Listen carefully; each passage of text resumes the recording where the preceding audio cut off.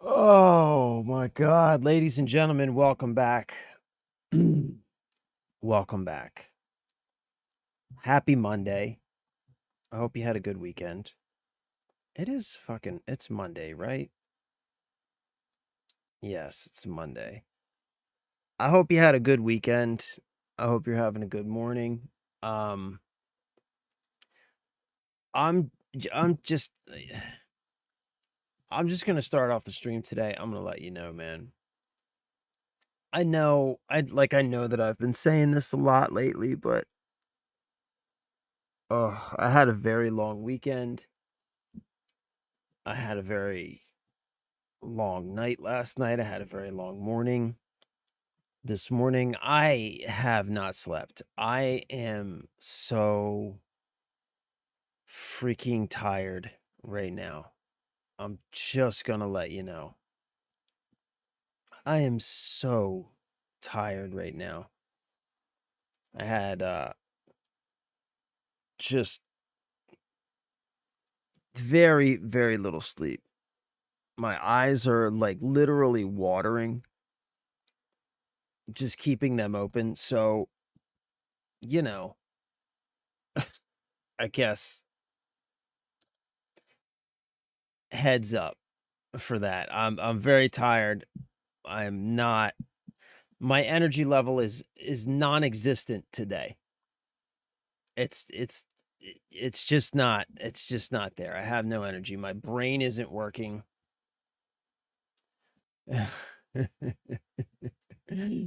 You sound look how I feel today. Bro. Yeah.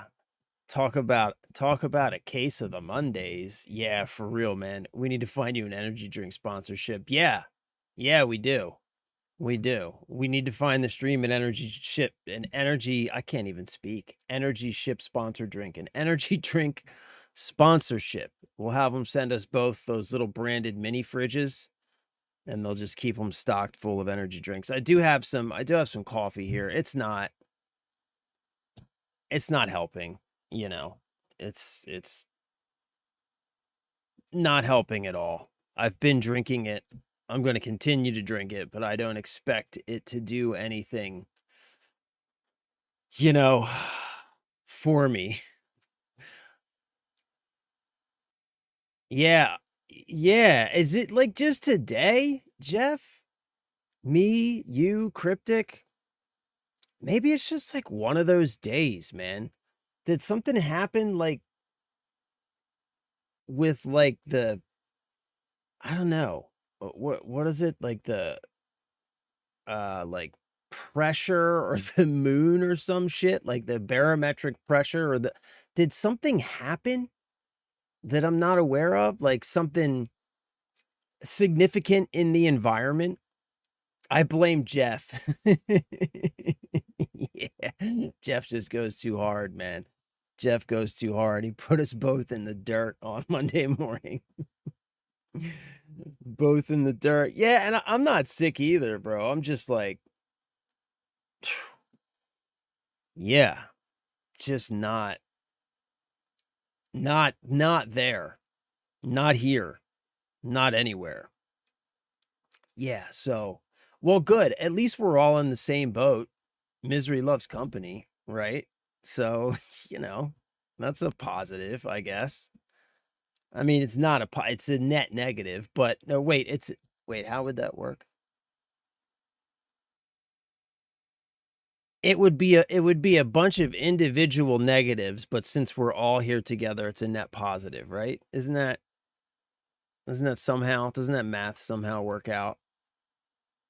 Somehow, I'm telling you, somehow that equation works out in our favor, is all I'm saying. Oh, yeah, the Canada fires. Maybe it is. Maybe that does have something to do with it because we've all been breathing in that smoke for the last several days. That could have something. That's actually, yeah, maybe that does have something to do with it. And then the storms. Yeah, we got, man, was it Saturday? Saturday. So Saturday evening, it was supposed to rain all day Saturday and like storm and stuff, but it didn't. It didn't rain all day, but then Saturday evening, man, I don't even remember what time it was. It's like 7 or 8 o'clock or something. I was sitting out here in the shed, and, like, I had just passed the baby off to my wife so she could put him to bed. I was out here in the shed, I was, like, trying to work on something, trying to, like, produce something to post to social media, and I was dead tired again already, right? And, like, all of a sudden, it was like it had been kinda, like, cloudy and really muggy all day, and it had kinda, like, rained little bits off and on, like, drizzled or whatever, but, like, nothing crazy, and all of a sudden, it was like the sky opened up, man, and there was just suddenly torrential doesn't even do it justice. It's like if somebody was pouring a giant bucket of water out. And there's a tree, like, on the other side of the fence in my neighbor's yard that was whipping so hard, I thought that it was gonna come out of the ground, like, all at once, all of the sudden, just, like, torrential rain, like, fucking it had to be, like, 30, 40-mile-an-hour winds, and this thunder that was literally causing things on my desk to shake.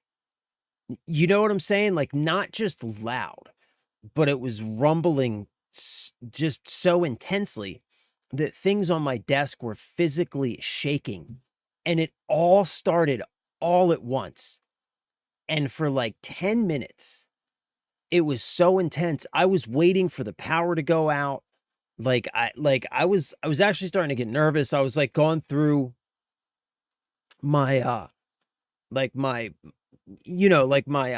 household emergency plans in my head. I was like, okay, so generator is in place, it's got gas in it, candles are in the drawer, matches are in the, you know what I mean? Like going through that whole inventory in my head, like like what I was gonna do first, like as soon as the power went out, like just waiting for it to happen. And it stayed like that for like 10 minutes, and then all of a sudden, just like it started, it just stopped. This is the craziest thing, man.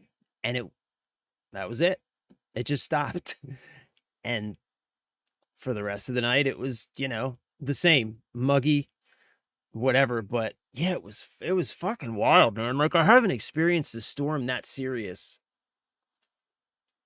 in a while. Like, we get, so, like, on the East Coast, we get our worst storms usually come, like, in the spring, summer when, like, the extremely hot air and, like, other air streams are mixing, and we get, like, really crazy storms. So, you know, I'm used to crazy storms, but I don't know, man. This 10-minute storm was probably the most intense storm that I've experienced in quite a while.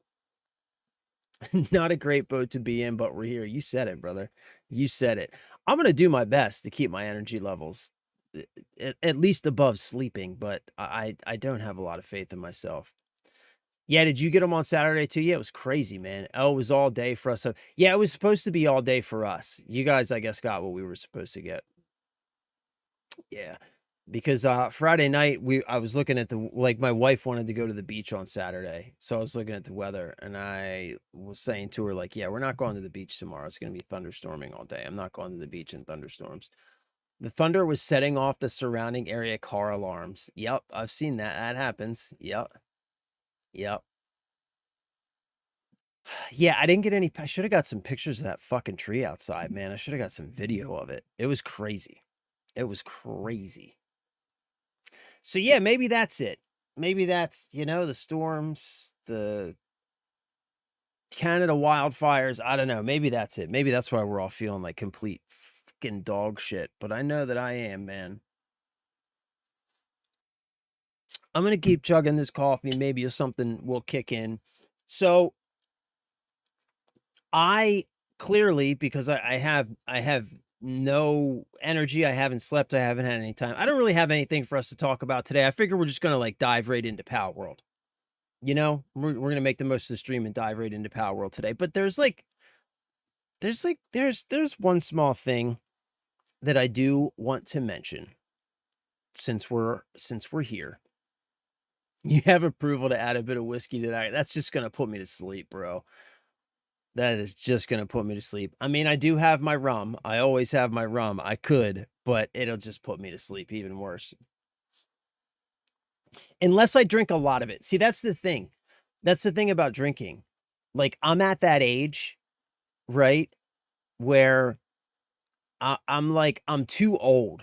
So now I'm at that age where when I drink, I either drink responsibly and just immediately fall asleep, or I drink incredibly irresponsibly and get completely blackout drunk enough to stay awake for a couple of hours before I then pass out and fall asleep. But there's no in between for me now. I'm past that in between age where, like, I used to be able, when I was younger, man, like, fucking 4th of July, Labor Day, Memorial Day, all those holidays, like, we would drink all day. We would wake up in the morning with Bloody Marys. That's how we would wake up in the morning, right? And then we would start cooking around noon and just drink beers, cook burgers and hot dogs and whatever else just all day.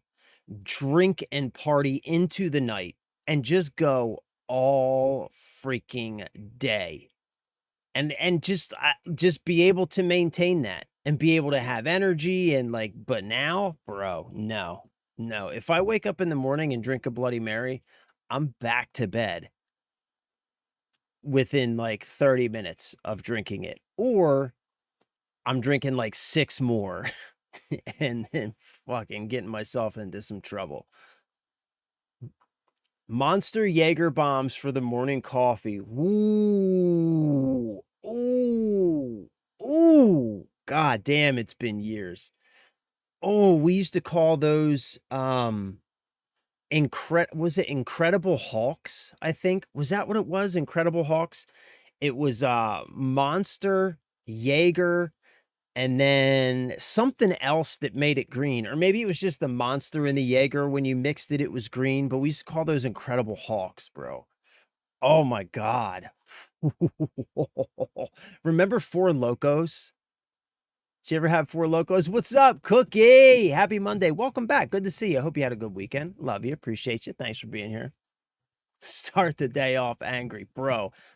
Yeah, fuck yeah. That will start the day off.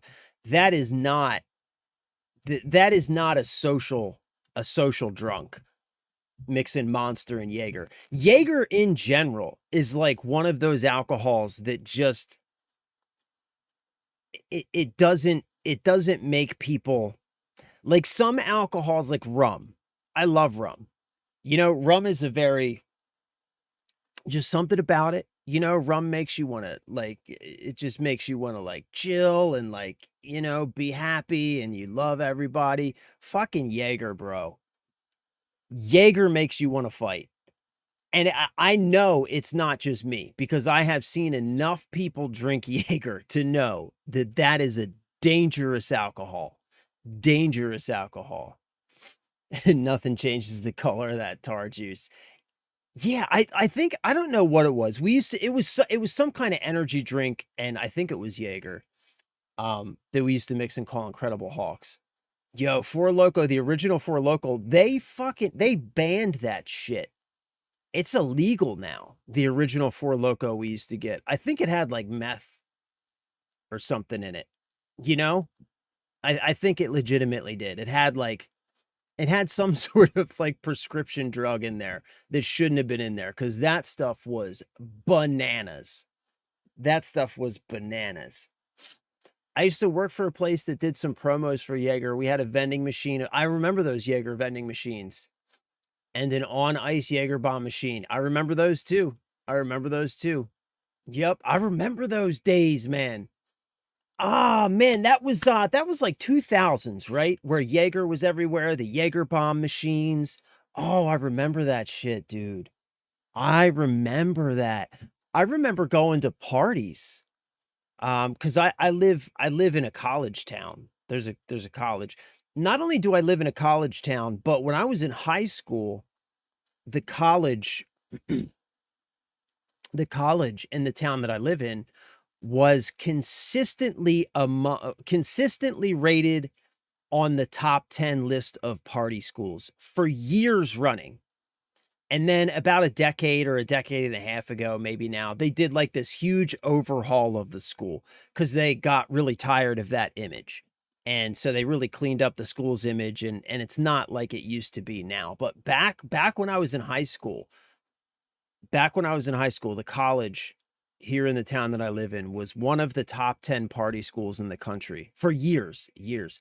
And oh my God, man, I remember going to some parties where they would have like those Jaeger machines were a common staple. People would just like steal them out of bars and stuff. And big, huge blocks of, I don't even know where you would get these, but like big blocks of ice with the like the little chute cut in it for doing those frozen Jaeger shots. Yep, that was like, that shit was a staple back in the day. That was a staple back in the day, man. Damn. I don't think the kids these days know how to party the way we used to. You know that? I don't think they know how to get it in the way we used to get it in. We used to get it in like professionals. Like, bro, look. Yeah, you're right. It probably is for the best. It probably is for the best. It's for the best for them, for sure. For sure. They're better off. But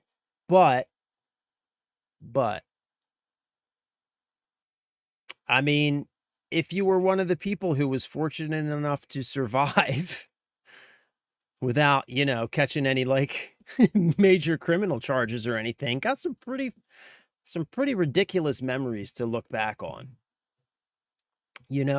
Some pretty ridiculous memories to look back on, and plenty of nights that I don't remember at all. Waking up in places I remember, man. Oh man. I'm going to tell one story. I'm going to tell you one story. One quick story. All right. Bad judgment at its best. I remember walking out of a night shift job, having a starter bar, and would crawl the city until the morning shift start. Yup. Yep. Bar crawls used to be, I don't even think they do them anymore, but bar crawls used to be like an actual organized thing. Like there would be buses that you could get on, and you'd like buy a ticket on the bus, and it would crawl like all of the college town, or it would crawl all of the city about 20 minutes away. Yup, I remember those, man. I remember those. So I'm going to tell just one quick story, right? So one year, I remember me and a bunch of my friends, we went to the beach. Everybody had beach houses, and it was like the first night of the summer. Everybody was going down the beach, right? And we, just doing the beach thing, going from house to house, drinking, and just like going hard, right? So I remember waking up in somebody's living room at, so I don't even know, like 1:00 in the afternoon, waking up in somebody's living room, looking around, having no idea where I was, being surrounded by a bunch of people I didn't know, covered in a blanket, laying on the floor, as like the kind of the panic is setting in, and I'm realizing I don't know where I am, and I don't know who these people are. I go to get up, and then a brand new panic sets in as I realize I don't have any clothes on. I don't have any clothes on. Luckily for me, the people at the house had safely taken care of my clothes, my backpack, my bicycle, and my dog. So as I woke up and came to, they weren't like mean about it or anything like that, but they were just like, "Hey bro, you got to get dressed and go." Like, I don't know where you live. We've got your bike, we've got your dog, we've got your bag. uh, you gotta go. So, like, I remember getting dressed, like, still just completely just shit-faced, drunk and hungover now. Getting dressed, gathering my bag, gathering my dog, and gathering my bicycle, tying the dog's leash to the bike. Her name was, Caspian. She was a pit bull. Getting out of the house, realizing I have no idea where I am or how to get back to the place where I was staying. So I tie Caspian's leash to the handlebars and just tell her to go home. And somehow, it's like she wasn't trained for this or anything like that, but somehow she correctly read the situation, knew what was needed, knew what her job was in that moment, and she pulled both of us home on that bicycle. Well, me, she walked herself and pulled me home on that bicycle, got us all the way back to the house. And I went in and went back to bed. But yeah, that was a pretty crazy evening and a pretty like legitimately an awful morning. That's not a good way to wake up. Not a good way to wake up. There's actually more to the story. It does definitely involve peeing in a corner, you know. So there was some shit that went down. There was some shit that went down. In the moment, it was awful. I felt just like like, and I've always been a person, I get really bad hangovers, like really bad. I always have awful hangovers, vomiting, headaches. Like I get really bad hangovers, which is part of the reason I don't really drink much anymore.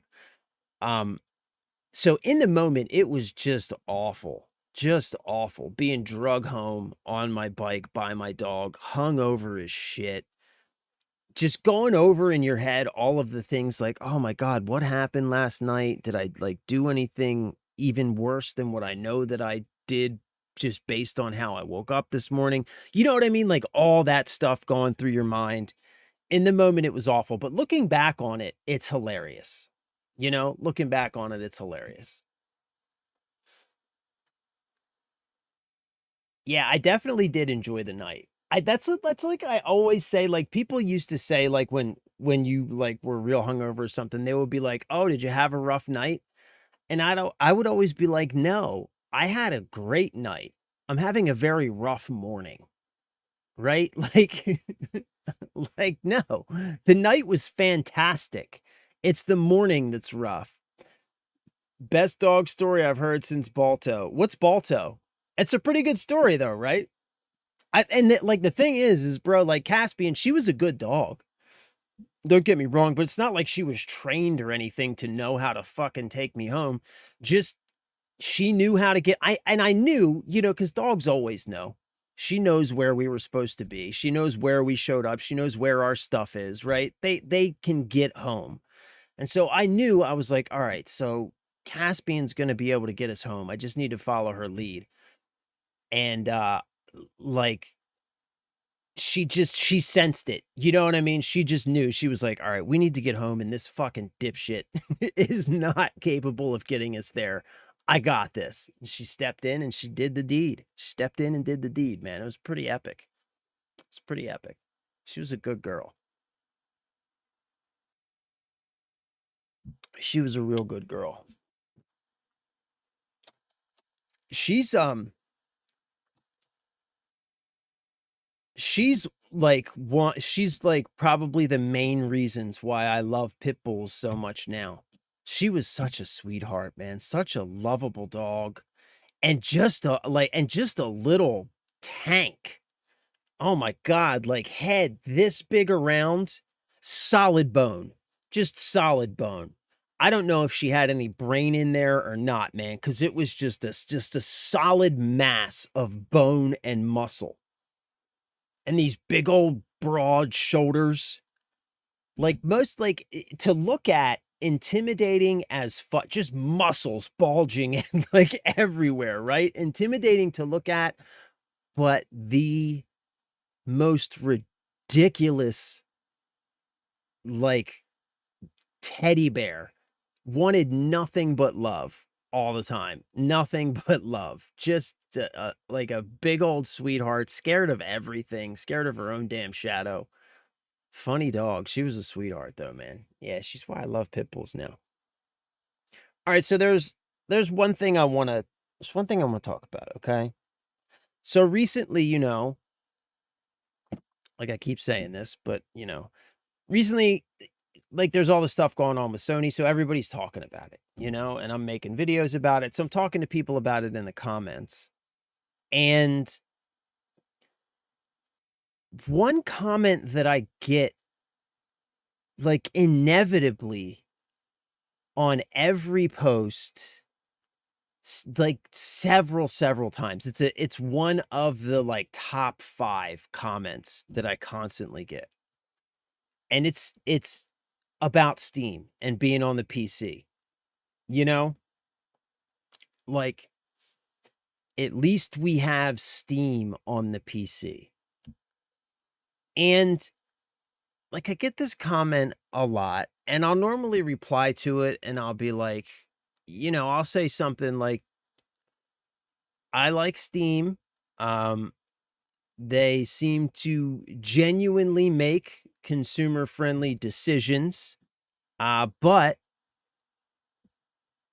let's not forget that they are also a digital distribution network, and they're out to make money." What I think people often forget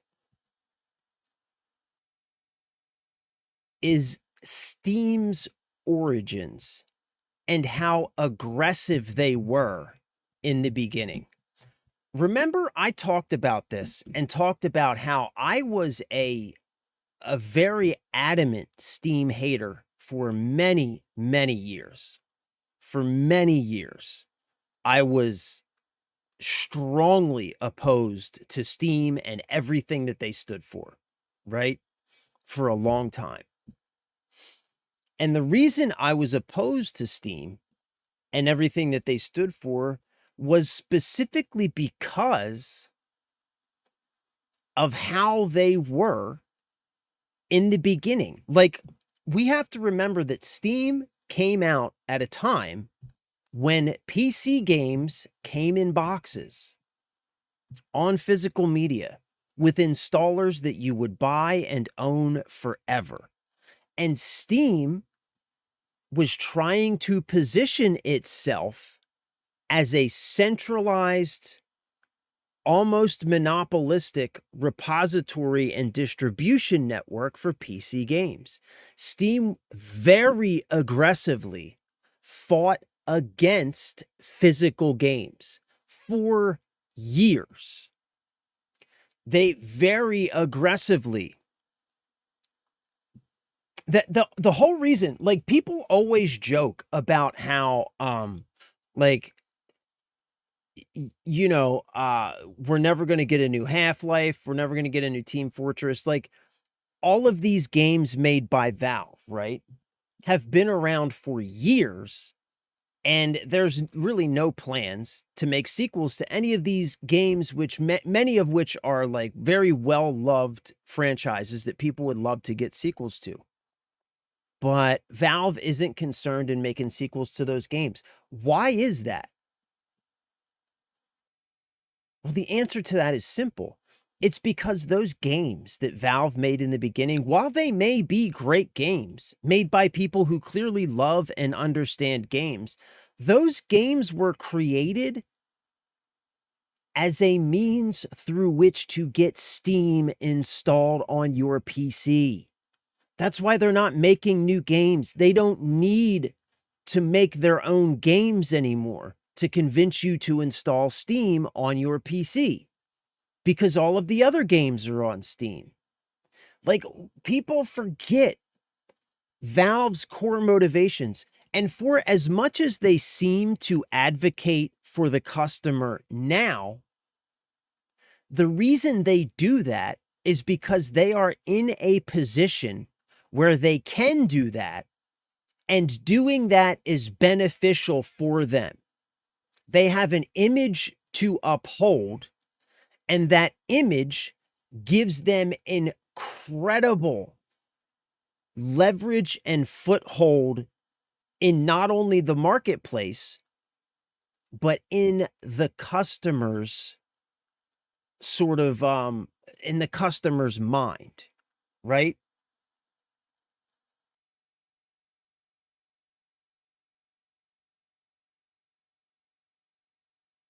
Right, right. It started out delivering Valve games, right, but it transitioned into a store relatively quickly, and what I'm saying is that was always the intent, right? That's what I'm saying, is that was always the intent, and they did a lot of things they did a lot of things to, sort of to assist with phasing physical games out of the PC gaming ecosystem. You had to upload CD keys when it first came out. Yeah, see, bro, I didn't even use it back then because like I was very anti-Steam for many years. And this is the reason why. That's kind of why I'm telling this story. Because like on the PC side, so like the point is, I don't know if you saw when I like first started this whole thing. Like the point is like I've been making a lot of posts about Sony and game ownership and all that stuff lately, right? Because it's like a huge conversation that we're all having in the gaming space. And, you know, I have strong opinions about it. I'm not anti-digital games, right? But I am very I'm very firmly against sort of how the digital space operates now, wherein we as customers in the digital space have absolutely zero consumer protections. We have no right to the digital property that we purchase. And my contention is, right, that when we purchase digital property, whether it be a game, a movie, a song or whatever, right?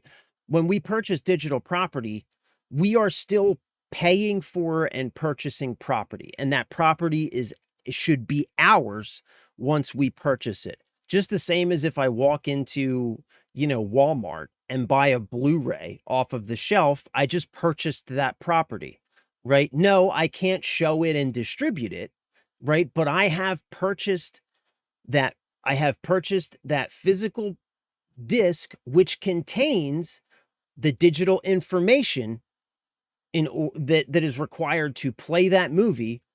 And so I have bought that information as part of the property, and it also comes with some licensing that that basically governs how I can use that in public because there are copyrights and stuff like that. But I've still bought that property, and that digital information on that disc is still my property. And so it's my contention that whether that digital information is contained on a disk or is distributed over the internet and is then stored on my hard drive, that digital information still belongs to me because I purchased it, right? And so that's my whole contention. And I've been making a lot of posts about that, and I always get a lot of comments where people are like, "At least we have Steam on the PC, at least we have Steam on the PC," and I'm always like, "Yeah, I love Steam too," but let's not forget that, like, Steam is in a position now where they can afford to be our friends and to make decisions that seem very pro customer.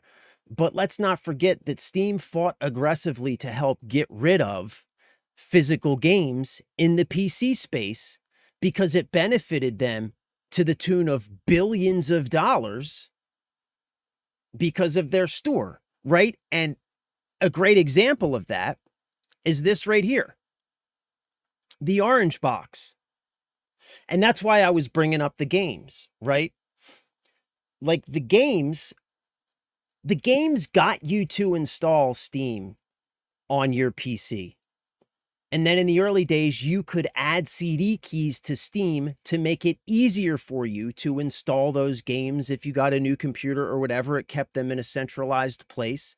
And all of it was wrapped in convenience, but all of it was very carefully thought out in order to create a place where Valve could make billions of dollars. And there's nothing wrong with that. There's nothing wrong with making money in a capitalist marketplace. There's nothing. I'm not saying there's anything wrong with that. But what I'm saying is we give Steam too much of a pass is what I'm saying. And I'm not anti-Steam. I'm just saying we give them too much of a pass, and we often forget what they did in the past to establish themselves the way that they are so established today. Is kind of the point that I'm trying to make. And I'm doing a really bad job at making it because I'm very tired today and I can't think straight. But this is a perfect example. This is the orange box, right? It's the it's like it's the complete, Half-Life Steam collection of its time, right? It has all these games on it. It's got Half-Life 2, Team Fortress 2, Portal, right? There's actually, I think, a total of 5 games on this. I can't remember everything. The most complete Half-Life 2 collection to date includes complete versions of Half-Life 2, Half-Life 2 Episode 1, also includes Portal and Team Fortress. So that's like 4 games. Four games. What did I say? 5? But right here on the back, it says the most complete Half-Life collection to date, which is a lie. Contained on the disc in this box. And the point I'm making is this was one of the very, very first games to do this. This came out at a time, I think it was like 2007, where like a ton of PC games were still distributed in boxes, right? And this was propositioned on the shelf as a box for maybe people who hadn't quite committed to Steam yet, wanted to play these games, and they thought they were buying an installer in a box like they were used to. But instead, when they opened this box and put this into their CD, they found that contained on the disc was nothing more than a Steam installer and the licensing information for all of the games listed on the back, so that when you installed Steam, it would then license you a copy of all of these games listed on the back. And now, having thought that you bought a physical copy of these games, instead, you were now another Steam user. And so the whole point I'm making here is that Valve doesn't get a pass. They're all a part of this, They're all a part of this, and it's important that we don't lose sight of the sides here, right? And there's really only 2 sides. There's us, the customers, the people who have no rights when it comes to purchases and property within the digital space, no rights and no protections whatsoever. And then there are the companies who have all of the rights and all of the protections. I've talked about this before too. DRM. DRM is something that should be in place to protect us. DRM is the thing that should be there to protect us from these companies, and should be there to prevent these companies from doing the very things that they do, like removing digital purchases after those purchases have already been made because of whatever, licensing issues or whatever, things that are commonplace now in the digital marketplace. DRM should be there to protect us from those things, but instead it has been manipulated and it has been used as a tool to protect them from us, as if they somehow need protection from us, right? So that's the point that I'm making here. That's the thing. Games, music, and all movies fall under the same category. Yep, you technically are not purchasing anything other than the license to use it. Exactly, bro. Exactly. And my whole argument here, right? Because I get this too a lot in the posts and stuff that I've been making lately. I get people arguing about like the discs, right? Like like you're an unk, you know what I mean? Stop living in the past. My whole library is digital. Like, I get people arguing about and focusing on the distribution method, whether it be a piece of plastic or an internet connection. But the conversation isn't about discs, right? It's never been about discs. It's about what you just said. It's about the fact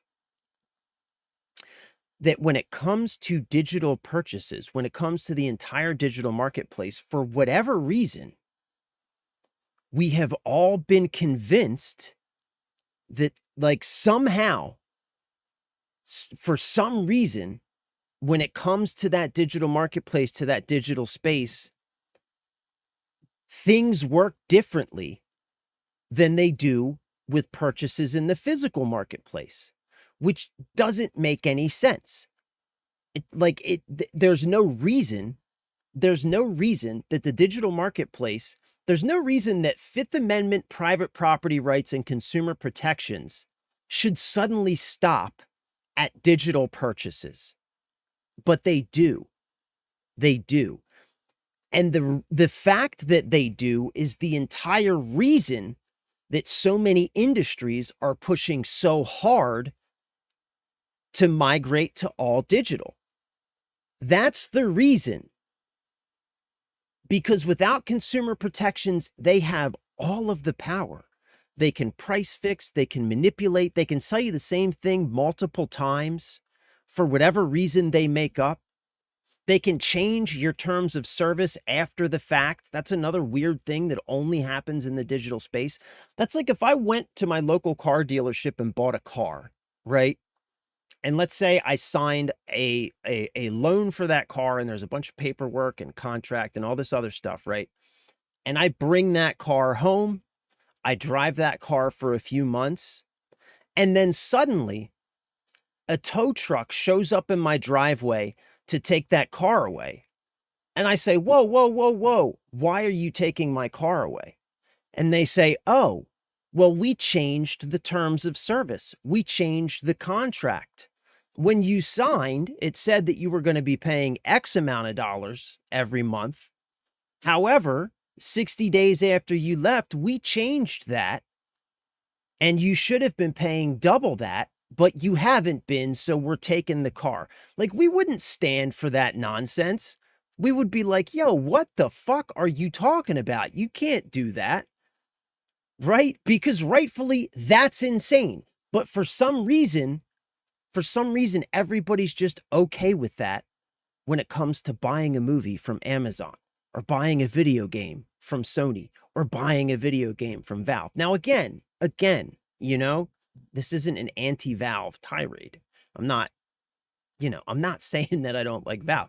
I would say that of all of the digital distribution marketplaces, for me personally, Valve is the one that I trust the most. They have proven themselves through in their success. They have proven to they have proven to consistently make decisions that consider the customer and the customer experience. They've proven themselves in that capacity, which is why, as somebody who in the early days was very anti-Valve, because and that's another thing, people are like, oh, you're just figuring this out now. Like, bitch, I've been fighting this fight since, like you said, you were putting CD keys into Steam. I didn't install Steam. That's why I never put any CD keys in, right? I was very against Steam because even back then I saw what they were doing and I firmly stood against it, right? But as someone who started out as being very anti-Steam, eventually, like, once we lost the battle, I realized, well, shit, if I got to buy digital, Steam seems to be the best place to do it, you know?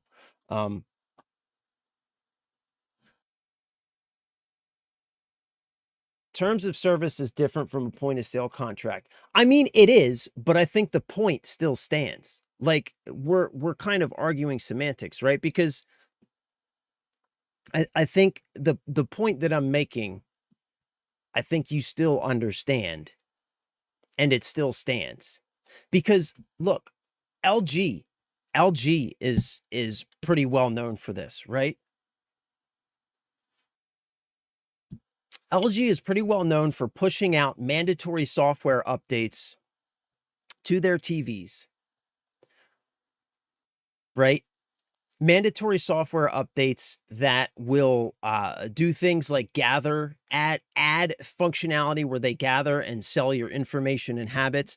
And they're famous for pushing these updates out and then presenting the user with a splash screen through which they have to agree to these new updated terms of service through these software updates before they can continue to use the physical television that they purchased, agreeing to a completely separate terms of service when they purchased that television, right?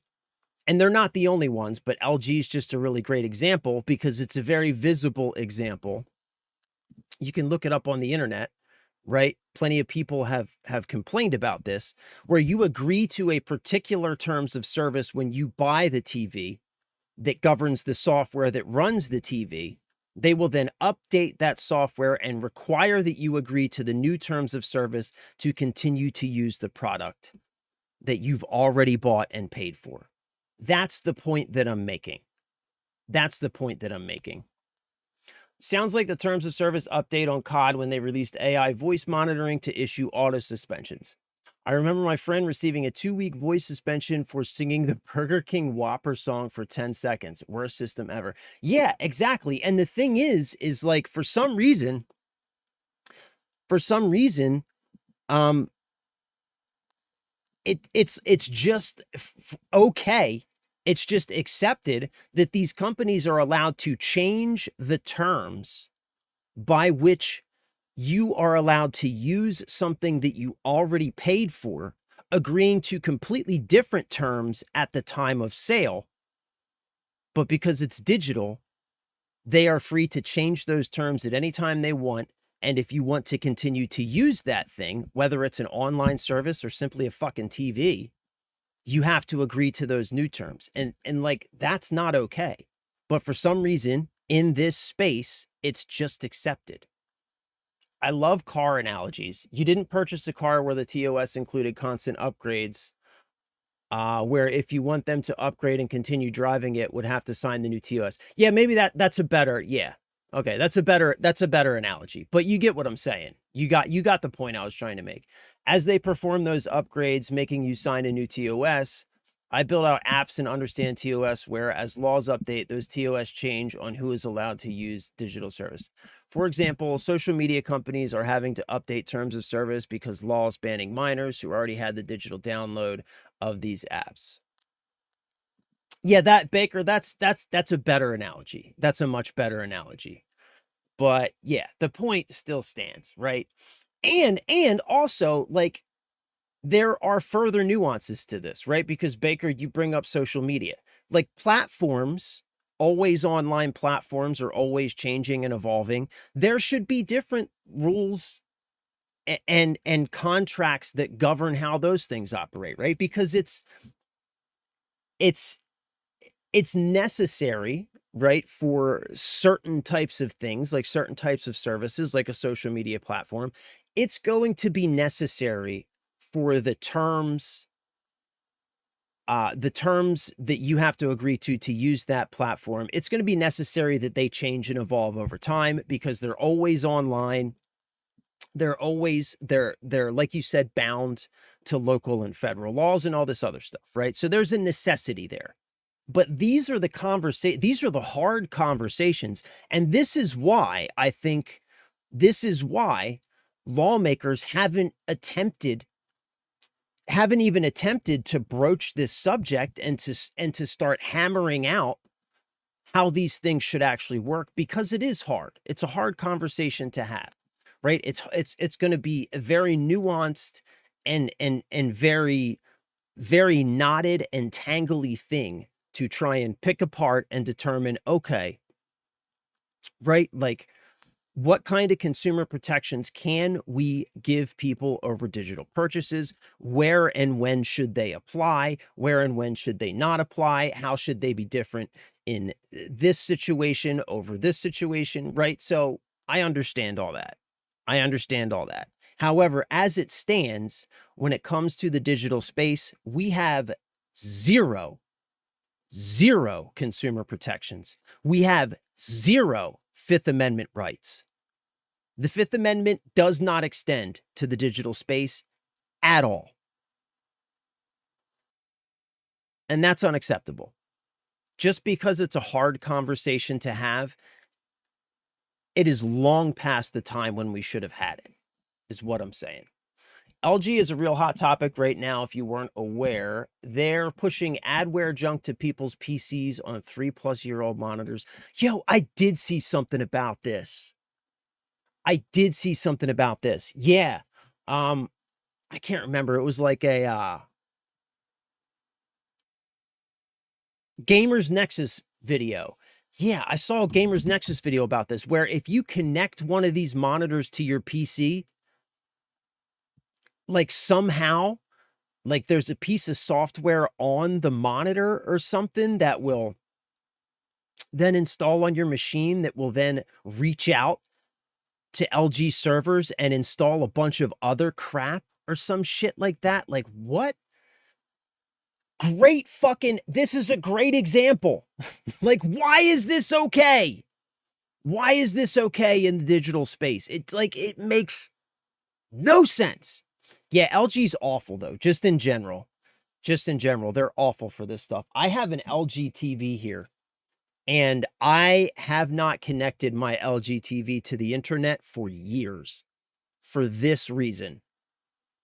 This is why I do not connect it to the internet. It will never connect to the internet.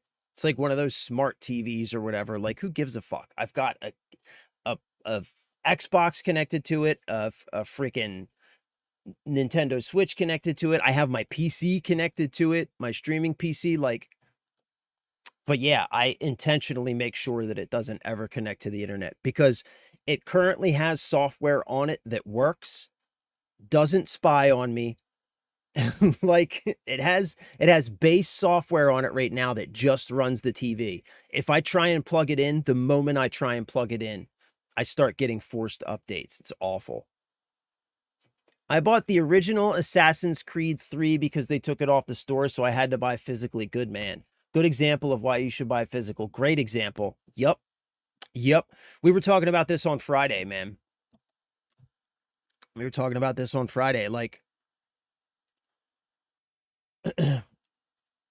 like for people who don't understand the conversation, because you see it a lot, man. Like, you see people who are just like, you know, especially younger people, right? They're just used to buying digitally, so they've never even thought about it. But like a great way to illustrate the problem is what you just described, like just retro games in general. The reason we can still get those games, many of which have been pulled from digital storefronts, you cannot buy any other way, but you can still buy and play those old copies because those old physical discs contain an entire working version of that game.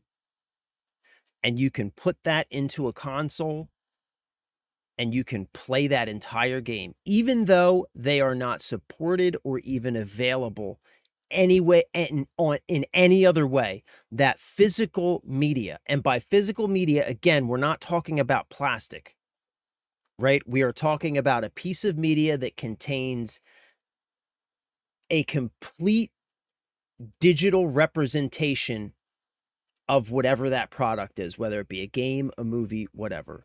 And most importantly, a complete digital representation that does not require that it go out and check in with some server somewhere that no longer exists, right? Or some server somewhere that says, oh, we took this game off the store, you can't play this anymore, and just doesn't allow you to play it, right? Like, physical is a self-contained, self-working copy that works without any outside influence whatsoever. It just works. I'm 25 and I still buy physical. My dude, bro, keep it up, brother. Look, man, I guarantee you this Sony thing, and another thing that I hear a lot is, like, I hear people like, you know, saying like, Why do you suddenly care now that Sony does it? And it's like, first of all, like, look, bruh, you know, like I said, I've been in this fight for many, many years. And this Sony thing just so happened to happen in a way and at a time where it was able to propagate through the social zeitgeist and gain a lot of attention and momentum, which is a good thing because I believe that as long as we keep doing what we're doing, keep being loud about it, keep buying your physical media.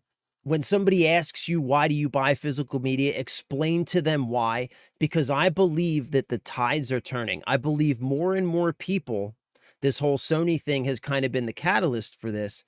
More people who have never really had the need or the time to sit down and think about what this all means, more people are doing that. And more people are thinking about it and becoming aware and coming to that realization like, oh shit, yeah, I've got thousands of dollars invested in this platform that I have no control over. I've given thousands of dollars here or there. I've got all of this, whatever, and I could lose access to this at any time.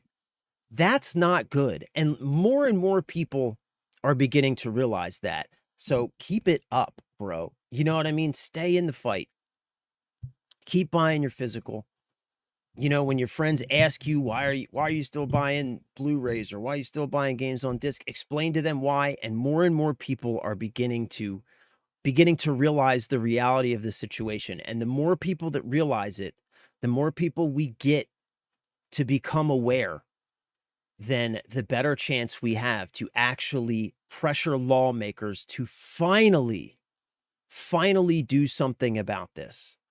Finally implement some protections for us as customers in the digital marketplace.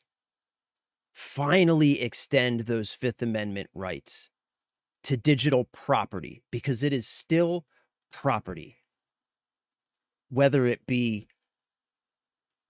you know, that fucking car we talked about earlier, as long as I paid for it, or whether it be a bunch of ones and zeros sitting on my hard drive. Those ones and zeros are still a tangible thing.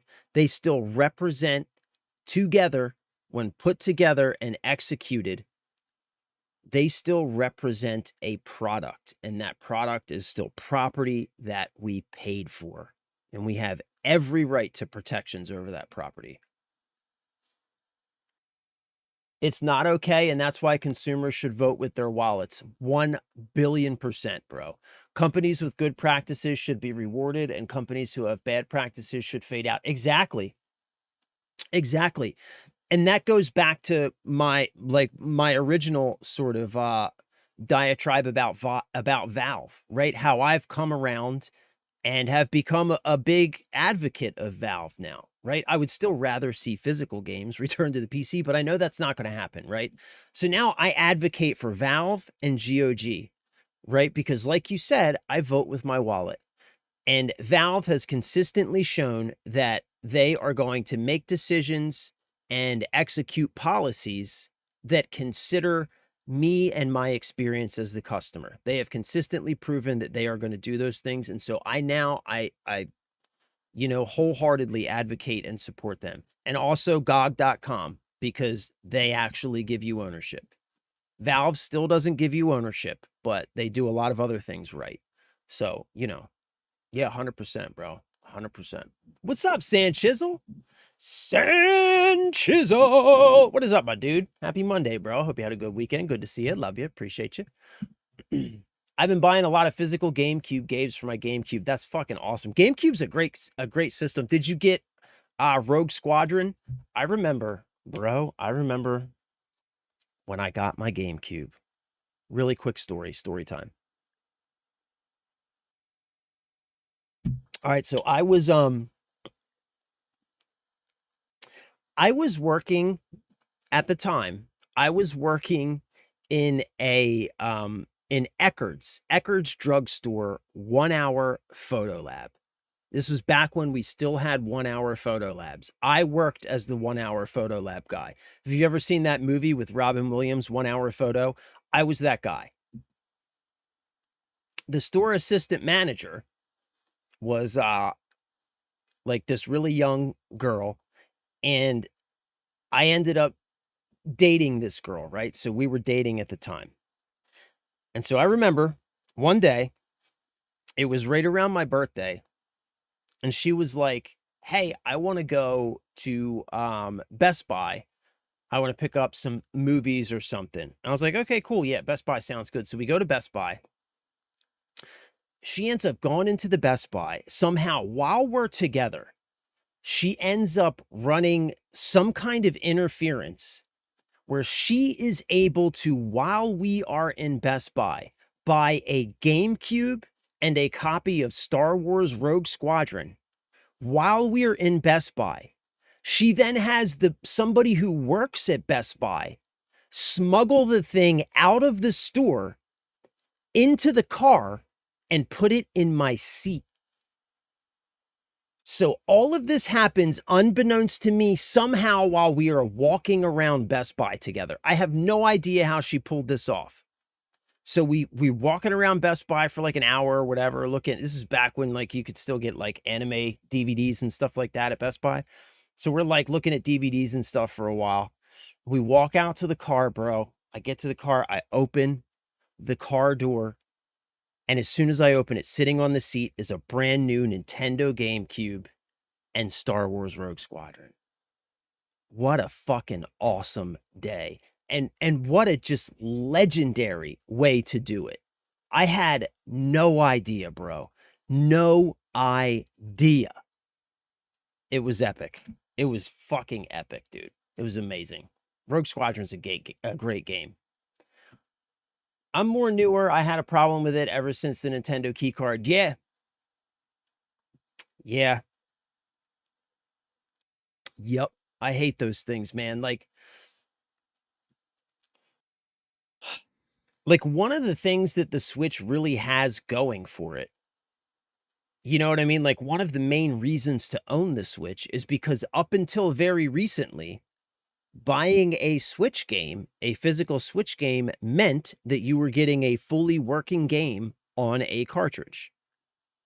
And with the game key cards, they ruined that. I really hope that they like I really hope that they kind of like pull back on that and at least always offer, even if you have to pay more like they're currently doing, at least always offer two different options, right? Like maybe you get a key card for 10 or 15 bucks cheaper, but if you still want that full game, you can pay a little bit more money and get that. Even if I have to pay more money, I don't like it, but that's like one of the main things the Switch had going for it. And then they did those key cards, which makes no sense. I actually seen a really cool project over the weekend.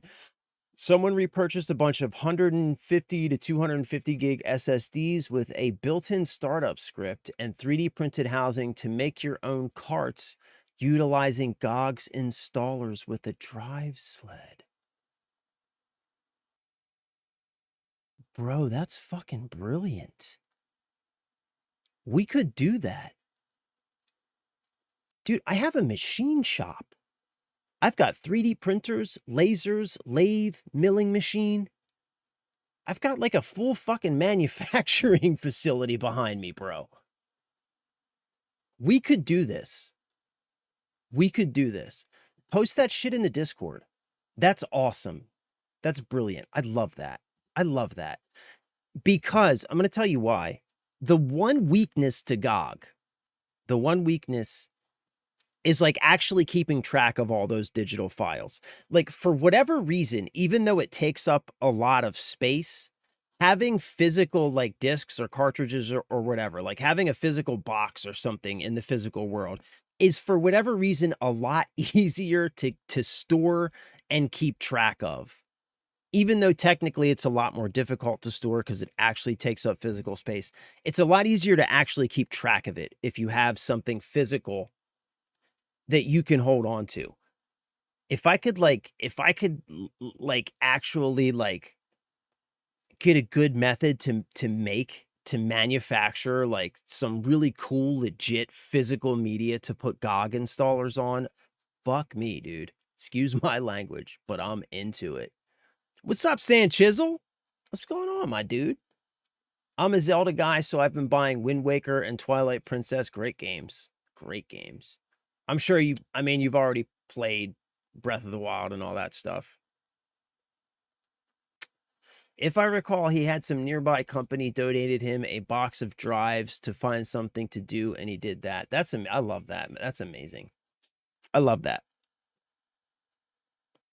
I love that.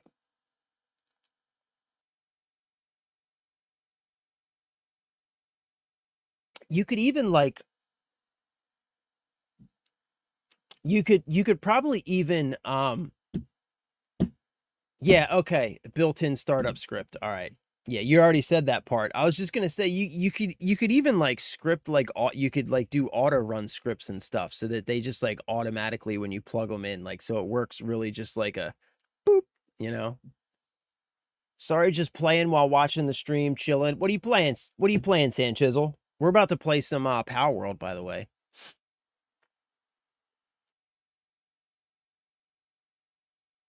Which I haven't played yet. Nice, bro. Nice.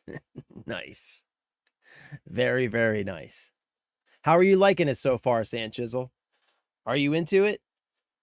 I'm nervous. I'm nervous. Because I like, traditionally I haven't been a huge fan of like the survival base building crafting games. But I really want to like this one because it looks really cool. Like when I see other people play it, it looks really fun. So I'm really nervous and I hope that, oh wow. Speak of the devil, boys. Speak of the devil. We've got some terms of service. Should we read them? Let's take a quick peeky poo.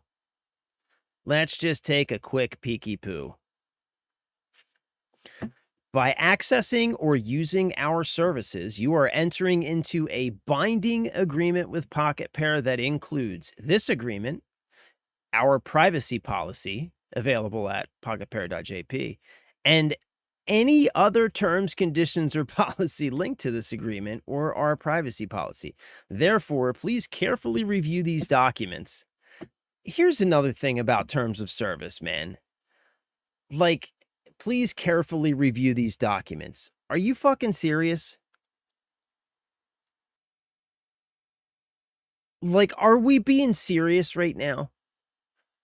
As customers, we are expected to, every time we buy something digitally, we are expected to read and understand however many pages of legalese, including all of the linked documents that are included throughout the document.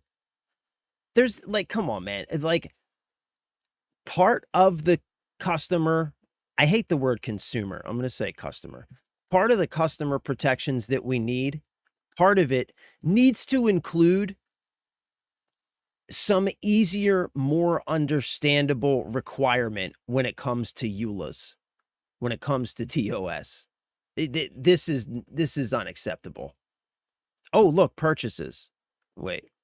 Purchases. When you purchase any of our services or other products or features in our games or apps on any digital storefront defined below, Pocket Pair is not a party to the transaction, and your purchases will be governed by the digital storefront's payment terms and conditions. Please review the applicable terms of service for additional information. You can also contact our support team as described below for questions concerning refunds of purchases. For such transactions, your order will represent an offer to us to obtain a limited license and right to use the relevant services that will be accepted by us when we accept payment. At that point, the limited license begins. I don't know. We're not picking on Pocket Pair, Pocket Pal, or whatever. Just saying. Like this is the shit right here. This is the bullshit right here.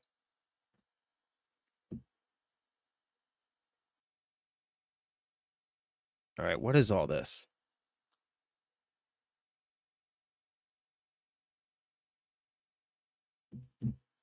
Players can save the genetic data of the pals as well as reconstruct pals from the saved genetic data.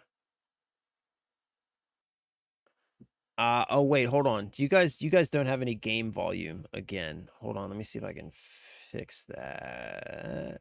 Oh, I know why. There you go. My bad.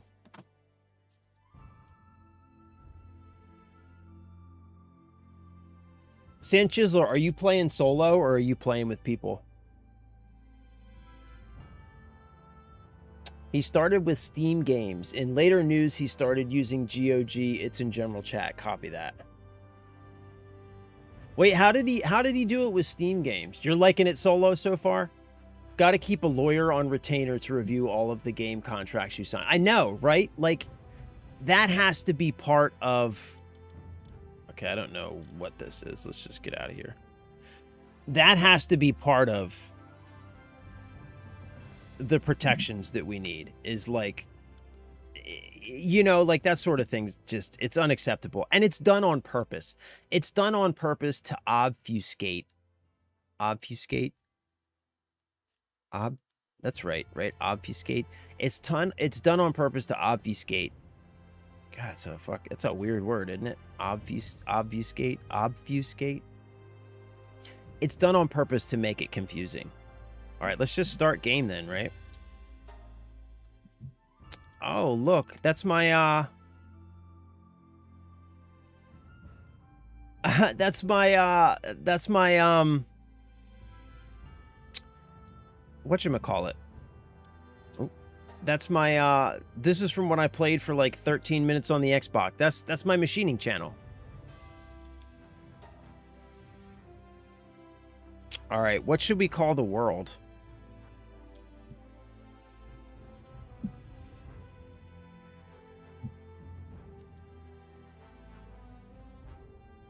What should we call the world?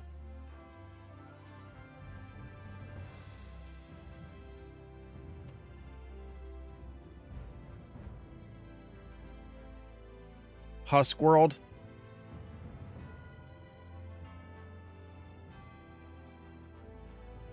We're going to call it Husk World.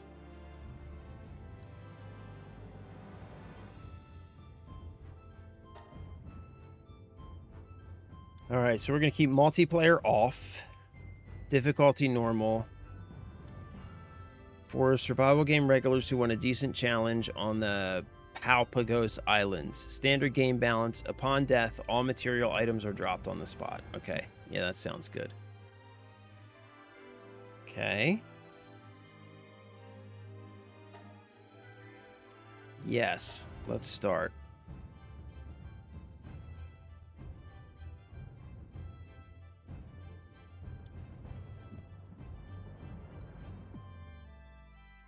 Okay.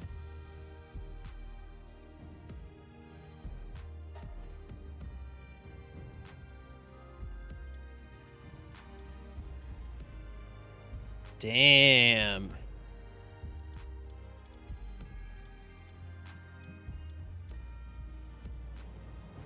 Boys, I kind of feel like we got to go with one of these ladies, man.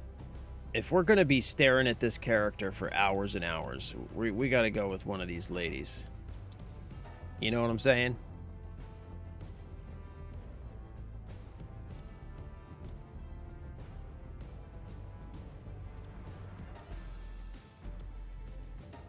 Oh. No, thank you. No, thank you. Let's see. What color's my wife? Like that, I think. All right. Maybe like that. Nah, she's more like this, I think. Okay. Torso size. Whoa. Nah, we need a little bit healthier than that, man. I mean, this seems pretty good, yeah. Why are her hands so goddamn big, bro? Why are her hands so big? What the fuck is going on with the hands here?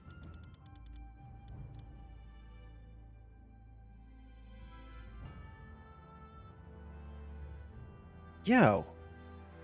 Bro. What? What is happening with these hands, my dude? What are we doing with the hands? What are we doing here? What the fuck? What? What?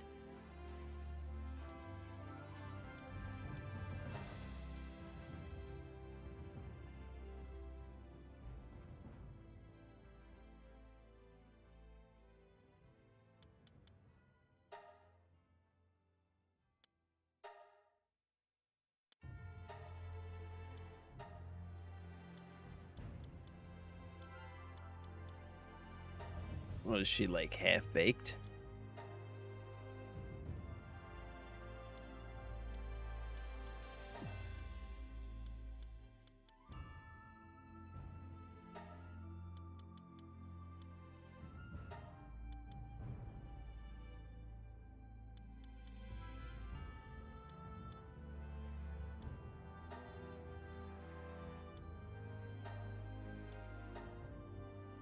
Okay, we'll go with this one.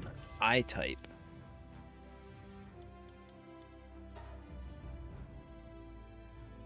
Yo. What? No. The fuck?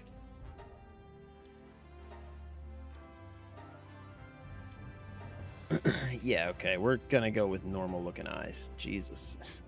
Jesus. Jesus, Jesus, Jesus. I kind of like the green eyes. I like that. Okay, let's do hair.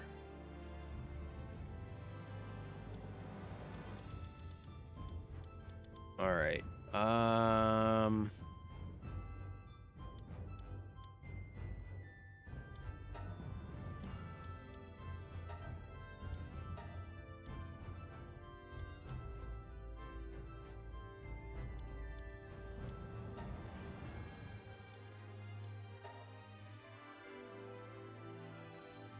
Kind of like that.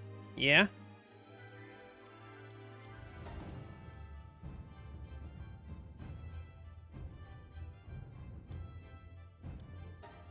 Princess Leia. Sort of. We'll go with this. I like this. I kind of like this one too, actually.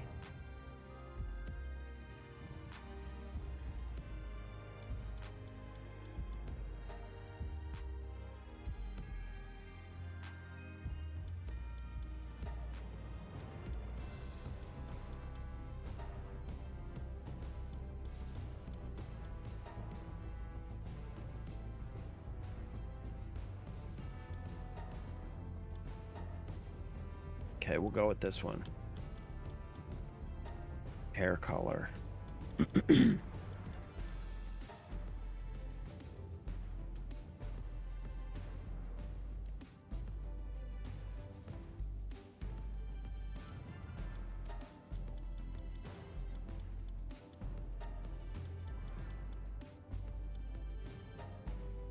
Yeah.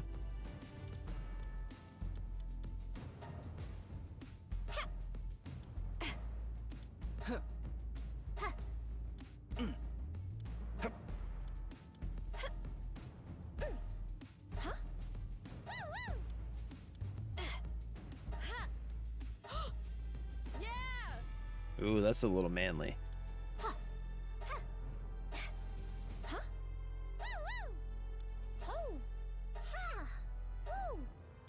All right, we'll go with that one. Okay.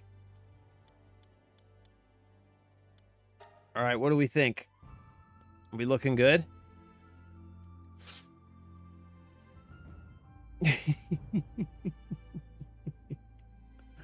Go meta, type 4 with big hips. All right, hold on. Hold on. Wait, body.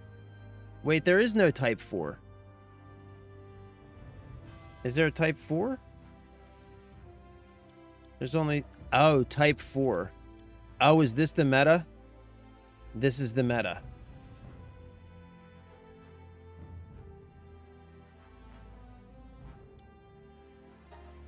She looks basically the same, right?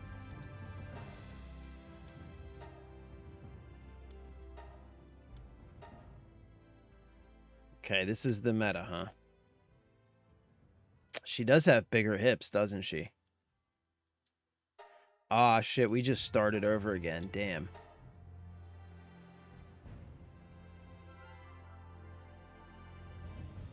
What about type 3? That kind of looks like my wife. Shit, we gotta do all this over again. Boy, I'll tell you what. I'm telling you, bro. Man hands, like, for real, dude. For real. Need big hands for PAL spheres. Small hands are for Pokeballs, and that would be illegal. Yeah, we don't want to break the law, that's for sure. Second to last row, second to last option. Wait. For face. Second to last row. Okay, hold on. Second to last row, second to last option. This one here? Oh, I see. I see. Okay. Nice puppies. Did you see the new Doomsday trailer that Marvel dropped this morning? I did. I'm going to be honest with you. I wasn't expecting to really care, but it looks kind of cool. It looks kind of cool. And Captain America's back, I guess? Like, here's my thing, man.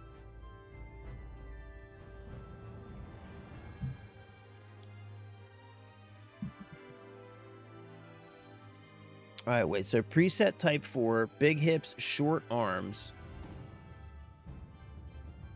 And then for face, choose.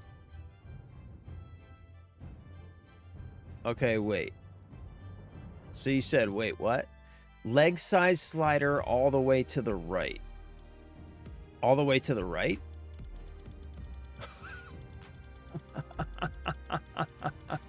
And arm size full left? What? Oh my god, bro. Oh my god. That's awful. I hate it. I hate it so much.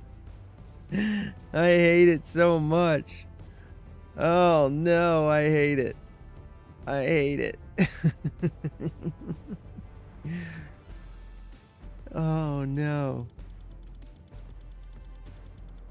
And she looks like a fucking minotaur, bro. She looks like the front half of a minotaur. Oh my god, it's awful. She is the front half of a minotaur. Oh my god, look at those cankles. Dude, what are we... I can't look at this for hours. There's no way. I gotta make something I can look at.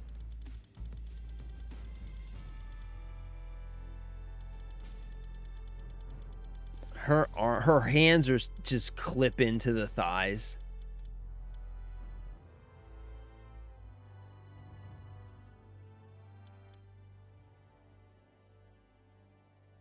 Okay. Right. Oh, right. Yeah, so here's my thing, Sanchisel, about the Doomsday thing. Like, it looks like it's going to be fun, and I'm sure it is. I'm sure it's going to be fun. But it's just like, I don't know, man.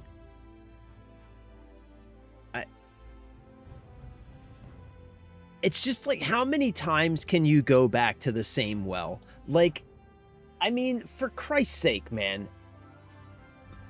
Captain America's back. Like, does nothing matter in this universe? Like, it gets to a point.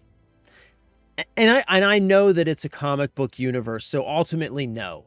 Right? Like, this is what happens in comic books. I get that. I get that. But like at the same time, I don't know. It's just kind of like, come on, bro. You know what I mean? Come on. Come on. Also, looks, man, I'm just going to say it. I'm just going to say it. Fantastic Four. I'm sorry. The Fantastic Four are corny. They're cool for comic books because comic books are corny and cringe inherently. And so they work for comic books. But the Fantastic Four just cannot be cool in a movie. Like, you just, everything about the Fantastic Four is like antithetical to being cool in a movie. So my main concern is that the fact that the Fantastic Four is in it is just, it's just going to be corny. And like, it's, you know, like every time they have tried to do the Fantastic Four, it has always been the same result. Always. And it's because Fantastic Four sucks, bro. They suck, dude. They do. I'm sorry, they just do. You got fucking Stretchy Man, you got Rock Man, you got Fireman, and you got Invisible Girl. They're just so corny, dude. There's just like Doctor Doom. He looks cool, looks super powerful. So yeah, man, I saw it, and I'll say, I guess the long and the short of it is, like I was pleasantly more intrigued than I thought I would be. I was like, oh, that looks like it'll probably be fun for like a single watch, you know, like most of the Marvel movies. Like, they're not the kind of movies I go back to revisit. So it looks like it'll be fun for like a single watch. But I also think, I think ultimately it's probably just not going to do as well as the other Marvel movies because of, I don't know. Captain America's back. The Fantastic Four is corny as fucking hell. So, you know, whatever.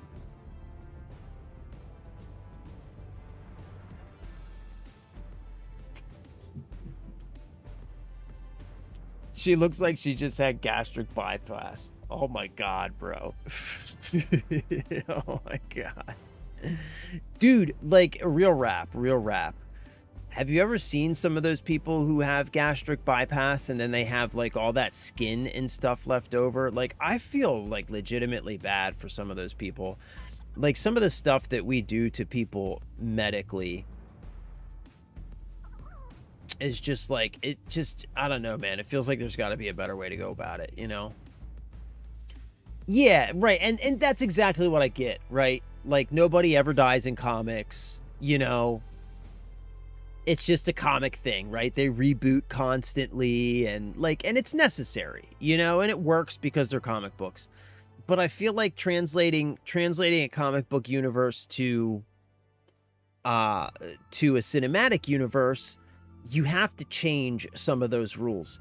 And that doesn't mean that you can't reboot it over and over again. Just reset, reboot, tell different stories, with different actors and everything. That is how I think it makes sense in a cinematic universe. But the way they're going about it, it just to me seems like it seems like they are just creatively bankrupt at this point, you know, and they're just like, oh, let's bring Captain America back. People like Captain America, which completely takes all of the weight out of the what was it called? The Infinity Wars. Like, it takes all of the weight out of everything that happened in the Infinity Wars.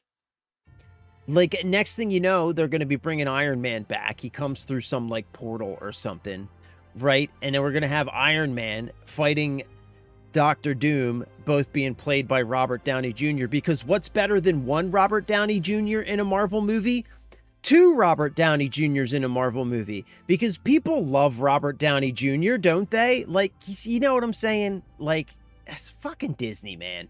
Just fucking Disney is all I'm saying. They're from the 60s, automatic corny. True. But there can be a good corny, right? Because we've talked about the Adam West Batman series before, which is phenomenal in its corniness. So bad, it's good. That's Marvel's first family. I'm excited to see what they do with the X-Men. Yeah, I was surprised that they opened the trailer up with Professor X. I was surprised by that. I'm intrigued to see what they do with that too. Like, there's, like, you know, and you know what? If it's going to be one last hurrah, okay, let's just go full. You know what I mean? Let's do it. I'm in. I'm going to go see it for sure. I'm just saying, it's like, all right, come on, guys. You know what I mean? Come on, guys.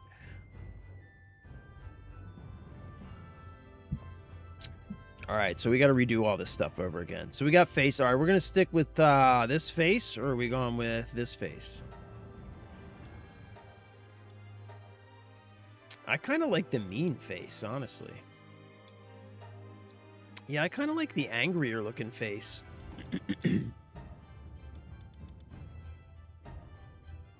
Yeah, I kind of like the angrier looking faces. Kind of like this one. Angrier looking.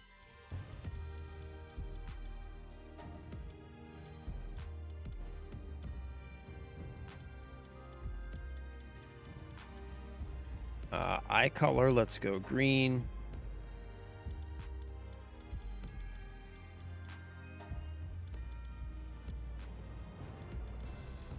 Could go with a blue-haired bandit.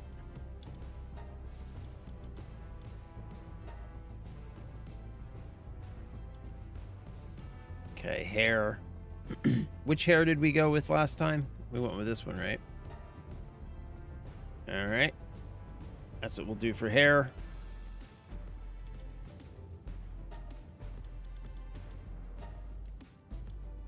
Okay. I mean, that basically looks like my wife. Kind of. Sort of.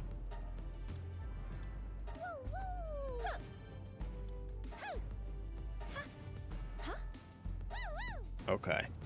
There we go. There we go. We're in it to win it.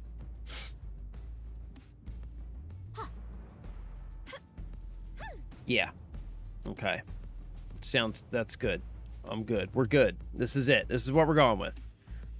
We're going with my wife. What's up, Six? What is up, my dude? Good morning, brother. Happy Monday. Good to see you. I love you. I appreciate you. Thank you for being here. I hope you had a good weekend, bro. You missed a good conversation in the beginning. We were talking about, as always, we were talking about Steam, actually.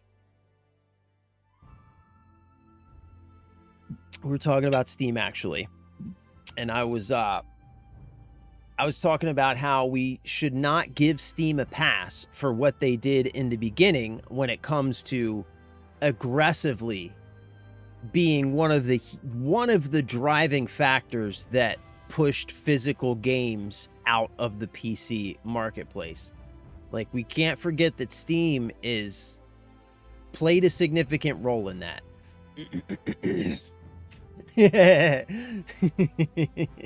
You give her blue hair, she's gonna start protesting putting the pals to work and shit. You get a character who refuses to do anything you want. All right, let's do this.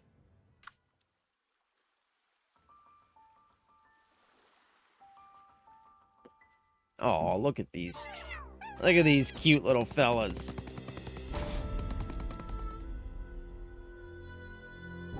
All right, I'm excited, guys. I'm excited but nervous. I really hope that I enjoy this. The towers are the key. The tree holds the truth. Okay. The towers are the key, and the tree holds the truth.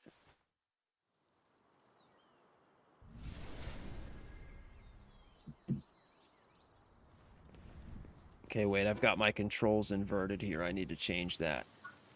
I used to, I've told you guys this before, right? Like when I played on controller, because I'm like an old school controller player. You guys remember how back in the day, first person controls, the Y axis was always inverted? So I've played with the Y axis inverted for years. Ever since I started playing with mouse and keyboard. Now when I go back to controller, playing with the Y-axis inverted doesn't feel right, but the problem is neither does playing with it not inverted. Control pad.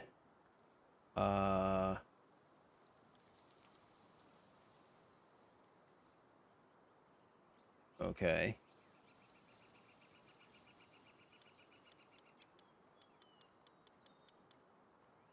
Game settings. Control pad. Toggle sprint on. Good. Aim sensitivity 1. Invert right stick Y axis. Okay. Okay, we're going to try it off.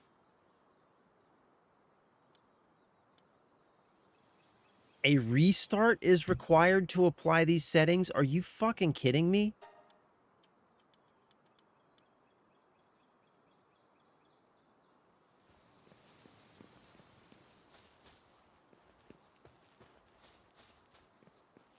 Okay, that feels...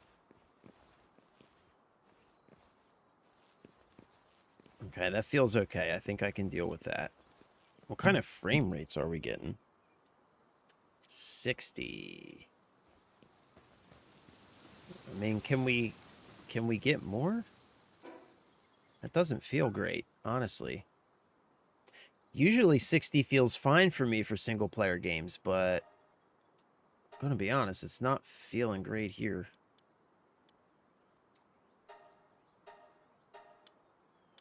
Try 120. VSync off. Motion blur.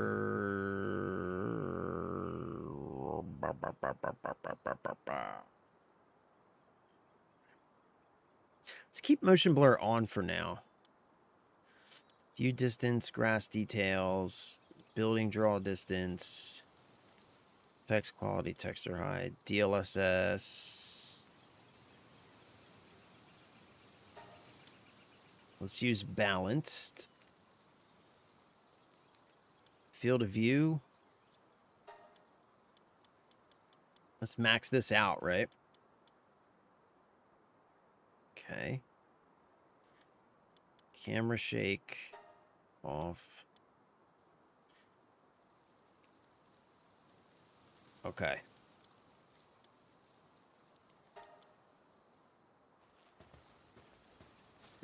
Oh yeah, that feels a lot better. Okay. Yeah. All right. That feels a lot better. That feels a lot better. Hey, buddy. Hey, fella. You look friendly. You look friendly. Okay. All right. New build. Oh, okay. Throw PAL sphere. All right. Okay.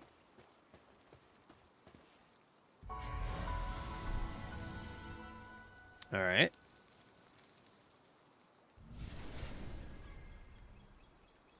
Welcome back, Cryptic. Kill him. He looks so friendly, Sand Chisel. Why should I kill him? I don't have any weapons yet, either. Okay, wait. I need to start collecting this stuff, right? Okay. Okay, wait. Okay, hear me out. Yeah, you know what? Simply because it started with that, I feel like I probably shouldn't, but let's keep going. Since you landed on this starter location, right below you is some water and a little bridge. Start your camp against the rock wall facing the water. You'll thank me later once you actually get going. Copy that. Stones, wood, and fiber. Okay. Well, I found some wood. Can I pick up these stones? Yeah, I can't even... Oh, I can punch. I can punch. I don't want to kill the chickens. Do I got to kill the chickens? They look so friendly. I don't want to kill the chickens. Look, he looks so friendly. Look at these guys. Look at him. Look at how he's looking at. I can't kill that chicken. There's no way. Who dis? Yo, I'm taking your stick, bro. I need that.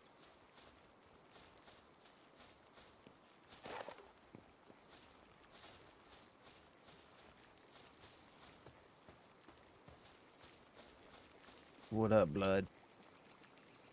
You shipwrecked? It's been a while since I've seen someone who wasn't reeking of POW.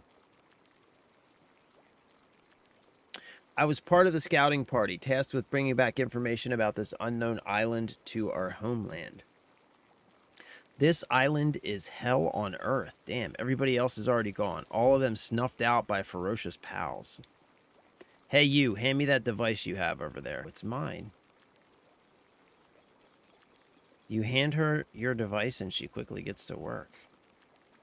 There, I've installed a survival guide for you. It's the fruit of our literal blood, sweat, and tears. If it helps even one person, then, well, our sacrifices wouldn't have been for nothing. Damn, what did you go through? What? Who hurt you? There's more than a few entries in there that are essential for survival here, so try to make good use of them while you can. Once you've got those sorted, let's see. There's a small settlement just a short ways ahead. You should go there and see if they can help you. But be careful out there. Okay. Okay. How to stay alive.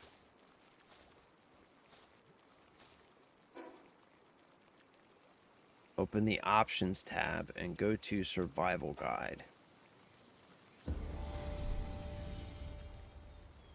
Okay. Boy, I'm not reading through all this, that's for sure.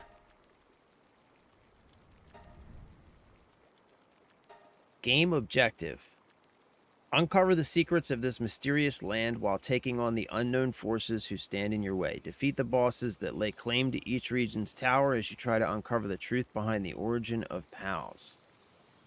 Build formidable bases, try to capture the strongest PAL possible, or breed it yourself. Embark on a unique adventure with your pals in this new world. Okay. Set up a workbench. Pick up fallen branches or hit trees to get wood. Open the build menu. Place a primitive workbench in the location of your choice. Then use X to craft something with it. Okay.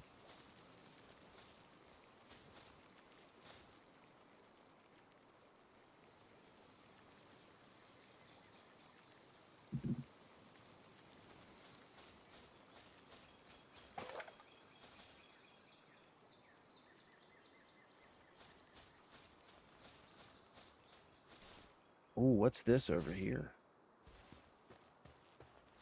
Stone. Stone. A PAL sphere. Press right button to throw a sphere and capture a PAL. Weakened PALs are easier to catch.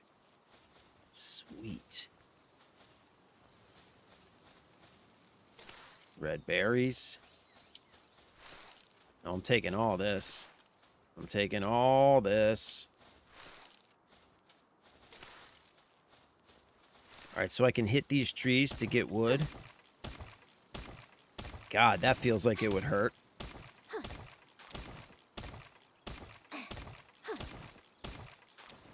Damn. She's just punching wood out of trees.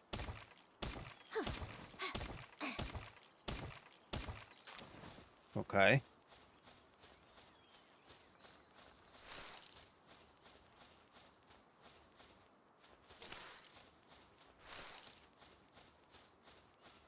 I punch the stones and get stones out of them.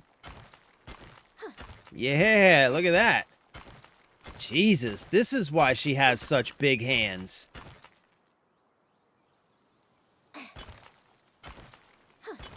Yeah, that's why she's got such big hands.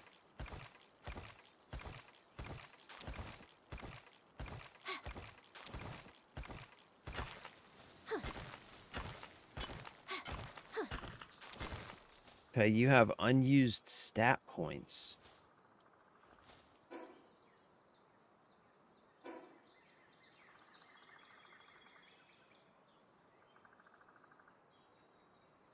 Okay.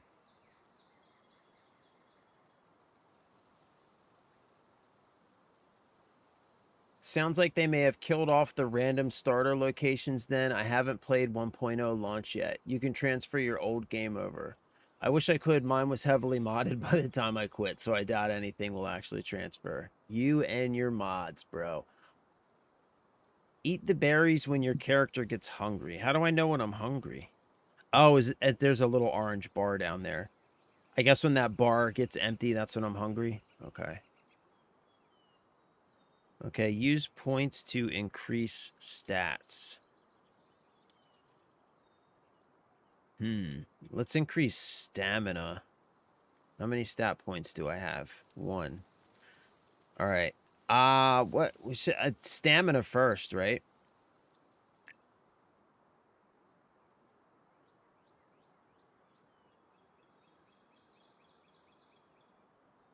Oh, you can disable hunger limits for your character.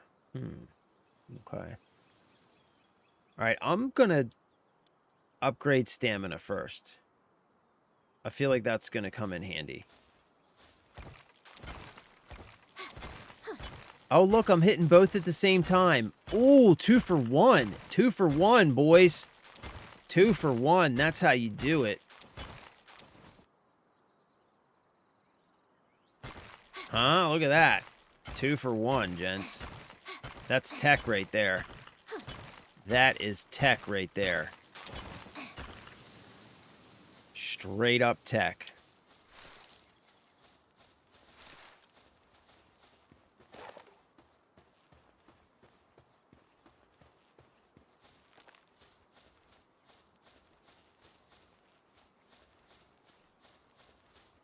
There's no way I'm killing those chickens. I can't kill those chickens.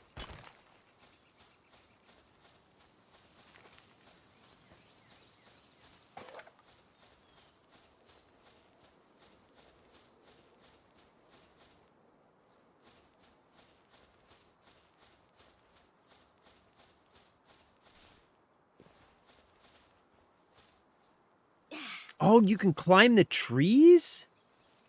Motherfucker, what? Damn.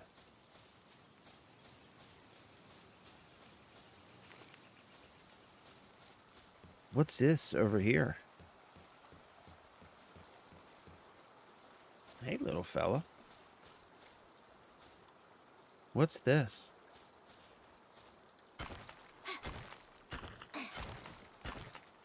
Haldium fragments.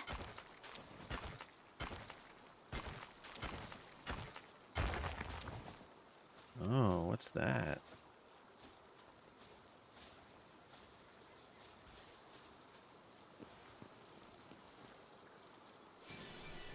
Picked up Castaway's Journal, Day 2. Okay.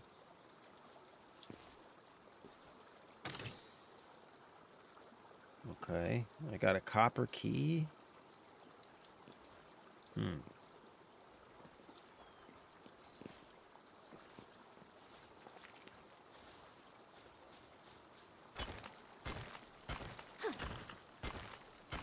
I don't know what this stuff is, but it looks valuable. Fuck yeah, son. Oh, you can climb? So you can climb the trees, you can climb them.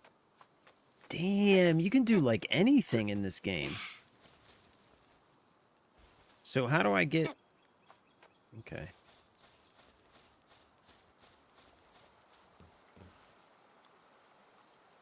Oh, makes PAL spears. Okay. Okay, wait. Hold on. Wait 2 to carry more. You will starve if you don't. Palladium to make PAL spears. Also, the stream of water leads to the area I was talking about for your base camp. Okay, copy. Hey, I want to put y'all on a little something that I've been trying to do 42 years, and now this is the perfect time with digital media taking over how it is. What's up, Six? Extrapolate, my dude. Extrapolate, bro. Should be base of that cliff. All right, copy. We're making our way there. Let me think it through. Okay.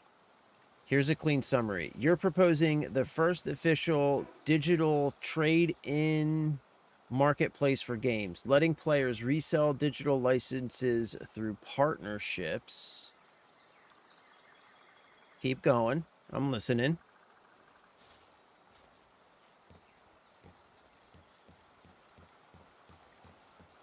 I like it so far, though. I like it so far.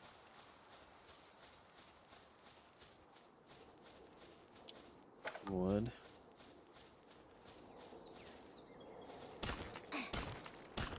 What's this?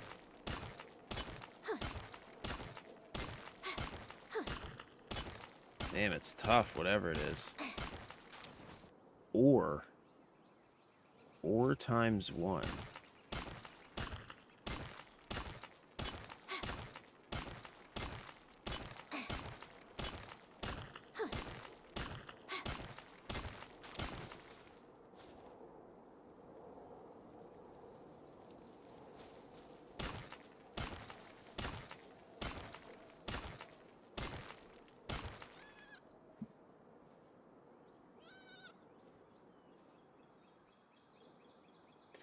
Yeah, I mean, in general, 6. I like that idea. And what I think would be ideal, is if that functionality, the ability to freely transfer your digital license to another person, like if that were somehow inherently built in to the way digital licensing for things works. You know what I'm saying?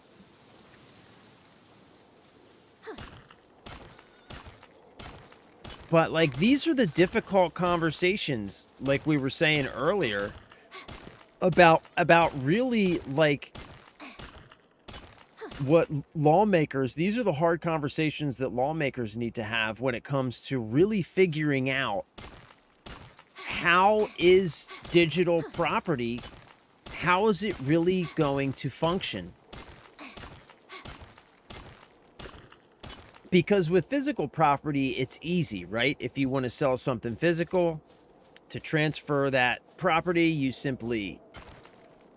you take the money and hand over the physical thing, right? So how do you replicate that digitally?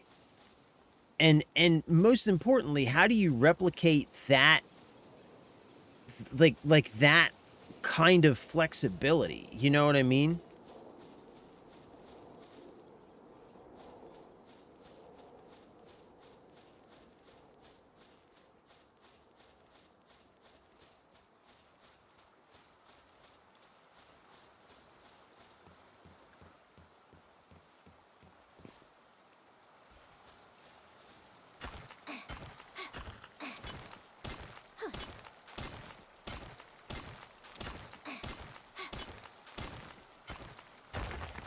Sweet. Got that sweet, sweet palladium, son. Xbox is already doing something like that with their game disc to digital license. Yeah, that's kind of cool, by the way, what Xbox is doing. As soon as you get rid of the physical, the digital license follows. But as long as you own that disc, the digital can be installed on all devices your account lives on. I like what they're I kind of like what they're, you know what though, like I kind of like what they're doing, but I also kind of see how it can be, it might be a trap. Like I don't know if I trust it, you know what I'm saying? I do need a pickaxe. I do. I was just thinking the same thing. I need a pickaxe and I need a logging axe. With platforms like PlayStation or Xbox, the game license gets revoked from the seller, then resold at a discount, generating revenue for gamers, publishers, platforms, and your company. The goal is to make digital ownership feel more like physical ownership while creating a new revenue stream for the industry. Yeah, but like you're creating that it's an entirely new market, right? Like it's that secondhand market that it is inherent in the physical market, recreating that in the digital market. I mean, I like it, bro. I like it. What I think would be ideal. Hey, can I jump? And since there's water, I'll be fine, right? Let's find out. Yep. What I think would be even more ideal, I love your idea. I love where you're going with this. If instead of just building a single marketplace, if there is somehow you could create like almost like a DRM. I hate to use that word, but I've said it before. DRM should be something that we celebrate, that protects us. But like a wrapper that is just a part of the digital distribution process when it comes to digital media, so that functionality you're describing is inherently built in whenever you make a digital purchase. And so regardless of where you bought that purchase, right? Like you were saying, whether it be a console marketplace or it be at Steam or like wherever, when you buy that digital purchase, that functionality you're talking about is already like wrapped around it, built into it. So that if I bought it on Xbox, like you said, I could then, using that functionality, and like, you know, maybe like that connects to your marketplace or whatever, using that functionality, I could then like, well, I want to sell that to my friend who has a PlayStation, and I can set the price for it, right? Like whatever, as the owner, whatever red berries, berry seeds. All right. Use.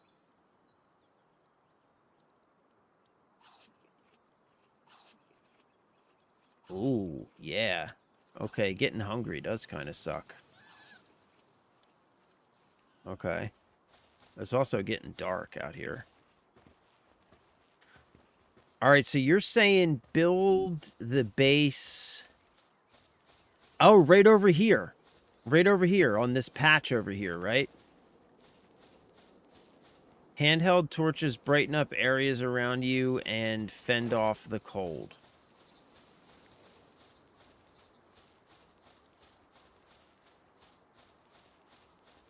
Try creating one at a workbench. Great. Yeah, see, this is what I'm talking about, man.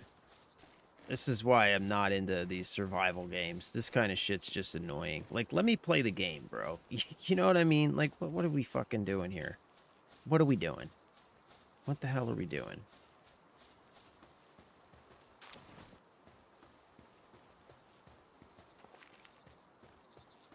So, like, right here against the rocks? Okay. To your right. You want to use the mountain wall as your protection. Not too close to the edge of the dirt ramp.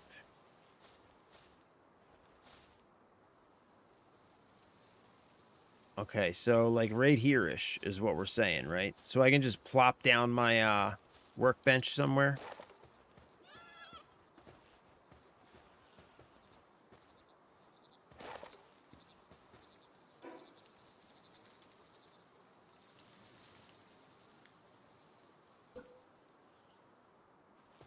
And then we'll just put it like right here.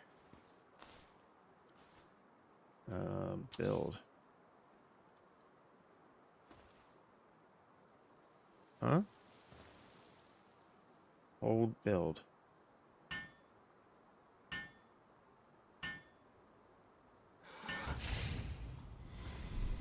Okay. Select recipe. Handheld torch.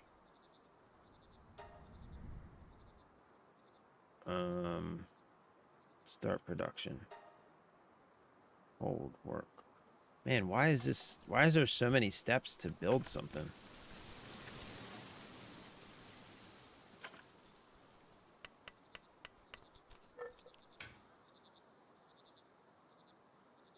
Okay. Handheld torch. Acquire? What the fuck? What is going on here, man? I have no idea. This is so weird. There's like so much. All right, let's make a stone pickaxe. Ooh. Okay. An axe for cutting wood.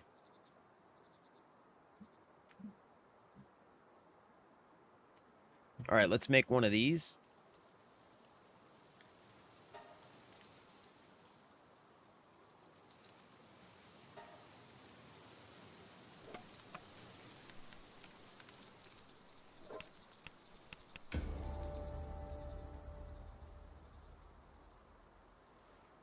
Like, is the axe here? Acquire. Okay.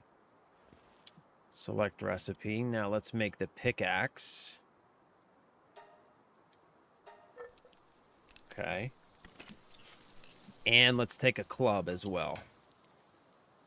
Acquire. Okay. Select recipe. And let's make a wooden club. All right. Now we've got some tools.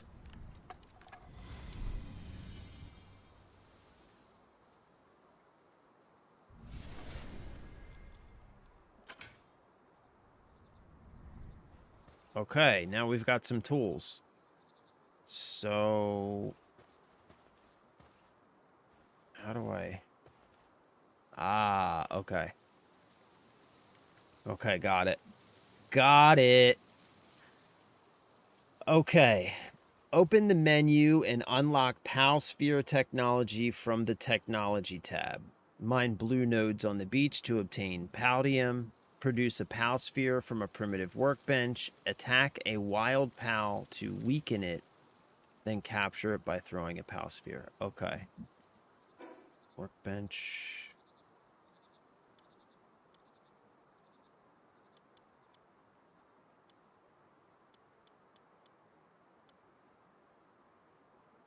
oh, wow. Yeah, you're right. I'm almost at my weight max already. Okay, technology.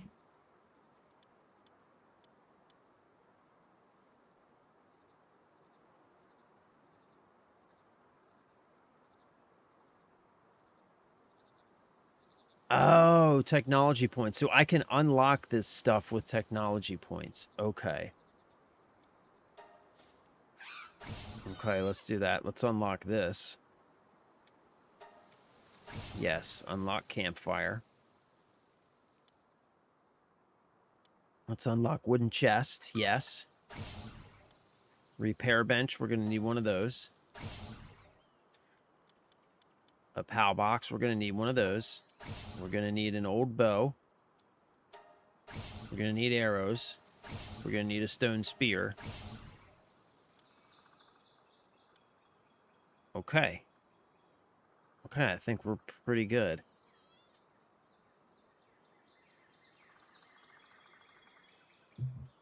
All right, let's take these four. All right. Sweet. We just got a bunch of stuff. Okay.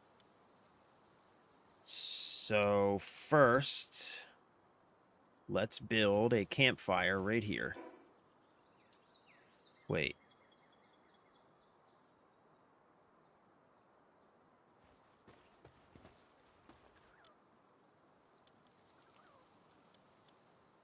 Okay, wait. How do I...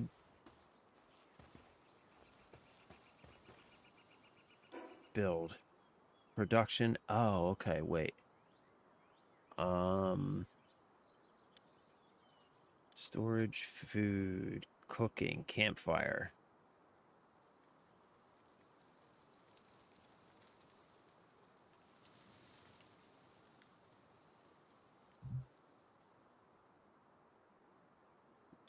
Infrastructure, shoddy bed. Storage. Okay, wait. Let's build a wooden chest right next to our workbench. Right? That way we can keep stuff.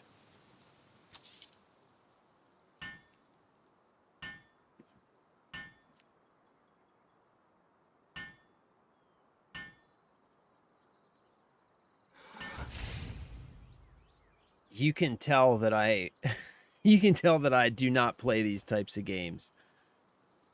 What's quick stack? Open. Okay. Yeah, now we can put some of this stuff in here. So, less stick. What?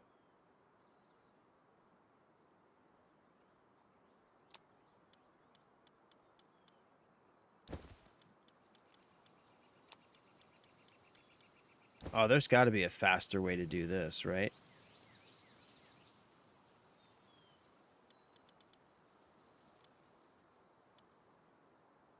Oh, I got some berry seeds. I'll have to plant some berries.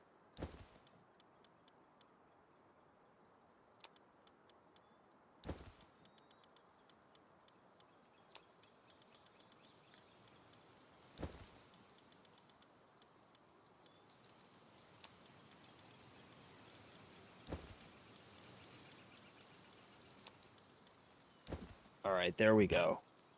There we go. That freed up some weight. Sweet.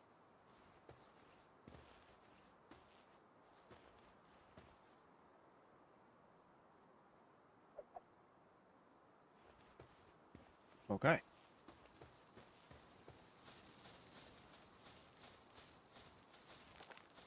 All right, we're figuring stuff out here. We're figuring stuff out.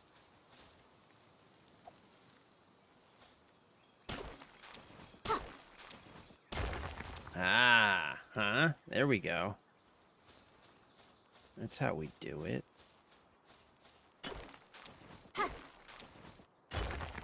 That's how we do it.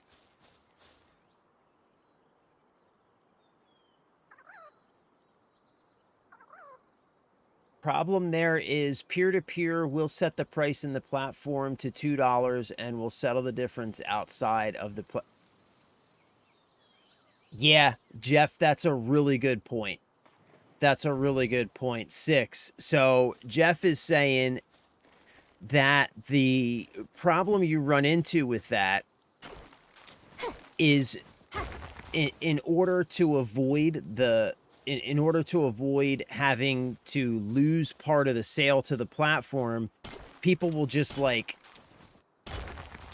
set the price to something really low on the platform, and then if they're within close enough physical proximity to each other, they'll just go and settle the rest outside of the platform, right? That's a really good point, Jeff. Without spoiler, you have threats. They are locked to pathing and can't traverse mountains. Ah, nor water. Ah, copy. I'm going to be trying to build a marketplace like that. I think at this time, as long as gamers don't have a way to sell or trade their digital, this will be a good marketplace. Yeah, bro. I think so too, man. And I think it's, I mean, it's what's needed. Like, you know what I mean? Like, ultimately,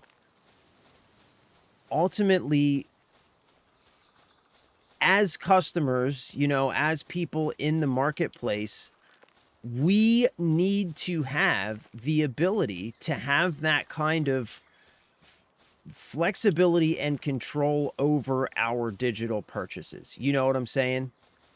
We absolutely do. And it hasn't happened yet. And the reason it hasn't happened yet is because we need the consumer protections in place that basically force these companies to allow it to happen. Because right now, the way it stands now, these companies, they will do everything to prevent that, which they do. And the reason it hasn't happened is because they make it impossible for that to happen, which is why you get things like limited license instead of actually buying a thing, right? And the consumer protections are what are going to force them to provide the ability for that sort of thing to happen. And then we can actually have, you know, like a marketplace like that.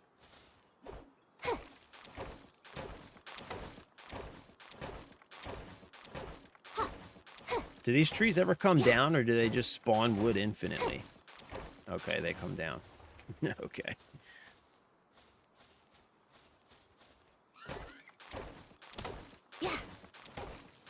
Nothing made me happier with this game in the past of walking up to a non-Pokemon and blast it with a gat like we're in GTA and then throw a ball at them. Yeah, I know, bro. I know, it's everything that Pokemon should have been. You're doing good. Hey, thanks, Sanchisel. I think Nintendo missed a major opportunity to create a game like this with Pokemon. I do too.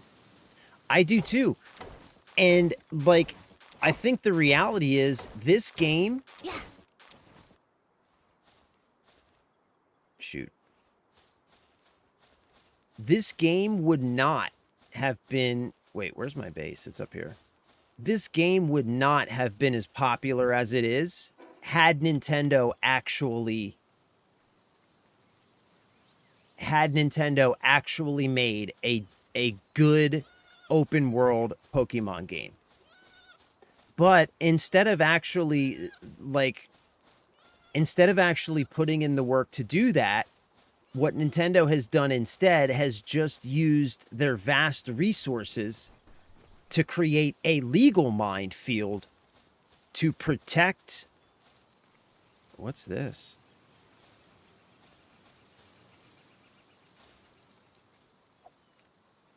They've used their vast resources to create a legal minefield to prevent other people from doing it so that they can just lazily create like the lowest effort Pokemon games possible, because they know there are no other options, because they'll just, you know, sue you into the dirt if you try. And that's why this game's such a big deal, man, because this game has basically shown Nintendo that like that's not going to work. You can't just be lazy and use your fortune to prevent people from iterating and improving on your ideas. Like, that's not how the marketplace works, right? So it's a big deal, man, because one, it's going to open things up for other people to try different things as well. And it's going to force Nintendo to actually put in some work when it comes to Pokemon and actually innovate and do something worthwhile for the first time in 3 decades when it comes to Pokemans. You know what I mean?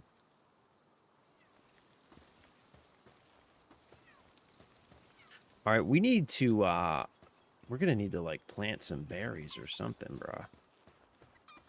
For realsies.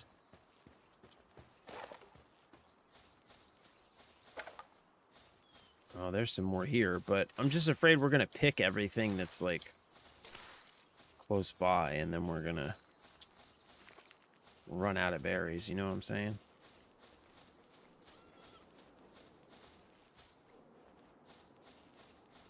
All right, what's this guy?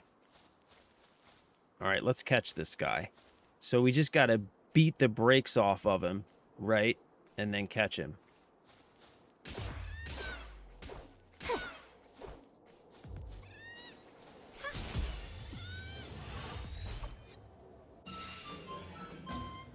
Got him. Okay, press left button to summon a captured pal. Hey, buddy. Okay, so Can I, like, feed him or something? What's up, fella?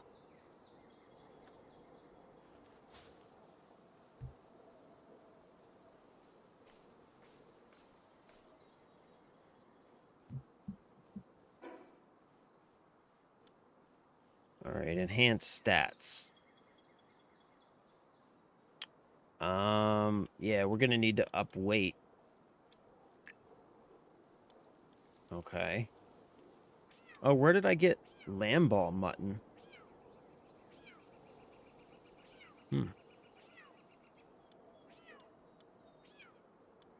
Oh, where's that kitty? I need to catch that kitty. There's kitties down there. We absolutely need to get a kitty.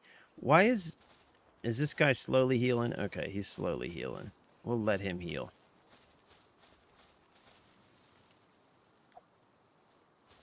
Yeah. Yeah.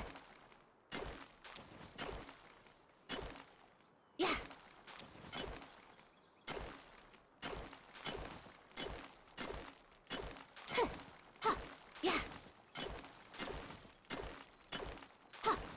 Ah, there's a I like the rhythm, the timing to your swings. Yeah.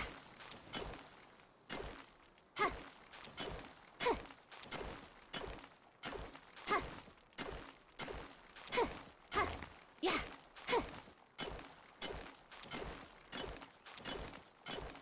Like if you time it correctly, you'll get that good rhythm.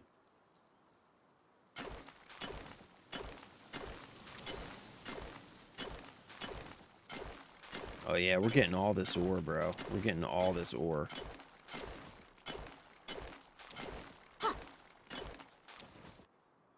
Yeah, we're getting all this. We needs this. Yeah.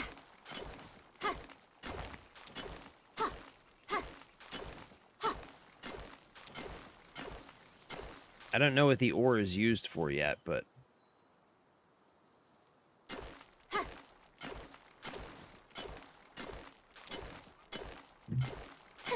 Yeah.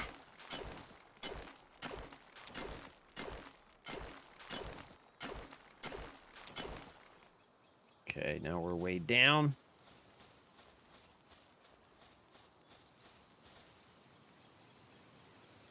Basically sell directly to GameStop, then they take your disc and they put it back on their shelves and sell it again for what they want. That's pretty much how my marketplace would work. Yeah, bro. Yep. Yep. Yeah, man. Unfortunately, like right now, like I said, though, you know what I mean? We have companies like Sony standing in the way who make that impossible. You know what I mean? Okay, this is basically an OG system that was created years ago called Cheap Ass Gamer. Was a message Cheap Ass Gamer, I got it. Was a message board for trade swapping selling game. They'd have a baseline price so people wouldn't get ripped off and a rep system. I think they're still around, but I don't hear about it as much anymore. I like eBay for games. Oh, is Palworld coming out with cards? Oh, I fucking love that, dude. You know what? If Palworld's coming out with cards, I'm getting into it. Boys, we are getting into Palworld, the card game. It's official. We are getting into it. Yep, because I got a game store right up the street from me where I know they're going to be playing it.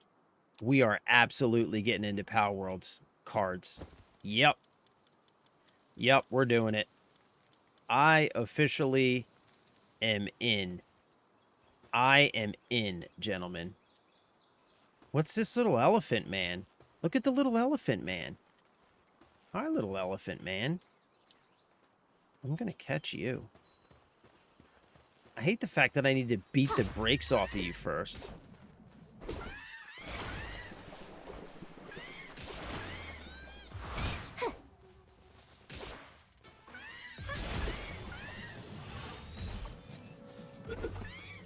Did we get him? We got him. Okay, buddy, I don't want to hurt you. I don't want to hurt you. All right, I'm sorry. Oh, now I just got this dead body here. What do I do with this dead body?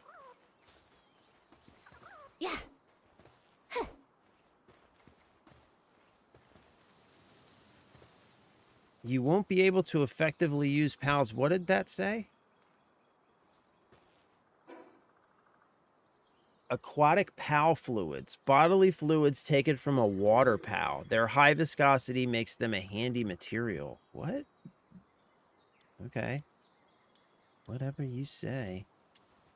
Oh, what is this? I don't want this dead body here. I don't like this dead body. I don't like this dead body. Oh, I can feed them this way. All right, go ahead and have some berries, buddy. Okay. I see. Man, this shit is in depth. How do I get rid of this dead body? I'm pushing this into the water. I don't want to look at this. What is with this dead body? Will it go away? I don't like this. Oh, I don't like it. I don't like it. I don't like the dead body, dude. What? Why? Why?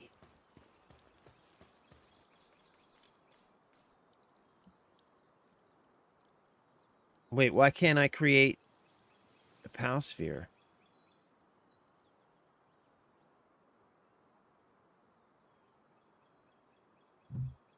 Oh, I have to have it in my inventory.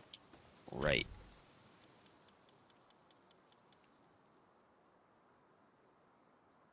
How many? How many is it? 1. So let's make like 10 of these.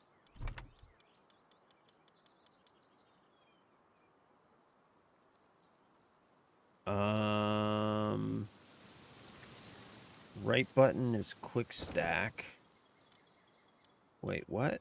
What does this do?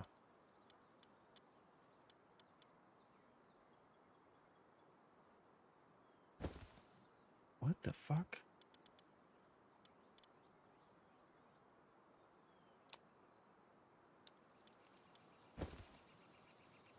Huh? How do I take just a few of the... Okay, whatever. I'll just take it all. Okay. I guess I can't just take, like, a few. Alright. Let's make 10 of these.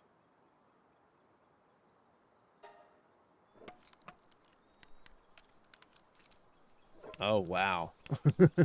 Oh, wow. This takes a while. Boy.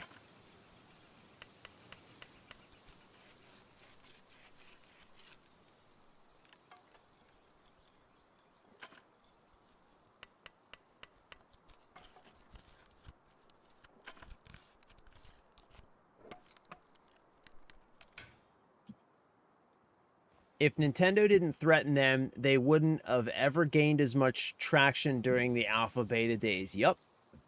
Which in turn grabbed Microsoft's eyes and money. Then Nintendo released whatever you want to call that last Pokemon game that was nowhere close. Yup.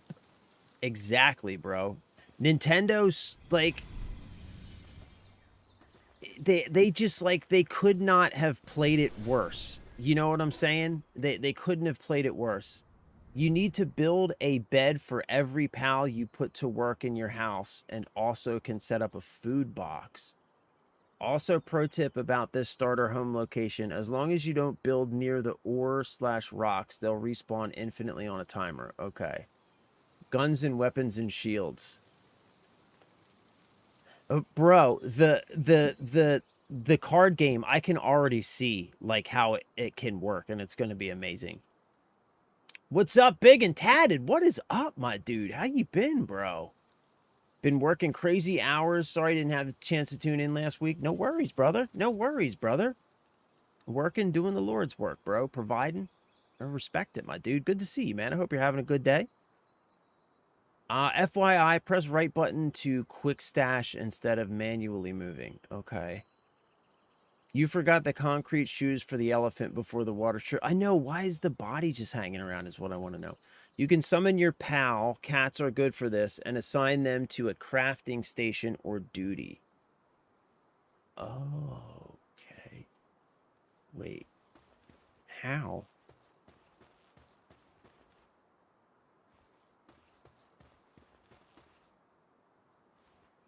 How do you assign them?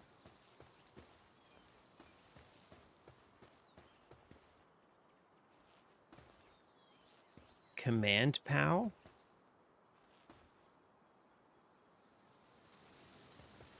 Okay, so yeah, I have no idea what's going on yet. Let's get one of these kitties for one.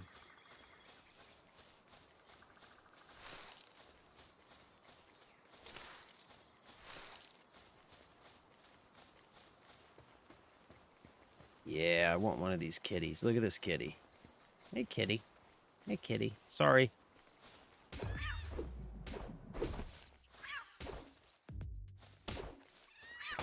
Oh, god damn it, Lamball. What the fuck was that, dude?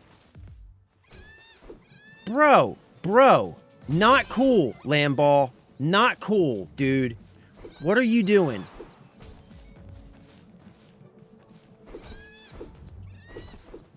All right, how do I get rid of this guy? He's... You know what? I'm gonna let you die, dude. How did you survive that? Dude. How do I get rid of you? Left button. There we go.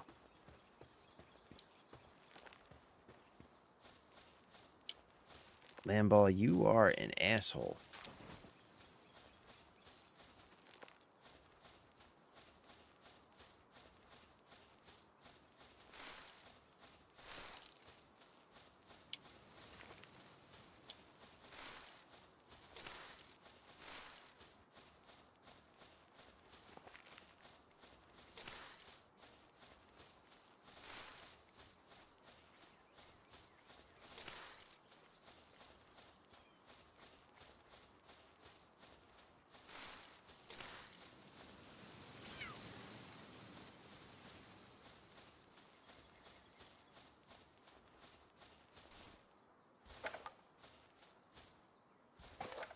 Oh, what's this? Egg. Okay.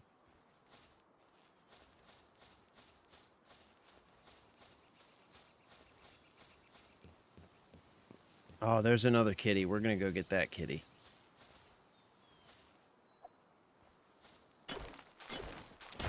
Yeah.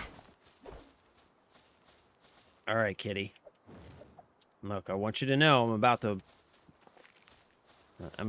to beat you about the head and face with a club, but it's for your own good, okay? I'm sorry. I'm so sorry. I'm so sorry. At a glance, it appears full of confidence, but is in fact weak and cowardly. Being toyed with by a Cattiva is in many ways the greatest of disgraces. Okay.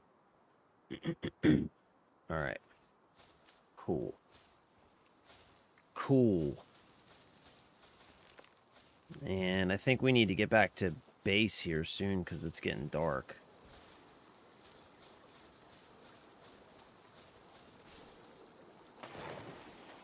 Yeah.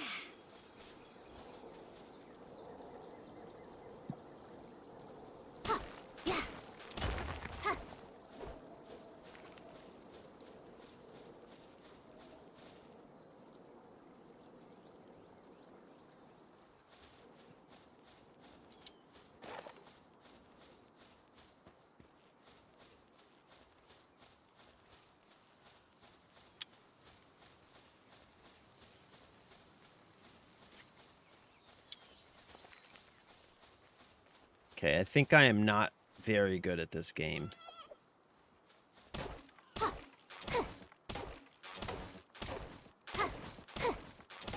Yeah.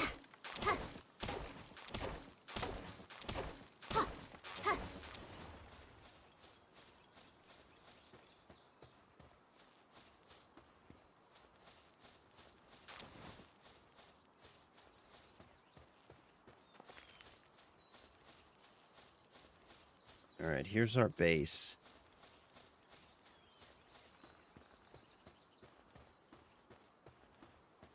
Okay, so what should we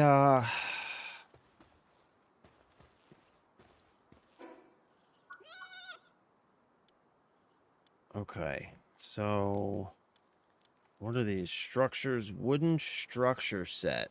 Set for building bases using wood. Allows building of wooden foundations, walls, ceiling, stairs, and other oh, we're gonna need this. Okay, let's get this.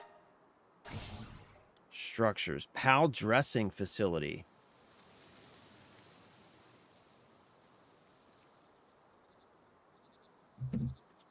Okay, we don't need that yet.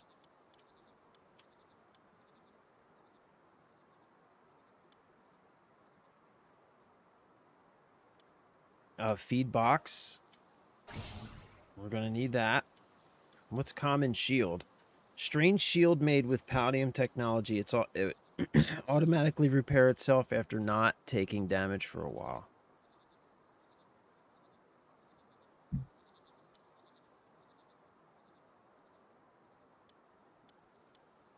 Cloth. Clothes made from cloths. Protects against cold knives. Can be... Okay, we need that. Okay, let's make that.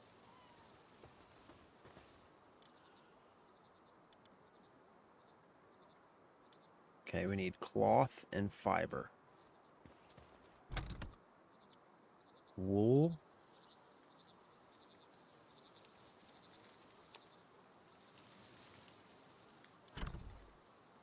Okay, first let's do this.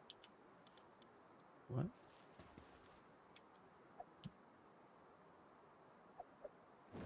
Okay. Open. Okay, so we're gonna need... Wait, no, that was not what I wanted to do. We want to do this. Hmm?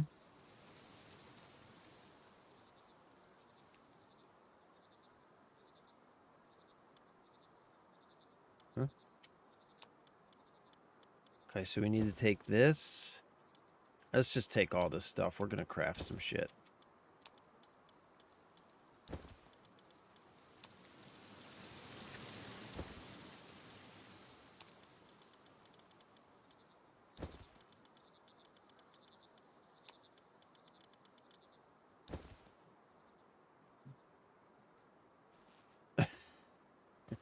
I'm so slow, bro.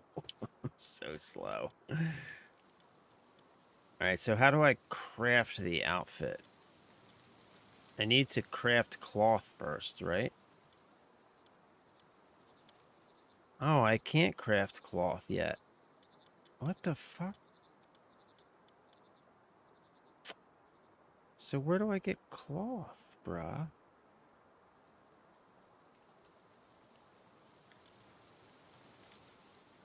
Weapon, armor, tool, consumable.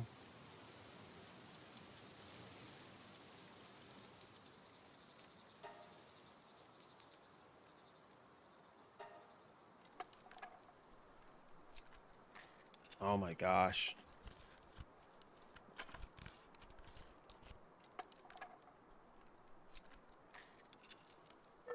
Yo, this crafting is so slow, man.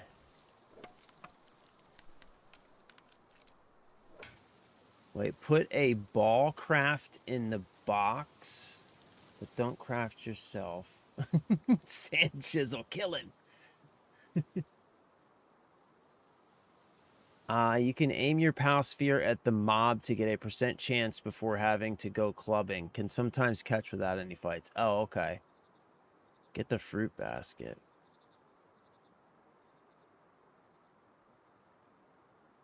Okay, add the recipe to the bench, then summon your Kativa to the camp. Okay. Unlock it from the wool.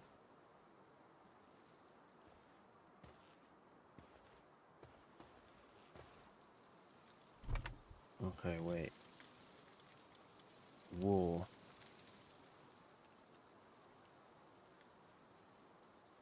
Yeah, can't.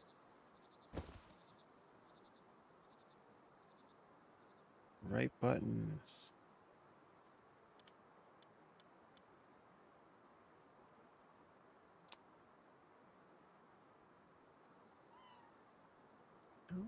You get... Why is everything so slow? There's got to be like a faster way to do this, man. Everything is so slow. I guess is this just like how these games are?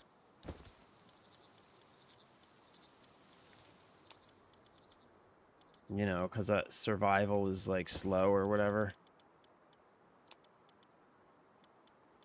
This is just like it's slightly monotonous is all I'm saying. Okay. Let's take the bow. All right, so let's add some. Yeah, so this is killing me. Jesus Christ, this is killing me. All right.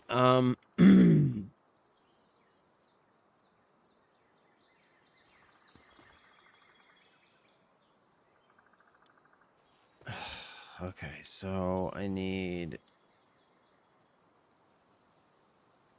Oh, I should have just made a stone spear. Used for close range combat. Yeah, let's make a stone spear. So we need wood and stone. I made the bow already, and wood and stone for the arrow. So I need wood and stone. Okay.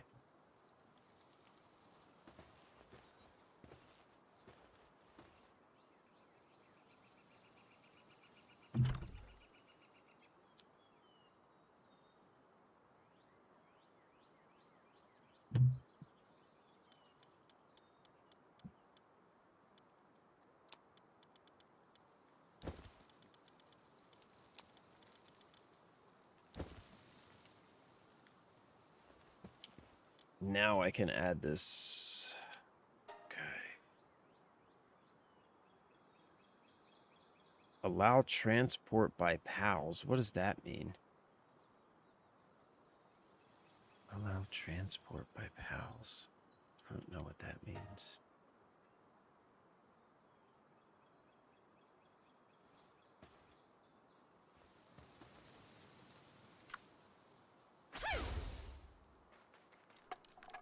Oh, and he'll just go do it. Okay. I mean, all right. Still, though, I can only do, like, one thing at a time. Like, this... What?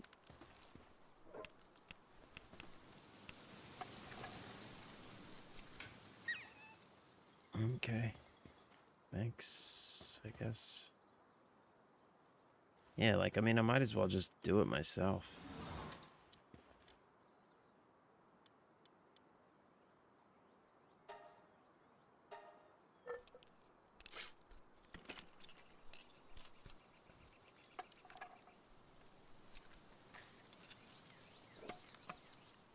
Yeah, it definitely has a learning curve. You're right. You're right about that. You can now open your menu and assign your pals to various stations as you unlock more. Can set up 2 workbenches, one for pal crafting and one for yourself. You can also tag team a craft with a pal to speed up production. Okay. All right, I guess let's make another workbench. I guess. Right? Why not? So... It's just,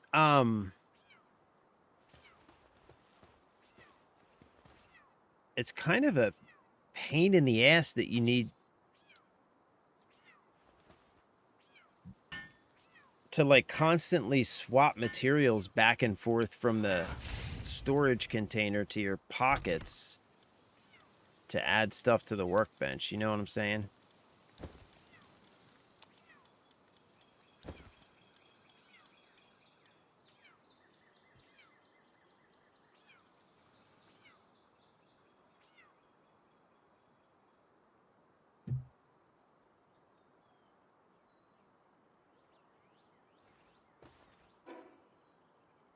Okay, so let's equip this, right?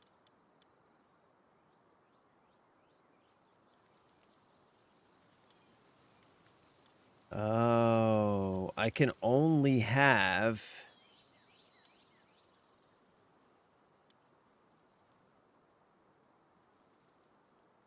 Okay, wait, what?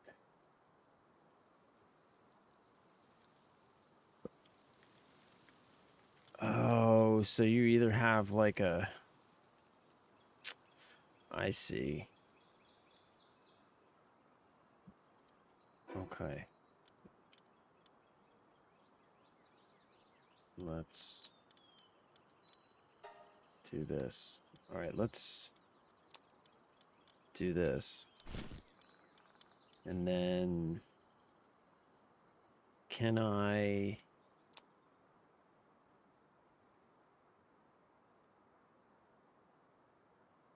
Can I like disassemble this or something, or do I just gotta drop it?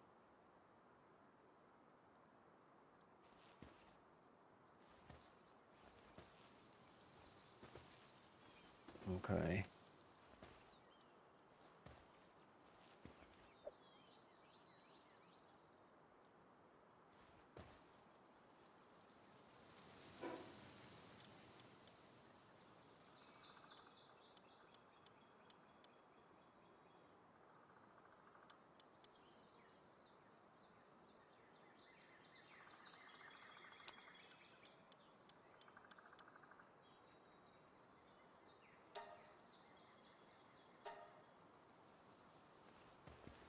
Okay.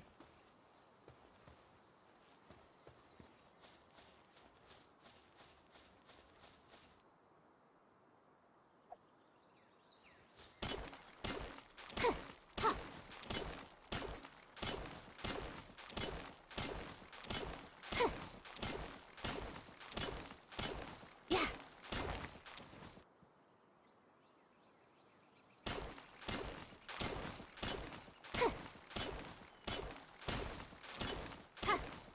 Yeah.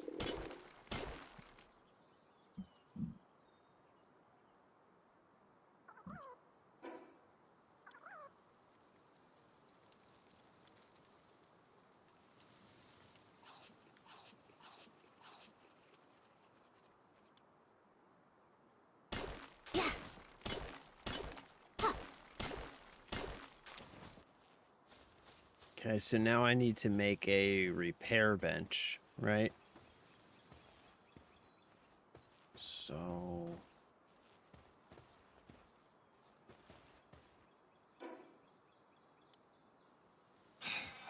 God damn it. God, what a fucking pain in the ass.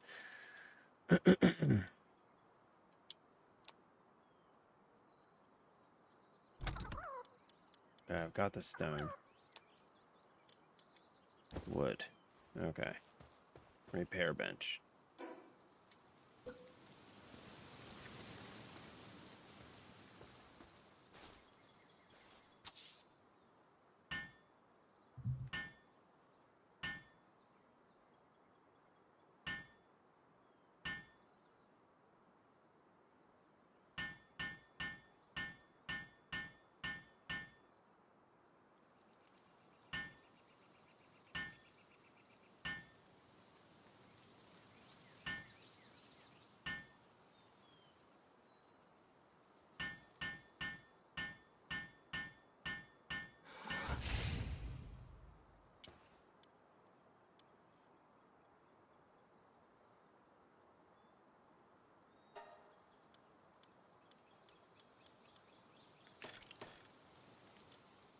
Okay.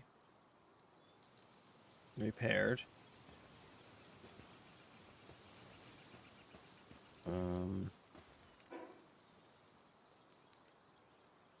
Oh, what is this meat gonna spoil if I don't cook it? Okay, so let's build...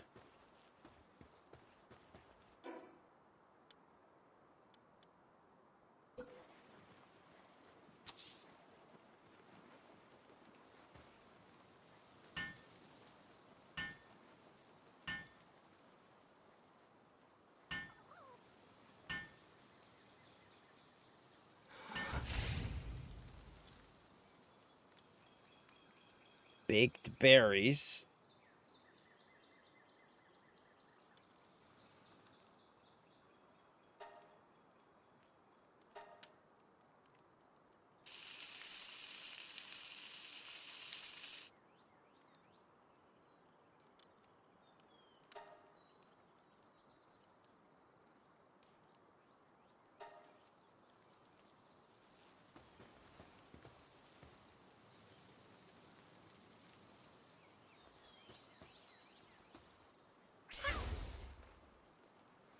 Will he cook? No.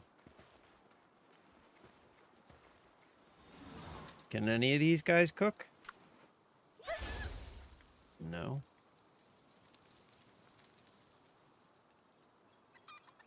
No work suitability with kindling. What?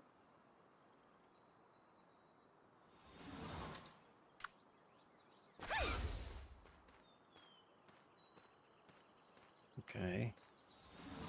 Okay, I don't know what that means.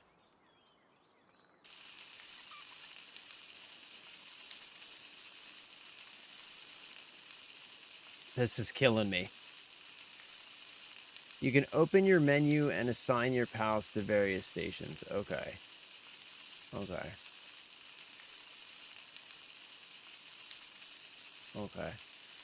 What's up, Kayvon? Just stopping by to say that I'm amazed to find someone playing Pal World for the first time. Hey, thanks, bro. Thanks, man. Yeah, I've never been into like these crafting survival games, so yeah, we'll see how it goes. We'll see how it goes. So far, you know, I think I'm enjoying it more than other crafting survival games that I've played, at least. But yeah, I usually avoid these. Okay, so place a POW box. Note a base's boundaries are determined by POW box placement, which sits at the center of the circle. Open a POW box and deploy a base POW. Okay.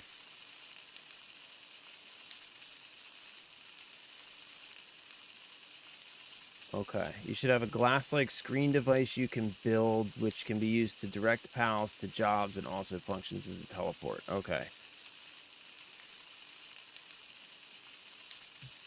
Okay, so I need to find a PAL that can cook. That's for sure.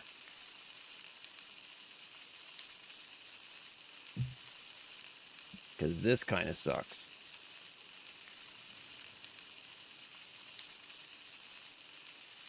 Okay, I'm done.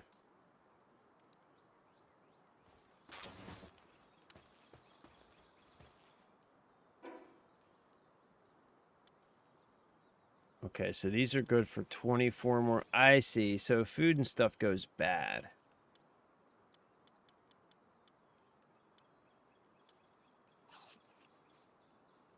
Okay, I get it. Boy, this is going to be a just constant fucking management, huh?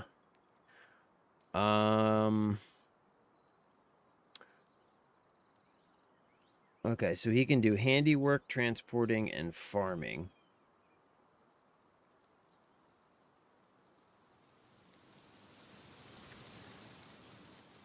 He can do handiwork, gathering, mining, and transporting.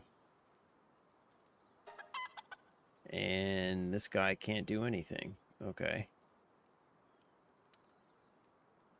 Wait, I don't have this guy.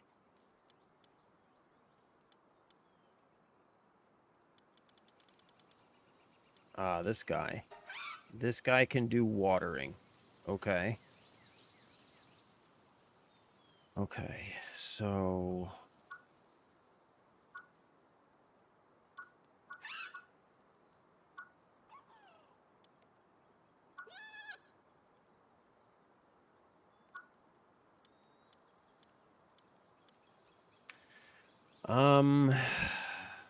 So, fucking got here. Let's put this away here. And let's grab this. Okay. Now.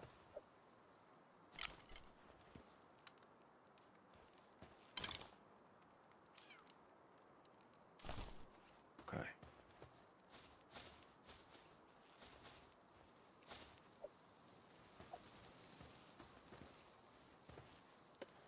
Okay, so we need to place a PAL box? What? PAL box at the center of the circle. So... what? Build. PAL box.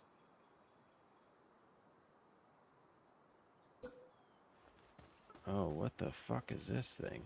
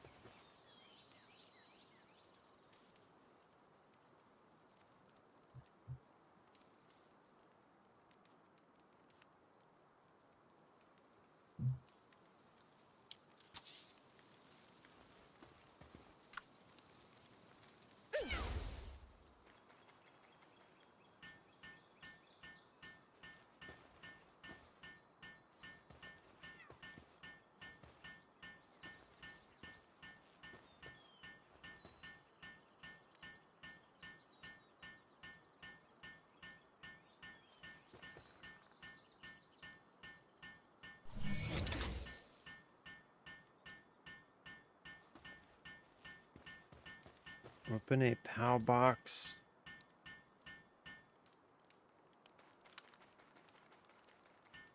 And deploy a...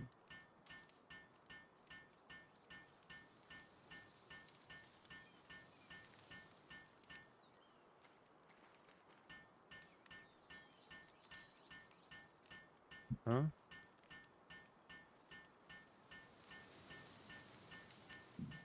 Show active skills.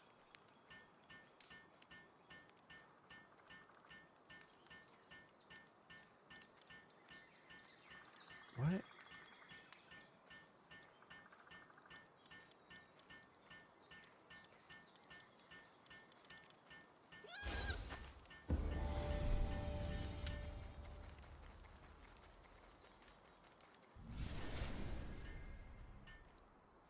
Okay, so what's he doing? What are you doing? The hell are you doing?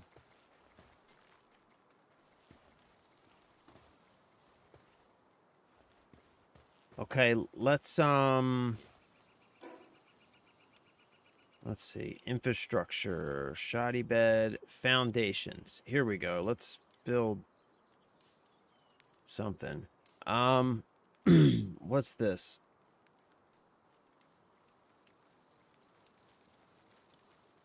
Wooden foundation, wooden roof. Okay.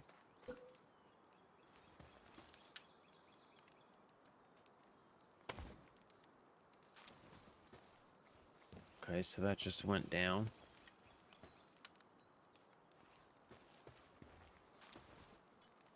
Okay.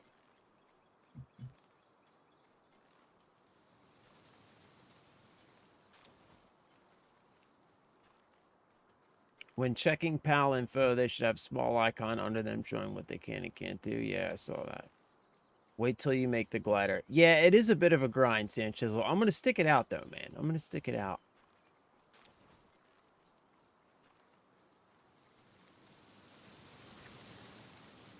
Okay.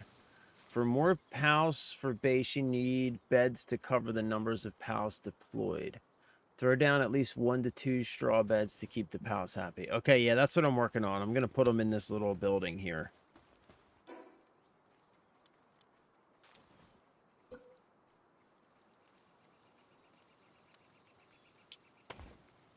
Okay. Now we're going to go here. Okay. Now we're going to go...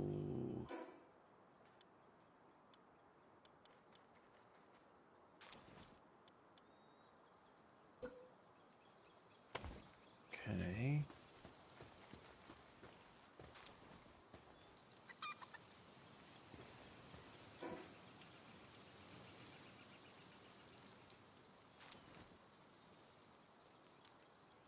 Wooden corner roof? What?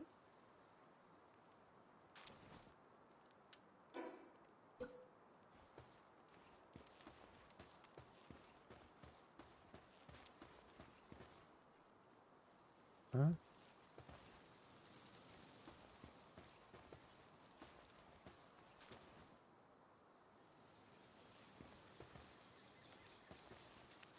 There's got to be a better way to do this, right? I can't even see what that's doing. Now I'm on fire. What the fuck? I can't even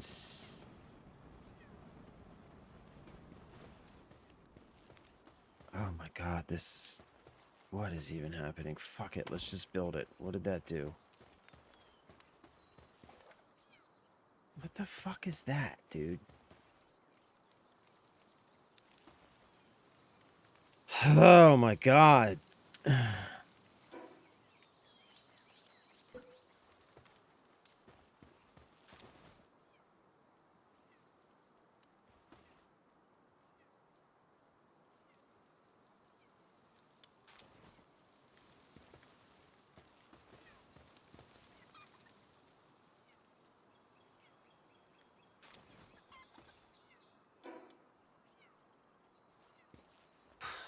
What the so how do I take this down?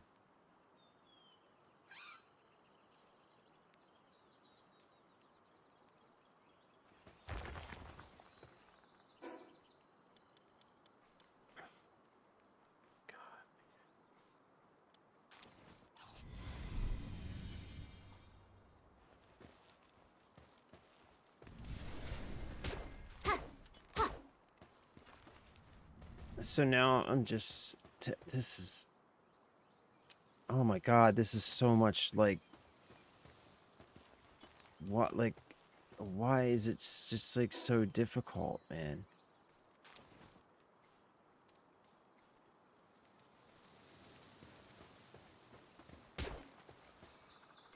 So now I gotta tear down this whole fucking building, I guess. Yeah.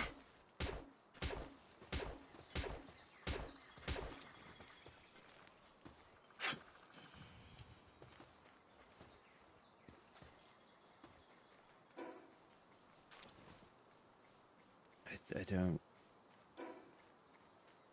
Disassembly mode. There we go. Jesus Christ.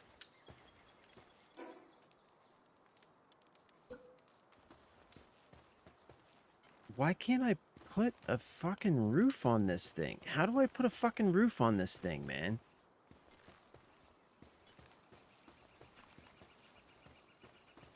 Like, this should be simple. Why is this not simple?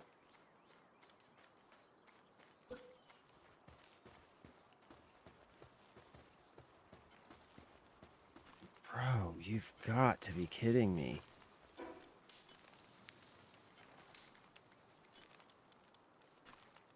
Ugh, okay.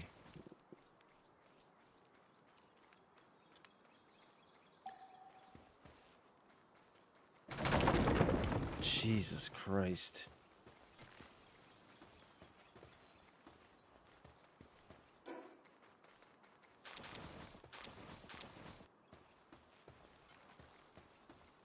All right, here, guys. Here's some fucking beds, I guess. Here's some fucking beds.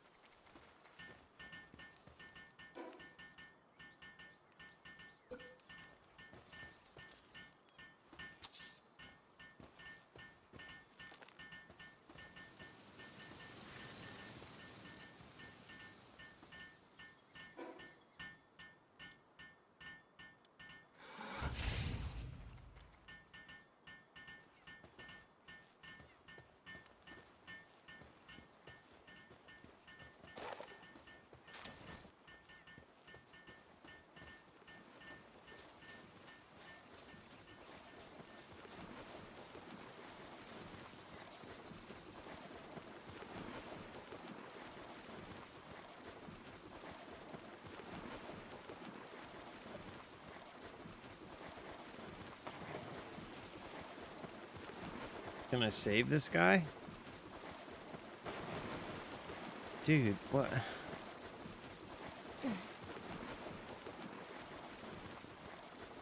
Come on, bro. There you go.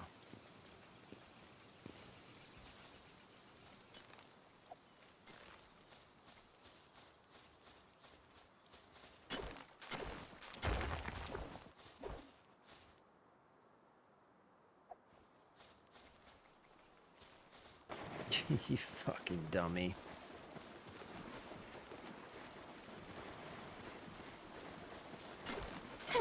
Yeah.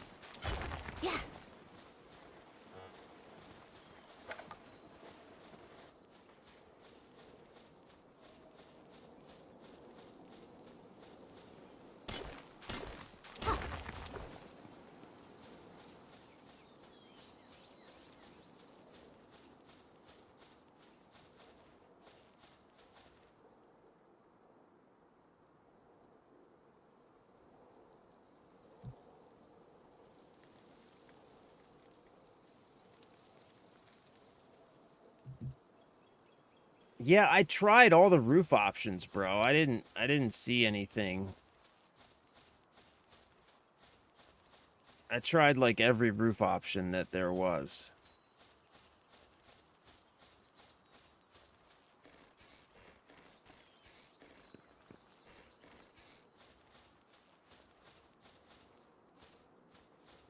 Oh.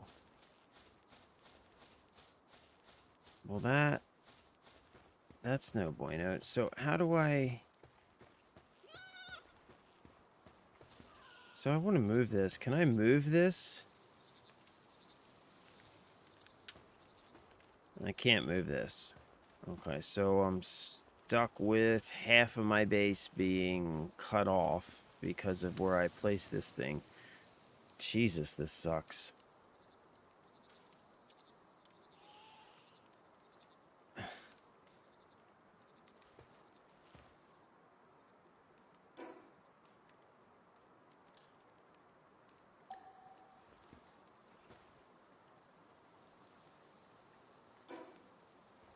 Okay, so... Alright, I guess I just gotta stand here until daytime. Wait, I got this thing. Oh, God. Okay.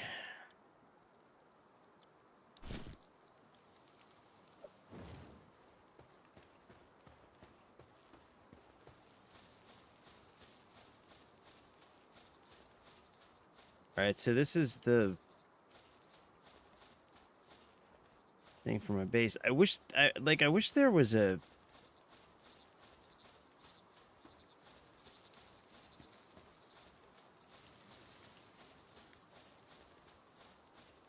easier way to see. Whatever. We'll just leave it where it is.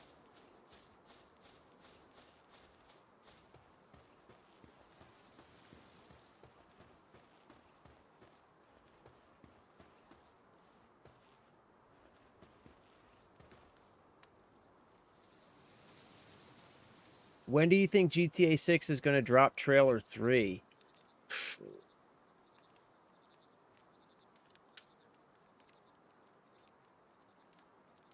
Man. Well, I think trailer 3 is going to be a gameplay trailer. I think that's for sure, right? We pretty much know that. And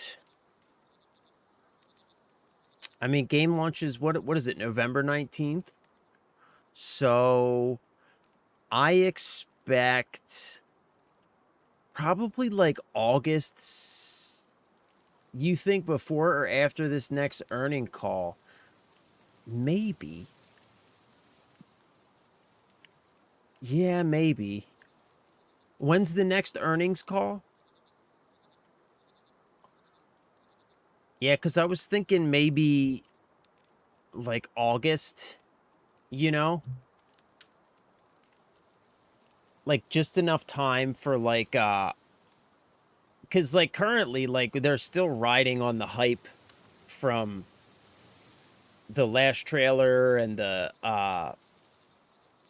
logo reveal and all that stuff. So you know what I mean? I'm figuring like as soon as that starts to die down, boom, trailer 3 drops. You know what I mean?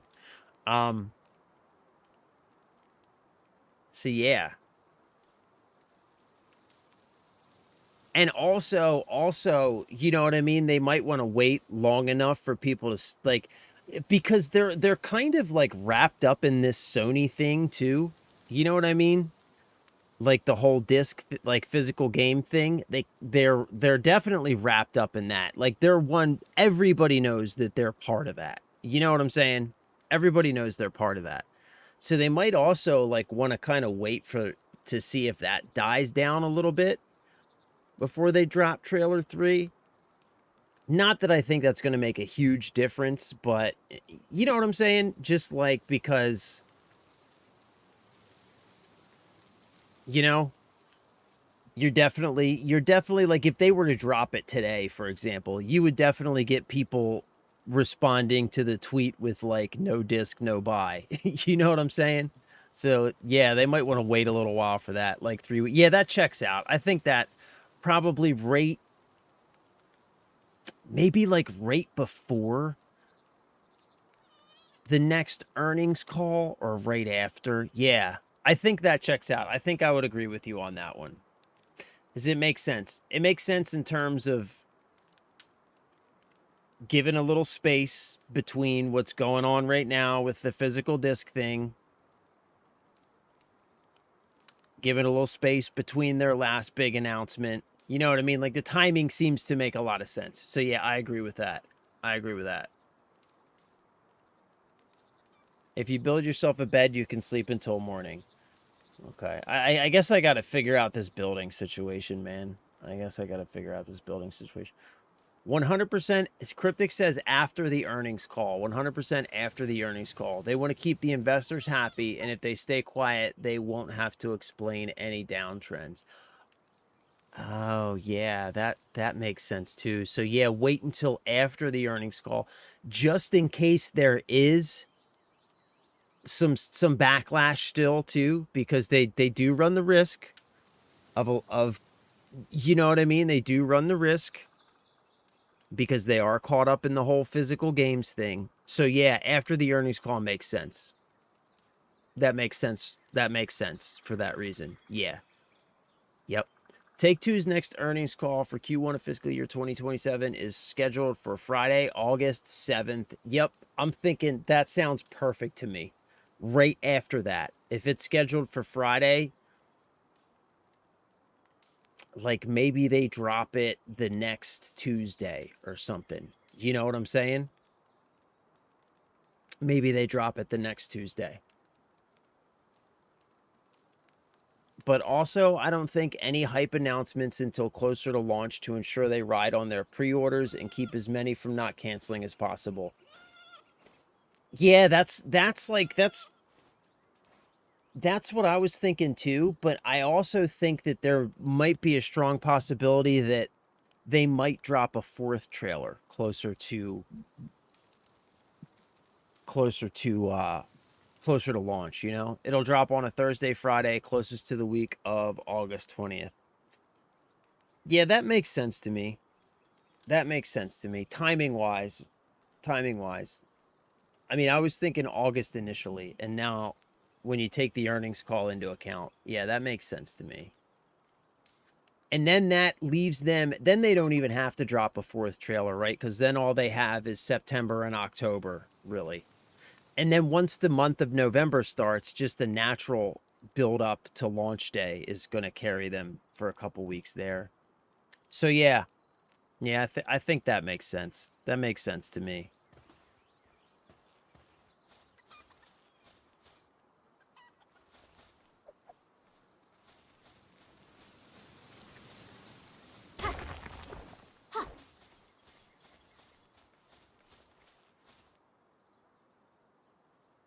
They also have a big launch for GTA Online happening with a free play, realistically a network test for the new Heist or whatever it is. Yeah, I saw that. I saw that.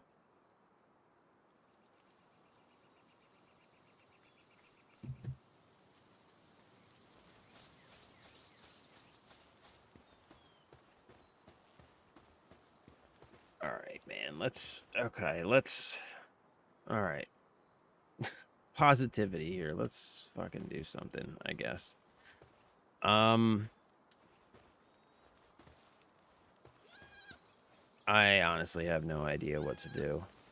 Capture a land ball. I already captured a land ball. What do I gotta capture some more land balls?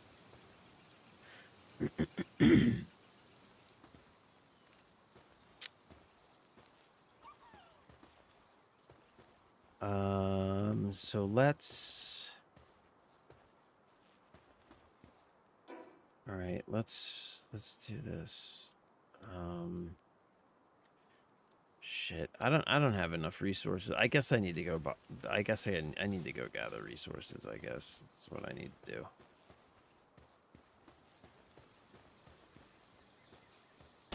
Yeah.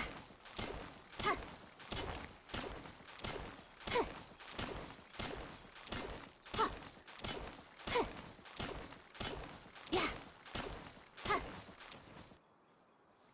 Yeah, I'll be honest, bro. Like, how do games like this become like how does anybody like stick through this? Yeah. Yeah. This is literally why, like, the first time I played the game, I played for 13 minutes because I played long enough until it got cold and I started losing health and I was like, ah, this sucks. I'm done. Yeah. Like, I don't know, man. Yeah. I really want to stick through it. I really do. But I don't get it, man. I do not get these crafting, gathering games, dude. I just don't get it. It just doesn't click for me.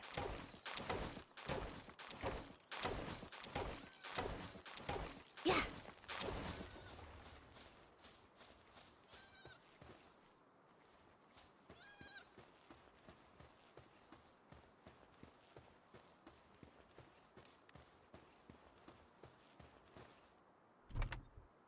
Okay, let's drop off all this stuff.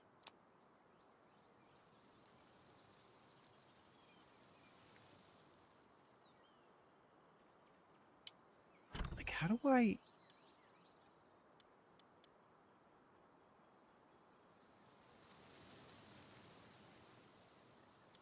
Wait, what?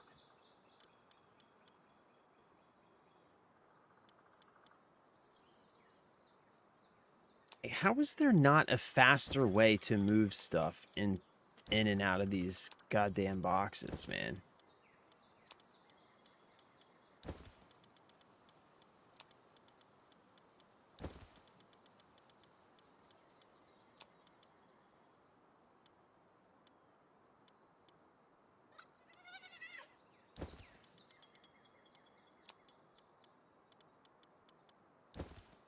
Like, this is, like, laborious is what this is.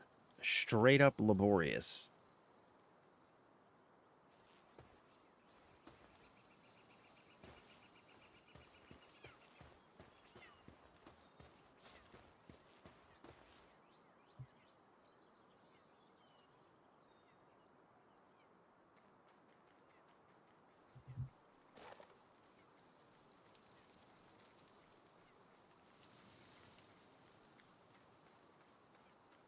Yeah, like, I was pushing those buttons, man. They don't fucking do anything.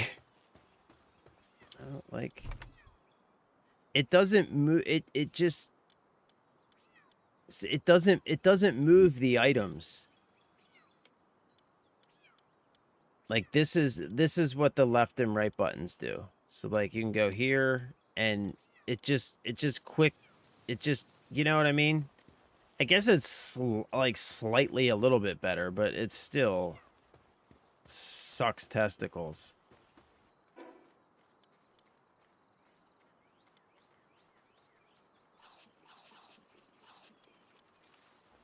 What's this guy? Oh, he's harvesting. That's my guy.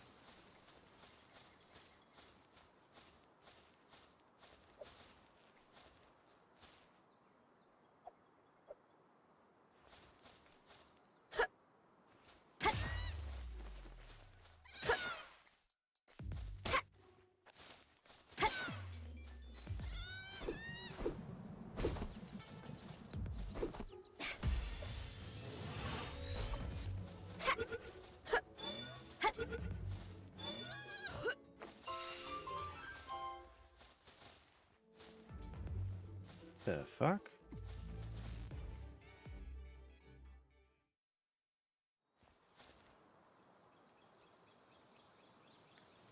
What?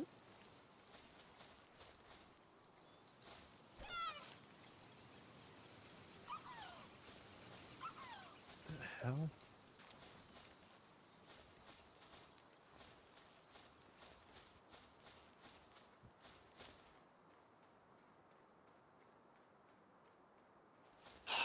Okay. Right. Let's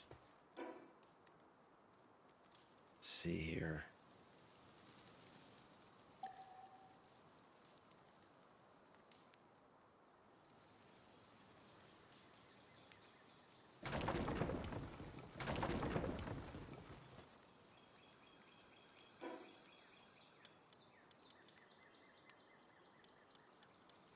What's this? Wooden roof. A roof built on top of walls to keep out the rain. Oh, that's the square roof. Maybe that will work. Maybe that'll work. So let's try... Wait, where are we? So where do I want to build this? I know some trees grow around here, so I don't want to block the trees like you said. So let's build.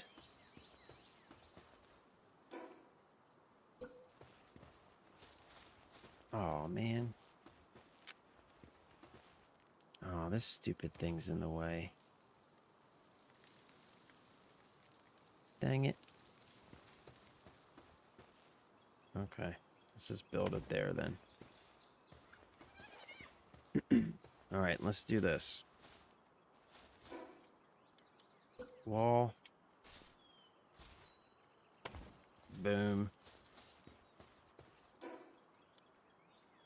Wall. Boom. Wall. Boom. And then wall. Boom. Right. And then we'll do wall. Boom. Okay. And now wooden roof. Huh?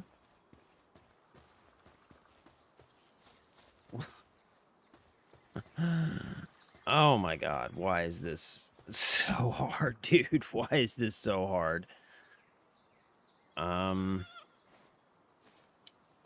Okay.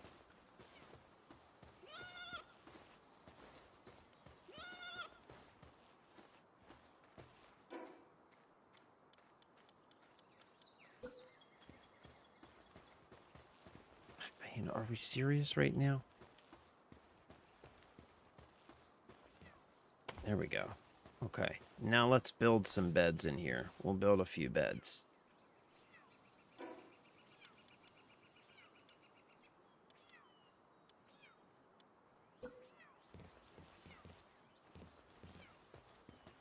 Oh, these have to be on the ground? Wait, what?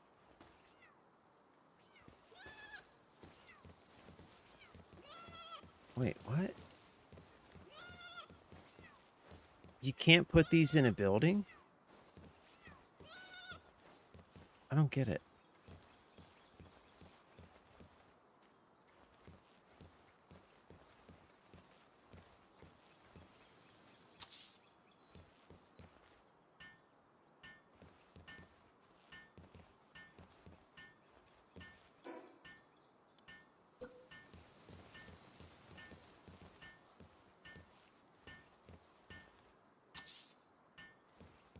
Okay.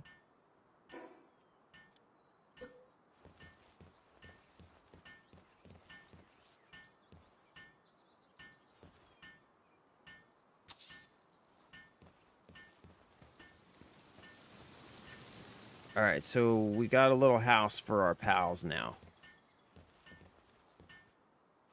So that's a little pal house.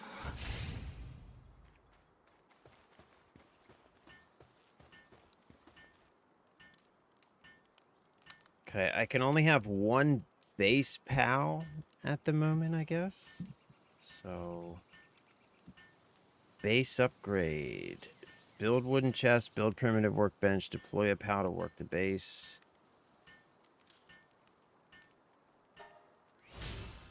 Build shoddy bed. Okay. So now we can take this guy. We'll put another one of these guys to work. Okay. And now let's build a house for me. My house will be right... Oh, wait. I gotta...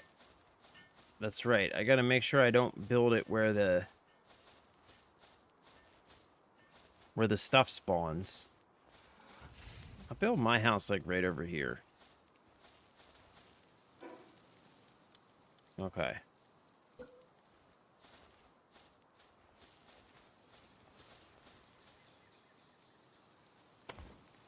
Yeah, this will be my house.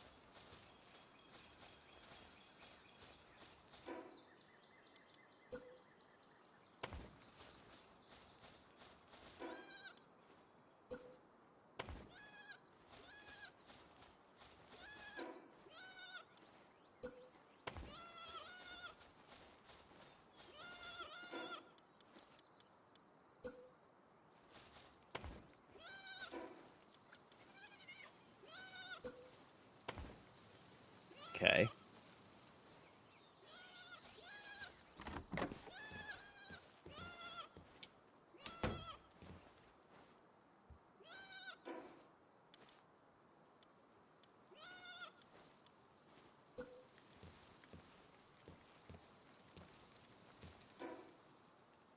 Oh, come on. Can I not put my bed in here? It's too big.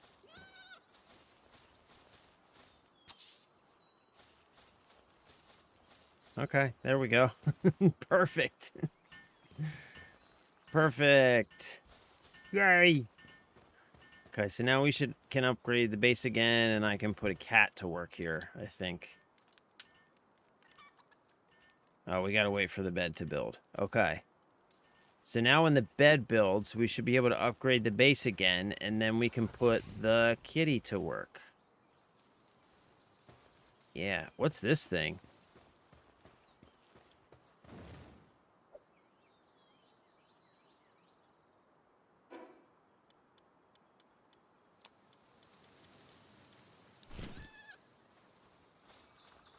Daydream.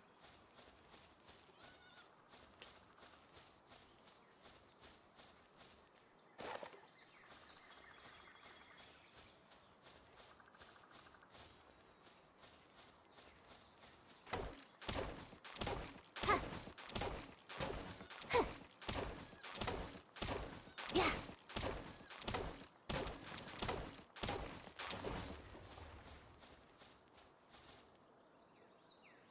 What's up, Severe? Dead or Alive 3 is genuinely amazing. Hell yeah, bro.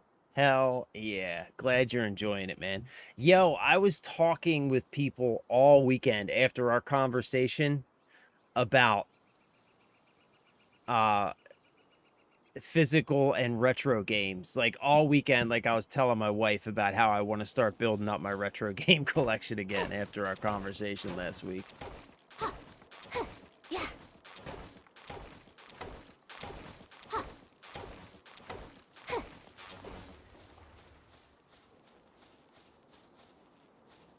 Okay.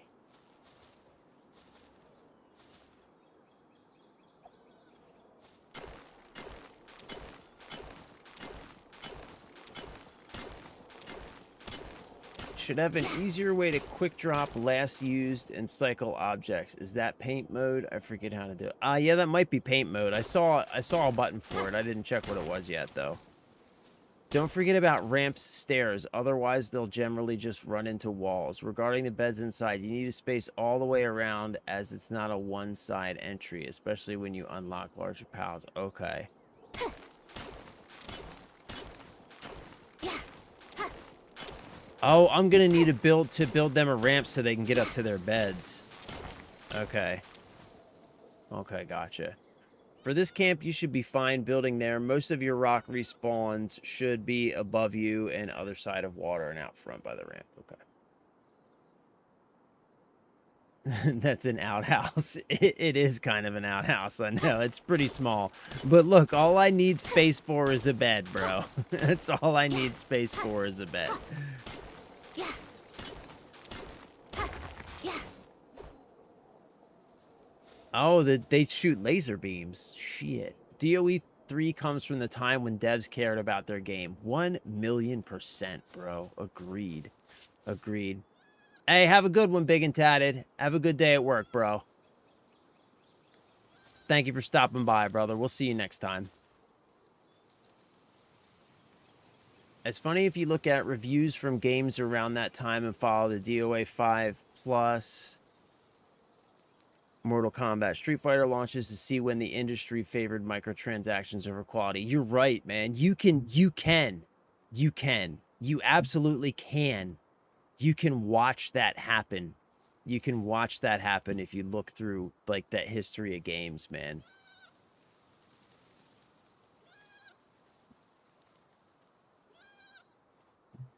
Yep, it's like frustrating and depressing all at the same time. What's the matter with this guy? You okay? Oh shit.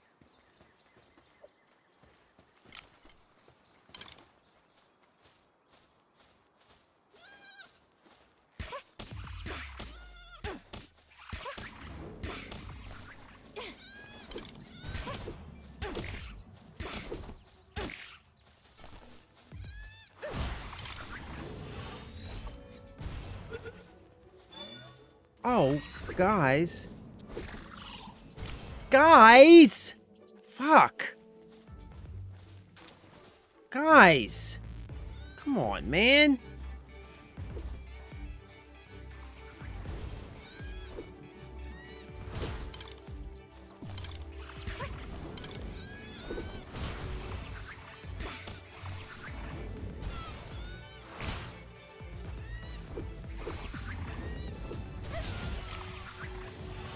Did we get him?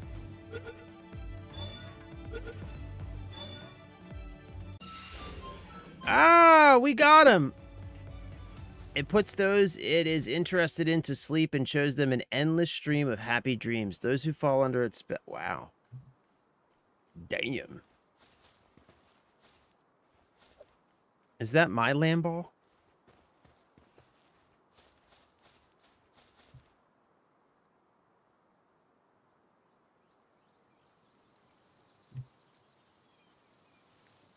All right, let's go build a ramp so these guys can get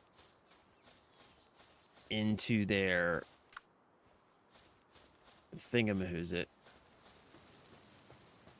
Unconscious, take it to the POW box. Why is he unconscious?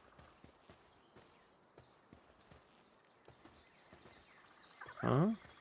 How do I...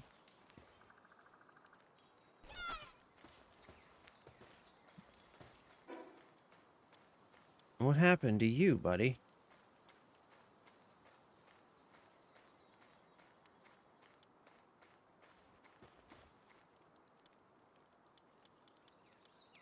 Where is he?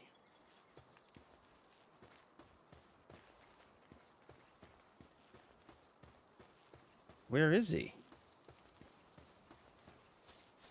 I don't understand.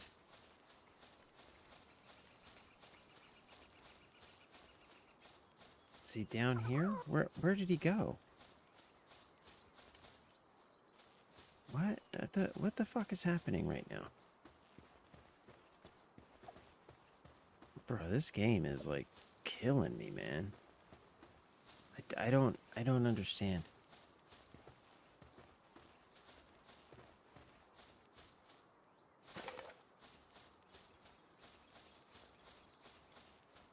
Okay, I don't get it. I don't know why he's incapacitated or where he is. I really don't.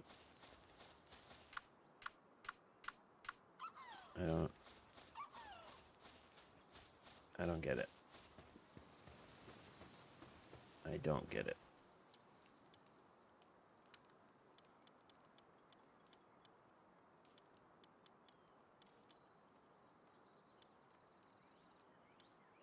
Huh? Okay, whatever. All right, so I need to build a ramp for these guys. So that's wooden stairs. Is that what we need? Wooden stairs? I don't see a ramp. That's got to be it, right? No. Huh?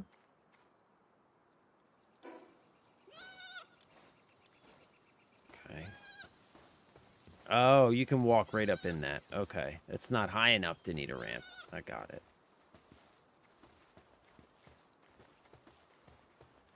Okay.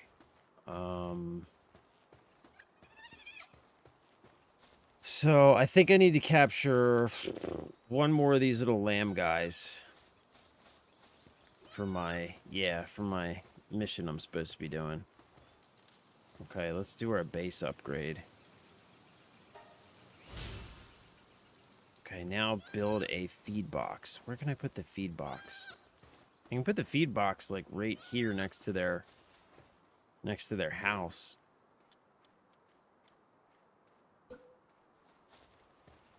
Oh yeah, that's perfect to put the feed box right here next to their house. Let's give them plenty of room to get to it. Yeah, we'll put it right here.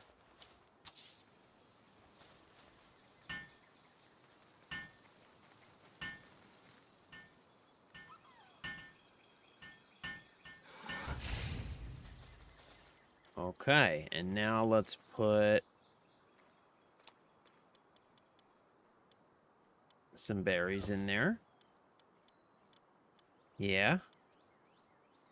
That sounds good. Okay.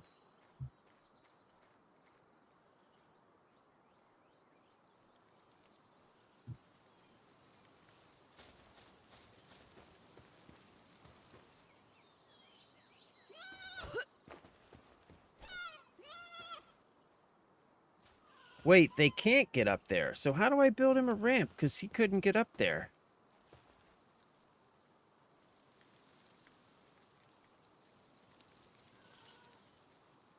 I don't know. I don't know.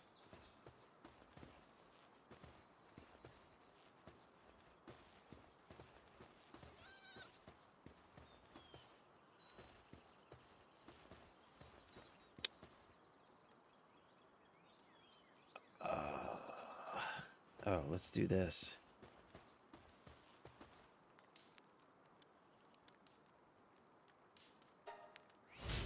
PAL gear workbench, berry plantation. Deploy a work PAL to the base. Okay. What's up, Tiny? What is up, my dude? Happy Monday, bro. Good to see you.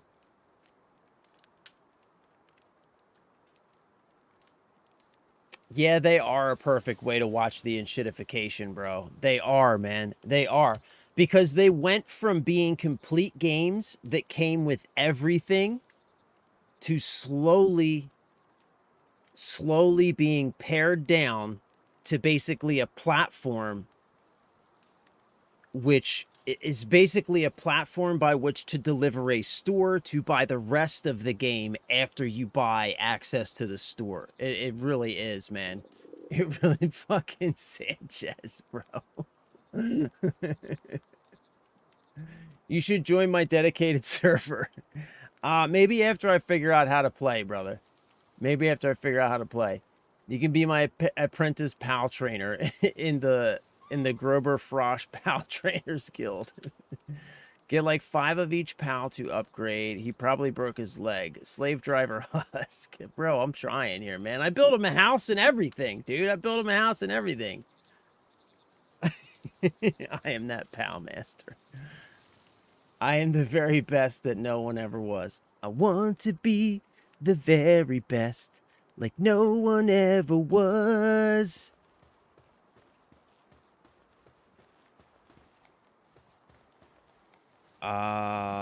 Okay, so I'm hungry.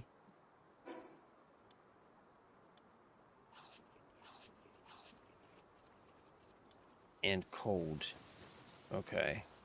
Oh, wait, so now I can go sleep in the bed, right?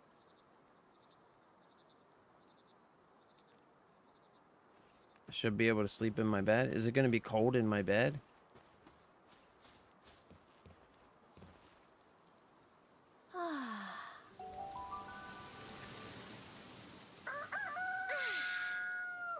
Guess not.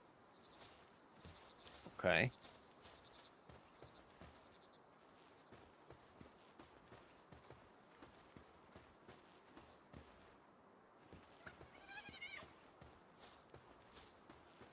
Gotta catch 'em all. Pokemons.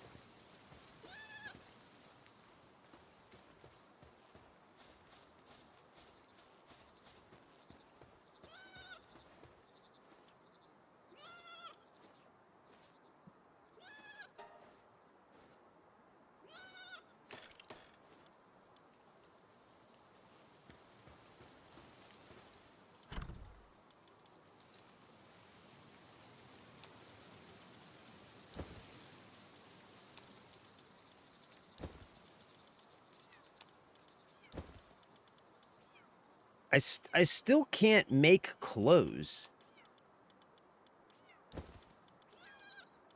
Like, you would think by this point I'd at least be able to make some flippin' clothes.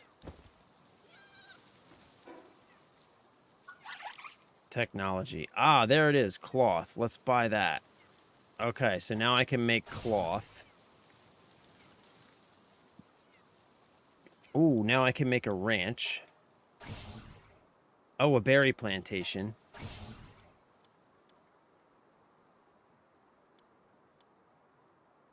Okay. All right, sweet. So now we should be able to make the cloth outfit. But first, let's do this.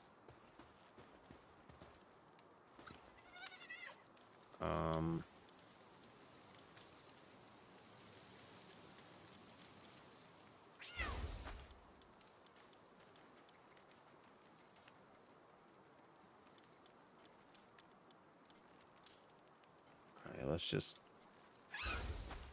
You can do something. I don't know what you do, but you can do something. All right. Now we should be able to do this.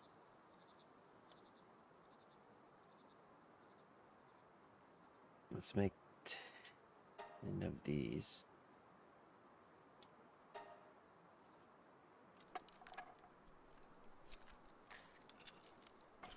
And then we're going to make some clothes.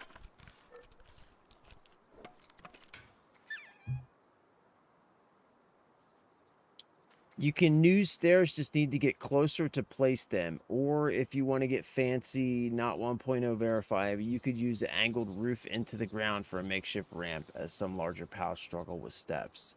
Yeah, I can see you, Tiny. Sorry, bro. I'm just slow. I'm just having a hard time figuring this goddamn game out, dude. All right. So now we want to make clothes. Okay, so I need 2 cloth. Okay, so let's make 2 cloth. 2 cloth. All right, now let's make some clothes. Finally! Finally, we're getting some clothes. Go farm some sheep for wool. Copy that. Elephant is generally good for gardening. Yeah, I figured as much. I'm about to try and build the berry plantation, so I figured he'd be good for the berry plantation. Okay, so we need to... All right, we need to capture another land ball. And then we need to build a berry plantation. So that's our current... That's our current goal. And you don't go killing my land ball, okay?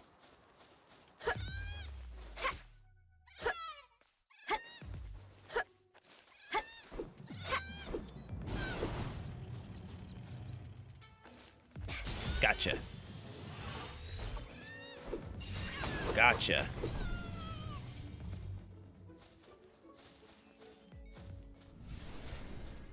Damn. He took off.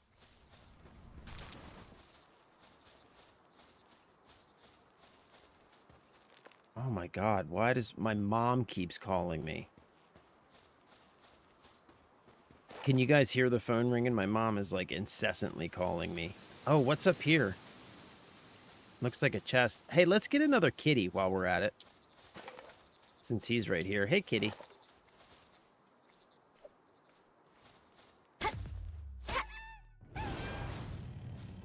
Gotcha. Yo, you gotta be quick, man. Your pals will, like, kill them before you get a chance to catch them really fast. I need to plant some berries so I can feed all these pals.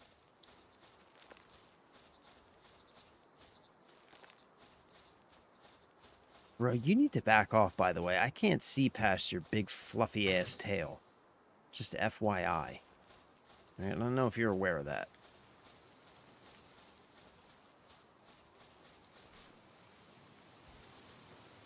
Oh, shit. Are they over here fighting? No.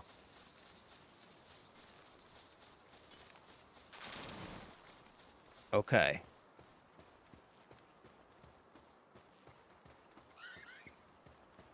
All right, let's PAL box management. Okay, so let's do this.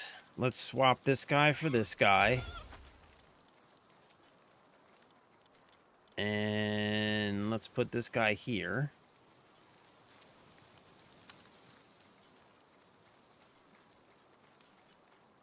Right? Or should we... Okay, so the land ball can do... Wait, what?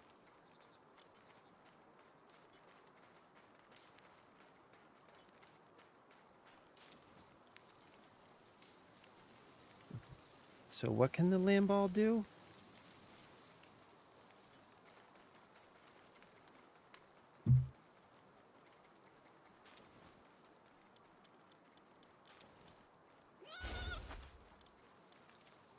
Okay.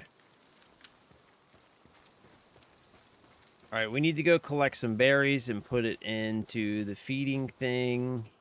And then we need to figure out where we're going to build our berry farm.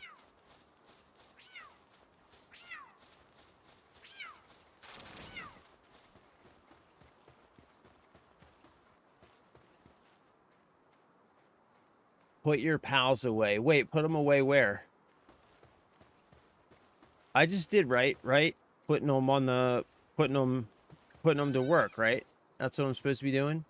Also, a general tip for all camp building. Think in a grid pattern and try to build pathing as if your pals were on rails. Think train depot to all different stations to ensure no blockers to get stuck on in their path tracking. Okay, I'm going to get rid of this thing.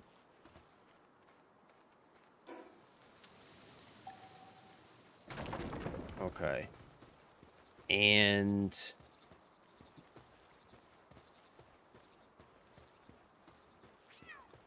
Okay, let's build the... Let's put the PAL box somewhere else. Yeah? So I think the PAL box is, like, right in the way. Let's put the PAL box right up against my house.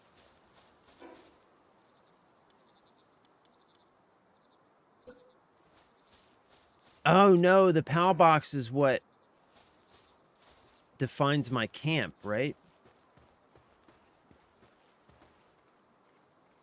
Man, that PAL box is in an awful spot, dude.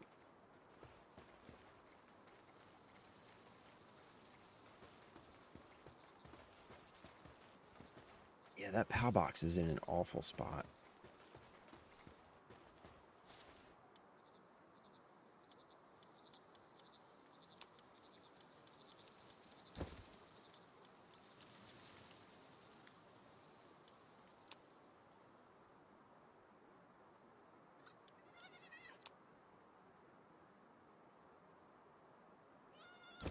What the fuck? Come on, man.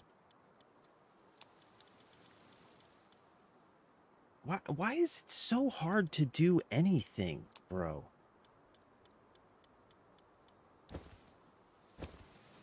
What is happening? Oh, wait. I know what's happening. I need to do this. That's what I need to do.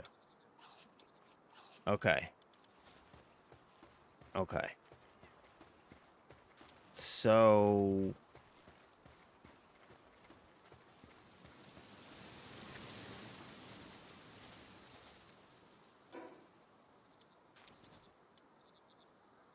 It's a ranch.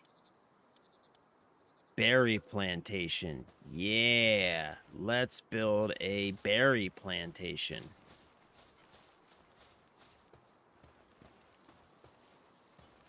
I don't know. Where should we put it?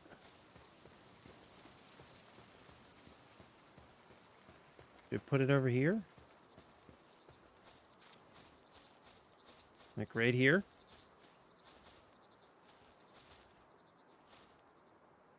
Yeah?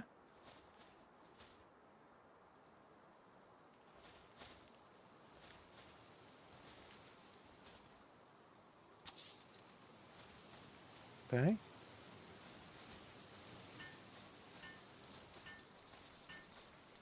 Right? Berry plantation. Hmm? Okay. Hold on, guys. I'll be right back. Wait, can I pause this? No, I can't, right? All right, I'll be right back.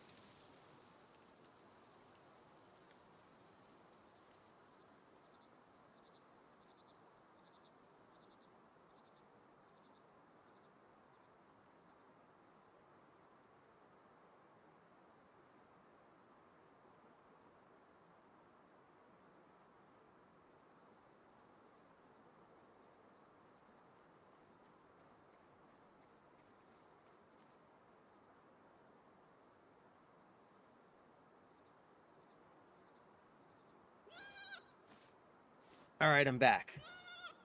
So, it was the guys who sealed my driveway a couple of years ago. We're back trying to see if I needed it resealed, which I do, but I don't have the money for it right now. So build storage boxes near rocks so they mine dump for faster working. Oh, that's a really good idea. Then you can transfer from box to box later. That's a really good idea. Okay. You can destroy the PAL box and place another. Just some things will be destroyed with it, and you will need to grab the materials from the spot and rebuild. Okay, we'll leave it where it is for now. It's fine. All right. So planting.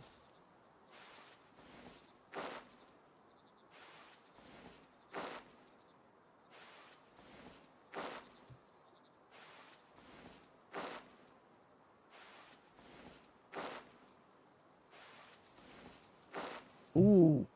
Place a feed box next to your berry farm, and they'll dump all food in their feed.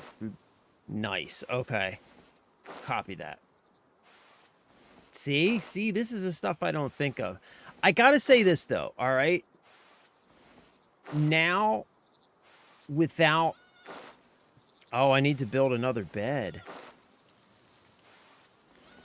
Now that things are starting to get rolling,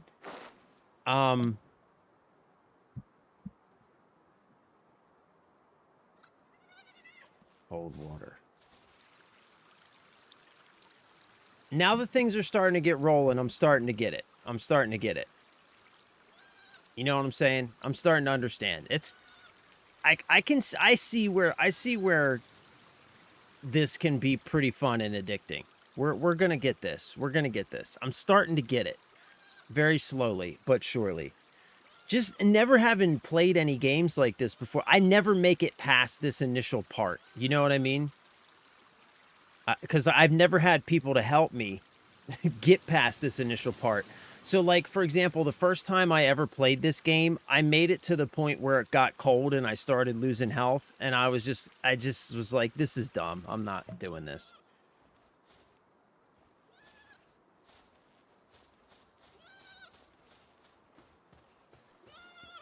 Okay, so...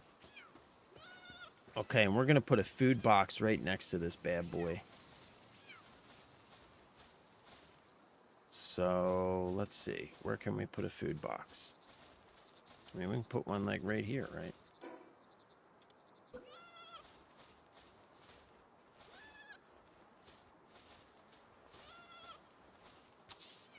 Yeah. Yeah, there we go. Okay, Kitty, you need a bed, right? Are you tired?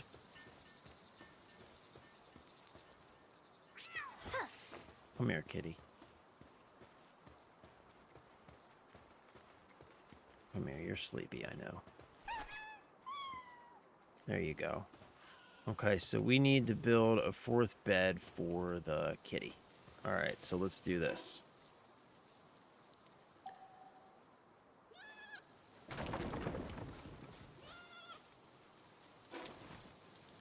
Okay, now we'll do this.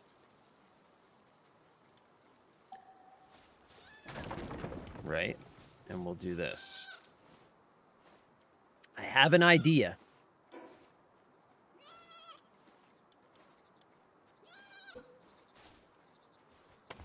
Huh? And then we'll do... And then we'll do this.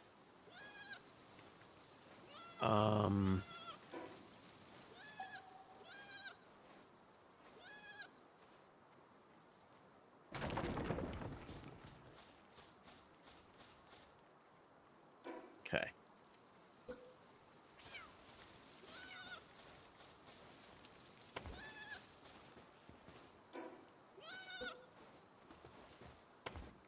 Huh? Now we've got more room for beds. I got this. I'm getting it. I got this.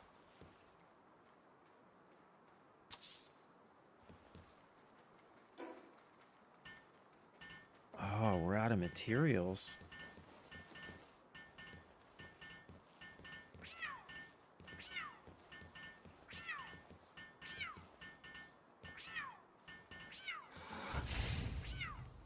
There you go, kitty. See? See, I was working on it, bro. Just relax, dude. Yeah, I'm building a pal stable, Sanchez. That's exactly what I'm doing, dude. That's exactly what I'm doing. More advanced tip takes time to figure out. You can vertical stack your farm by offsetting them a bit. Huh? What do you mean by that? Vertical stack. Oh, wait. I do know what we need to do. We need to do this. So... we need to put one of these guys out here so he can water our plants. Right?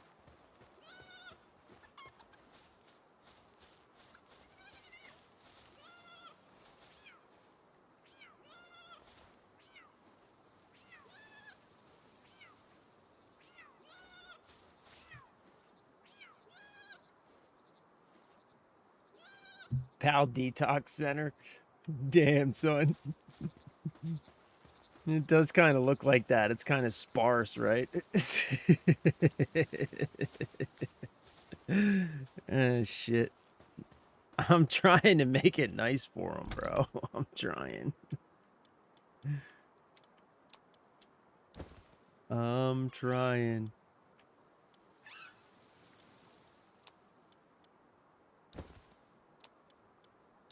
Okay, I am gonna need more materials.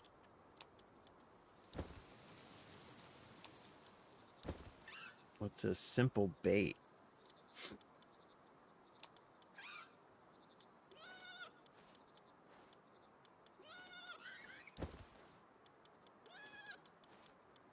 What's this? Frag grenade. Oh, shit. Oh, shit. Small pal souls. A spirit left behind by a small pal. It can draw out hidden abilities if offered to a statue of power. Interesting. Okay. Okay, so now...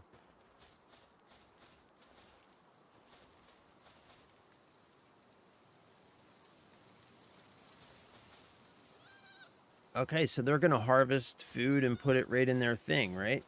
Sweet.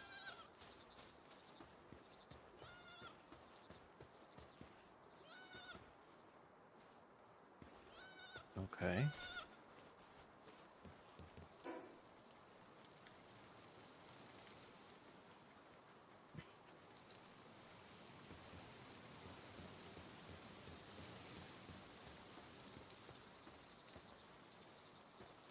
And I think I'm going to keep the walls off of this until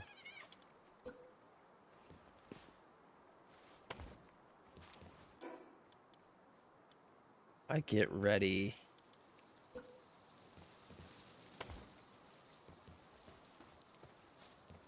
Until I get all the beds placed, because I think it's going to be easier to place the beds while I don't have the walls here.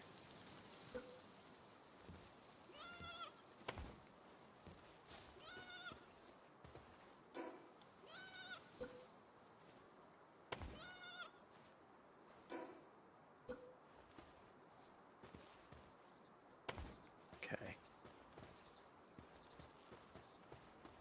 Oh yeah. See, this is gonna be a sweet pal stable though, son. This is gonna be a sweet pal stable. Yo, my mom will not stop fucking calling me, bro. It's driving me crazy. Like, I will call you back later. You need to relax. Straight up.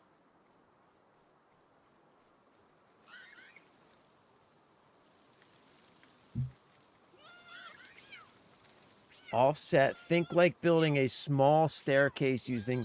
Oh, and they'll stack up. What? What? All right, let's put some items in queue here.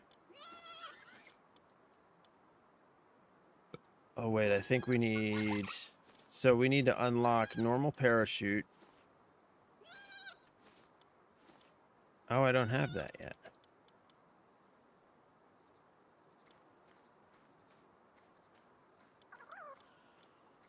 Common shield. Okay, so we need more technology points.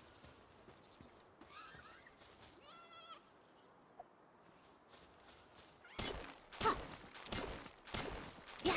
Huh. Huh. Huh. Yeah.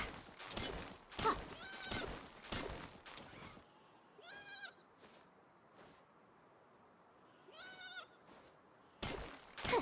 Something might be wrong. Oh no. Oh no. Don't say that. Don't say that, bro. What's wrong? Oh, with my mom. Yeah, you might be right, man. I probably need to... I'm about to jump off anyway. I'm gonna call her back. Yeah, you might be right, Tiny. Like, but here's the thing, though. With my mom, like, probably not. You know what I'm saying? Like, if my mom was a reasonable, non-psychopathic person, then I would totally be thinking the same thing. But the fact that she is a completely unreasonable psychopath makes me believe that there's probably nothing wrong. Yeah, I don't want to sit here and talk shit on my mom, but she's yeah, she's something. She's something. Playing Assassin's Creed 3 right now while watching your stream. That is what's up, my dude. That is what is up. I'm telling you, bro. I am like 1,000,000%, 1,000,000% going to build up my retro game library. You're going to see it on stream. We're going to be doing some retro gaming on stream. It's not going to be soon because I'm like very, very broke right now. But as soon as we get all this shit that's going on with us sorted out and I have a little bit of expendable income again, you'll see, bro. You'll see. I'm going to be building up the retro game library and we're going to be playing some AC3 on stream, my dude. Just watch, brother. Just watch. That's hilarious because I actually do understand. I have a hypochondriac old woman in my life too. Yes, bro. Oh my God. What it probably is, she's probably checked herself into the hospital again. I kid you not, dude. Last week, she was in the hospital for 5 days. They found nothing wrong with her. Like, they, like, know her there at this point. And then she calls me, and she's like, I've lost the use of my leg. I'm like, what are you talking about? You were just in the hospital. I know, that's why I was in the hospital. Oh, okay. Well, what did they say was wrong? Nothing. They couldn't find anything wrong. And I was like, well, why? Because they're idiots. I'm like, Mom, like, you ever think that maybe you're just full of shit? You ever think that is what it is? You know what I'm saying? Like, did you ever think that you're just full of shit? Honestly, a lot of retro games are pretty cheap. I got my Assassin's Creed 3 for $10. Yeah, the hard part's getting the systems, bro. Cause I want to get remember we were talking about it the other day. I want to get one of those fat PS3s so that I can like build up my PS1, PS2, and PS3 library and be able to like either that, or if it's cheaper. See, but the thing is to get like I think to get like a PS1 and a PS2 and a PS3 separately is probably even more than just buying one of those fat PS3s. Even though the PS3s are like $400 or $500 right now, I think it's probably more to buy all the systems separately, especially PS1s now. Like you used to be able to get PS1s for like 20, $25, but now, you know what I mean? They're starting to become a little more, a little more in demand as more and more people are getting into like retro stuff. All right, so we need to build a parachute and we need to build a common shield for the next mission, right? Okay. Yeah, and we are going to have to start doing some furniture and stuff. Ooh, fire arrows. All right, I'm going to save up. Okay, so now do the same to equip a common shield. So let's build a common shield. Yeah, I'm starting to get it. I'm starting to get this. I'm starting to feel it. I'm definitely starting to feel it. Okay, so common shield. So we need fiber. So I need to find some fiber. All right, so we got to do some resource gathering is what we need to do next.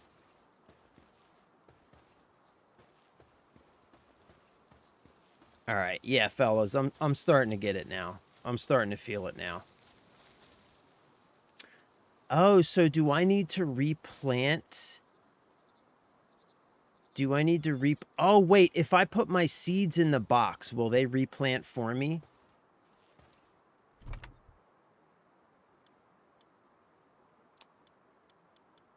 Will they keep this thing going for me if I put my seeds in the box, or do I need to do it?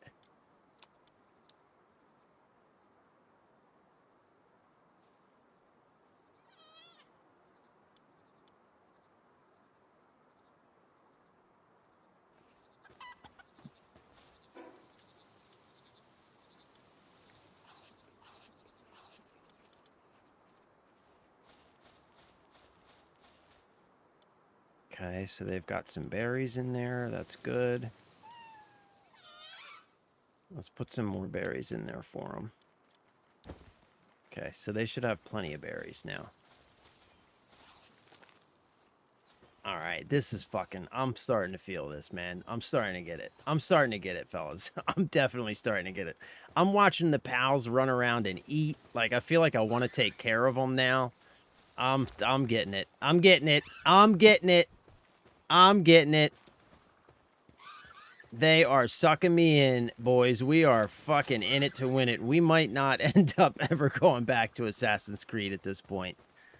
Because I feel like we are just getting started. It's already 13 past. We should have signed off 15 minutes ago, and here we are still playing. I'm going to buy a PS3 so I can play some of the classic old Spider-Man games. Oh my god, dude. That first Spider-Man game on the PS3 is so good, man. Oh my god, there are some great games on the PS3, dude. You just reminded me. I remember playing that when it came out, man. The first, whatever the first one. Tree. Tree? What's up, Sand Chisel? Robbie Burns, thank you for the sub, baby. I love you. I appreciate you. Thank you for being here. You need planter pals, harvesting pals, and watering pals, and then yes, they will do it all. Okay. Okay. Yeah, bro, I will. Tiny. Just keep reminding me. Just keep reminding me. Will I have to start my base and everything over again, or how's that work? Yeah, sand chisel. I know, man. There's. Yeah, bro. Yeah. So you can join and leave as you want. Okay. How does it work? We'll figure it out. We'll figure it out. We'll figure it out. We'll talk about it. We can talk about it more tomorrow. Because I do have to jump off of here though. Unfortunately. Unfortunately. I gotta jump off. I gotta call my mom. And then my wife is actually in New York right now. So my mother-in-law is currently watching the baby. So I got to jump off here. I got to call my mom, and then I got to go grab my kid and spend some time with him. You will, but you can join my crew if you want, and I'll give you a start, or you can start fresh. Yeah, like let me just like let me like keep playing for like a little bit here and like figuring shit out, and then we can like figure it out on stream. You can tell me how to join and stuff, and like maybe I can pop over on stream and we can like figure some stuff out or whatever. But yeah, like because like this is my first ever crafting survival game, so like I'm definitely it's gonna be slow going for me as I kind of get the hang of it, but I'm definitely starting to get it. I'm definitely starting to get it. I'm starting to like I don't know that I would say understand it, but I'm starting to feel it. You know what I'm saying? I'm definitely seeing where it's going and why this is so popular for sure. I would like to move. So what I would like to do is I would like to move my PAL box to the left a little bit and back a little bit so that I can get it up, so I can get my property line up out of the water and extend it back to the very edge of this cliff here to claim a little bit more of my property. Because you see how it extends all the way up onto the ridge line and everything now? So I kind of want to move that a little bit. So here's a question. If I just build a second PAL box before I tear down this PAL box, like if I build a second one, like maybe out here, right? And then tear down this one, will I lose any of the stuff that I've built already if I do it that way? Yes. Tobey Maguire's Spider-Man 3 game for the Xbox 360. I do remember that. I do. Is that the one where you fight the Shocker down in the subway, right? Don't you fight the shock guy like down in the subway or something on that one? Or am I thinking of a different one?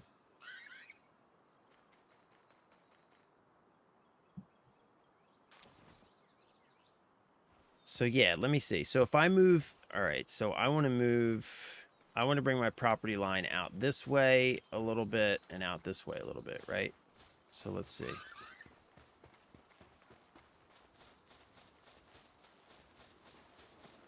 Yeah, so we need to be, so from here, we need to come out to like here, right? And then we need to come up like here, right? And I think that's going to put us pretty much where we need. And then, so now if I build another one of these, I fucking bet you have, bro. I bet you have. All right, so if I build this here, right? Oh, no, I can't because I already have one. So you can only have one at a time. Balls. Oh, that is fucking balls, dude. So I'm going to need to tear this one down. All right, we're leaving it where it is then, I guess. I wish you could just reposition stuff. Can I just I wish I could reposition stuff. Paint mode? Oh, no, this is paint mode. You just paint stuff a different color.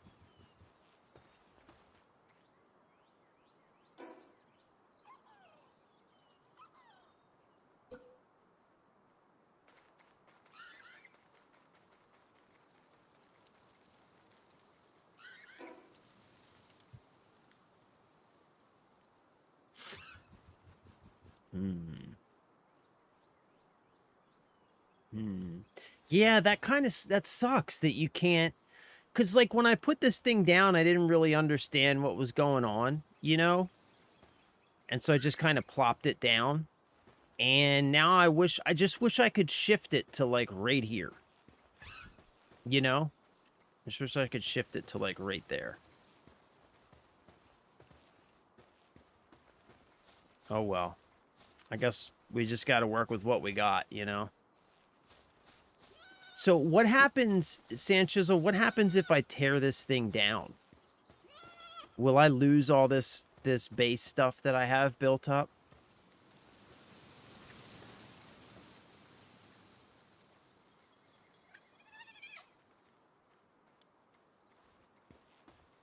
Yeah, I think we should probably leave it. Yeah, I think we'll just leave it. It's close enough, I guess. We'll just work with what we got. We'll just work with what we got. Yeah.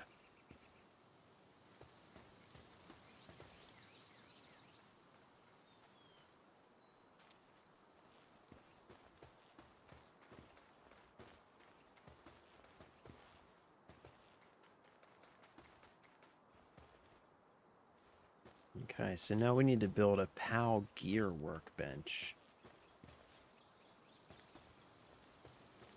Which, let's see.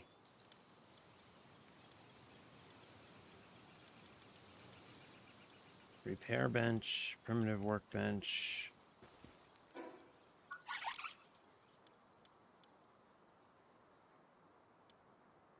So where's the PAL gear workbench? PAL dressing facility, repair bench. So I don't have that yet.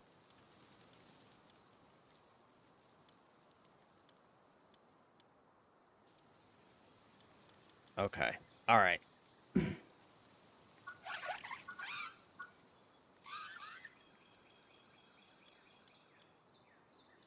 Okay. All right, gents. Pink fluffy unicorn, you can move it, but things outside the blue circle will disappear after a while, and you do get all your resources back from deleting things. Oh, wait, so if I tear it down and move it, so if I tear it down and move it, like nothing will just like, everything won't just like fall down right away, right? Like I was afraid that if I tear it down and move it, all the shit that I built would just like, you know what I'm saying? Go up in a puff of smoke. Okay, so maybe we'll move it then. We'll see what happens. Outside my base, but it will weather down or other I left mine where it was and then made a second one outside my base. Oh, okay. Okay. All right. Well, yeah, I gotta go. I gotta go. Yeah. Yeah. So as always, thank you for being here.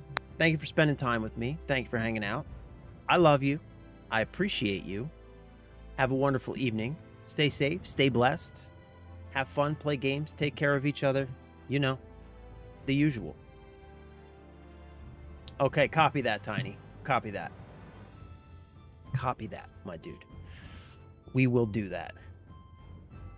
But yeah, I love you guys. I appreciate you. Have a great night. I will be back tomorrow. Same time. Back on PAL World. Gotta tell you, like, it was a bit of a rough start. You know what I'm saying? I'm not a huge...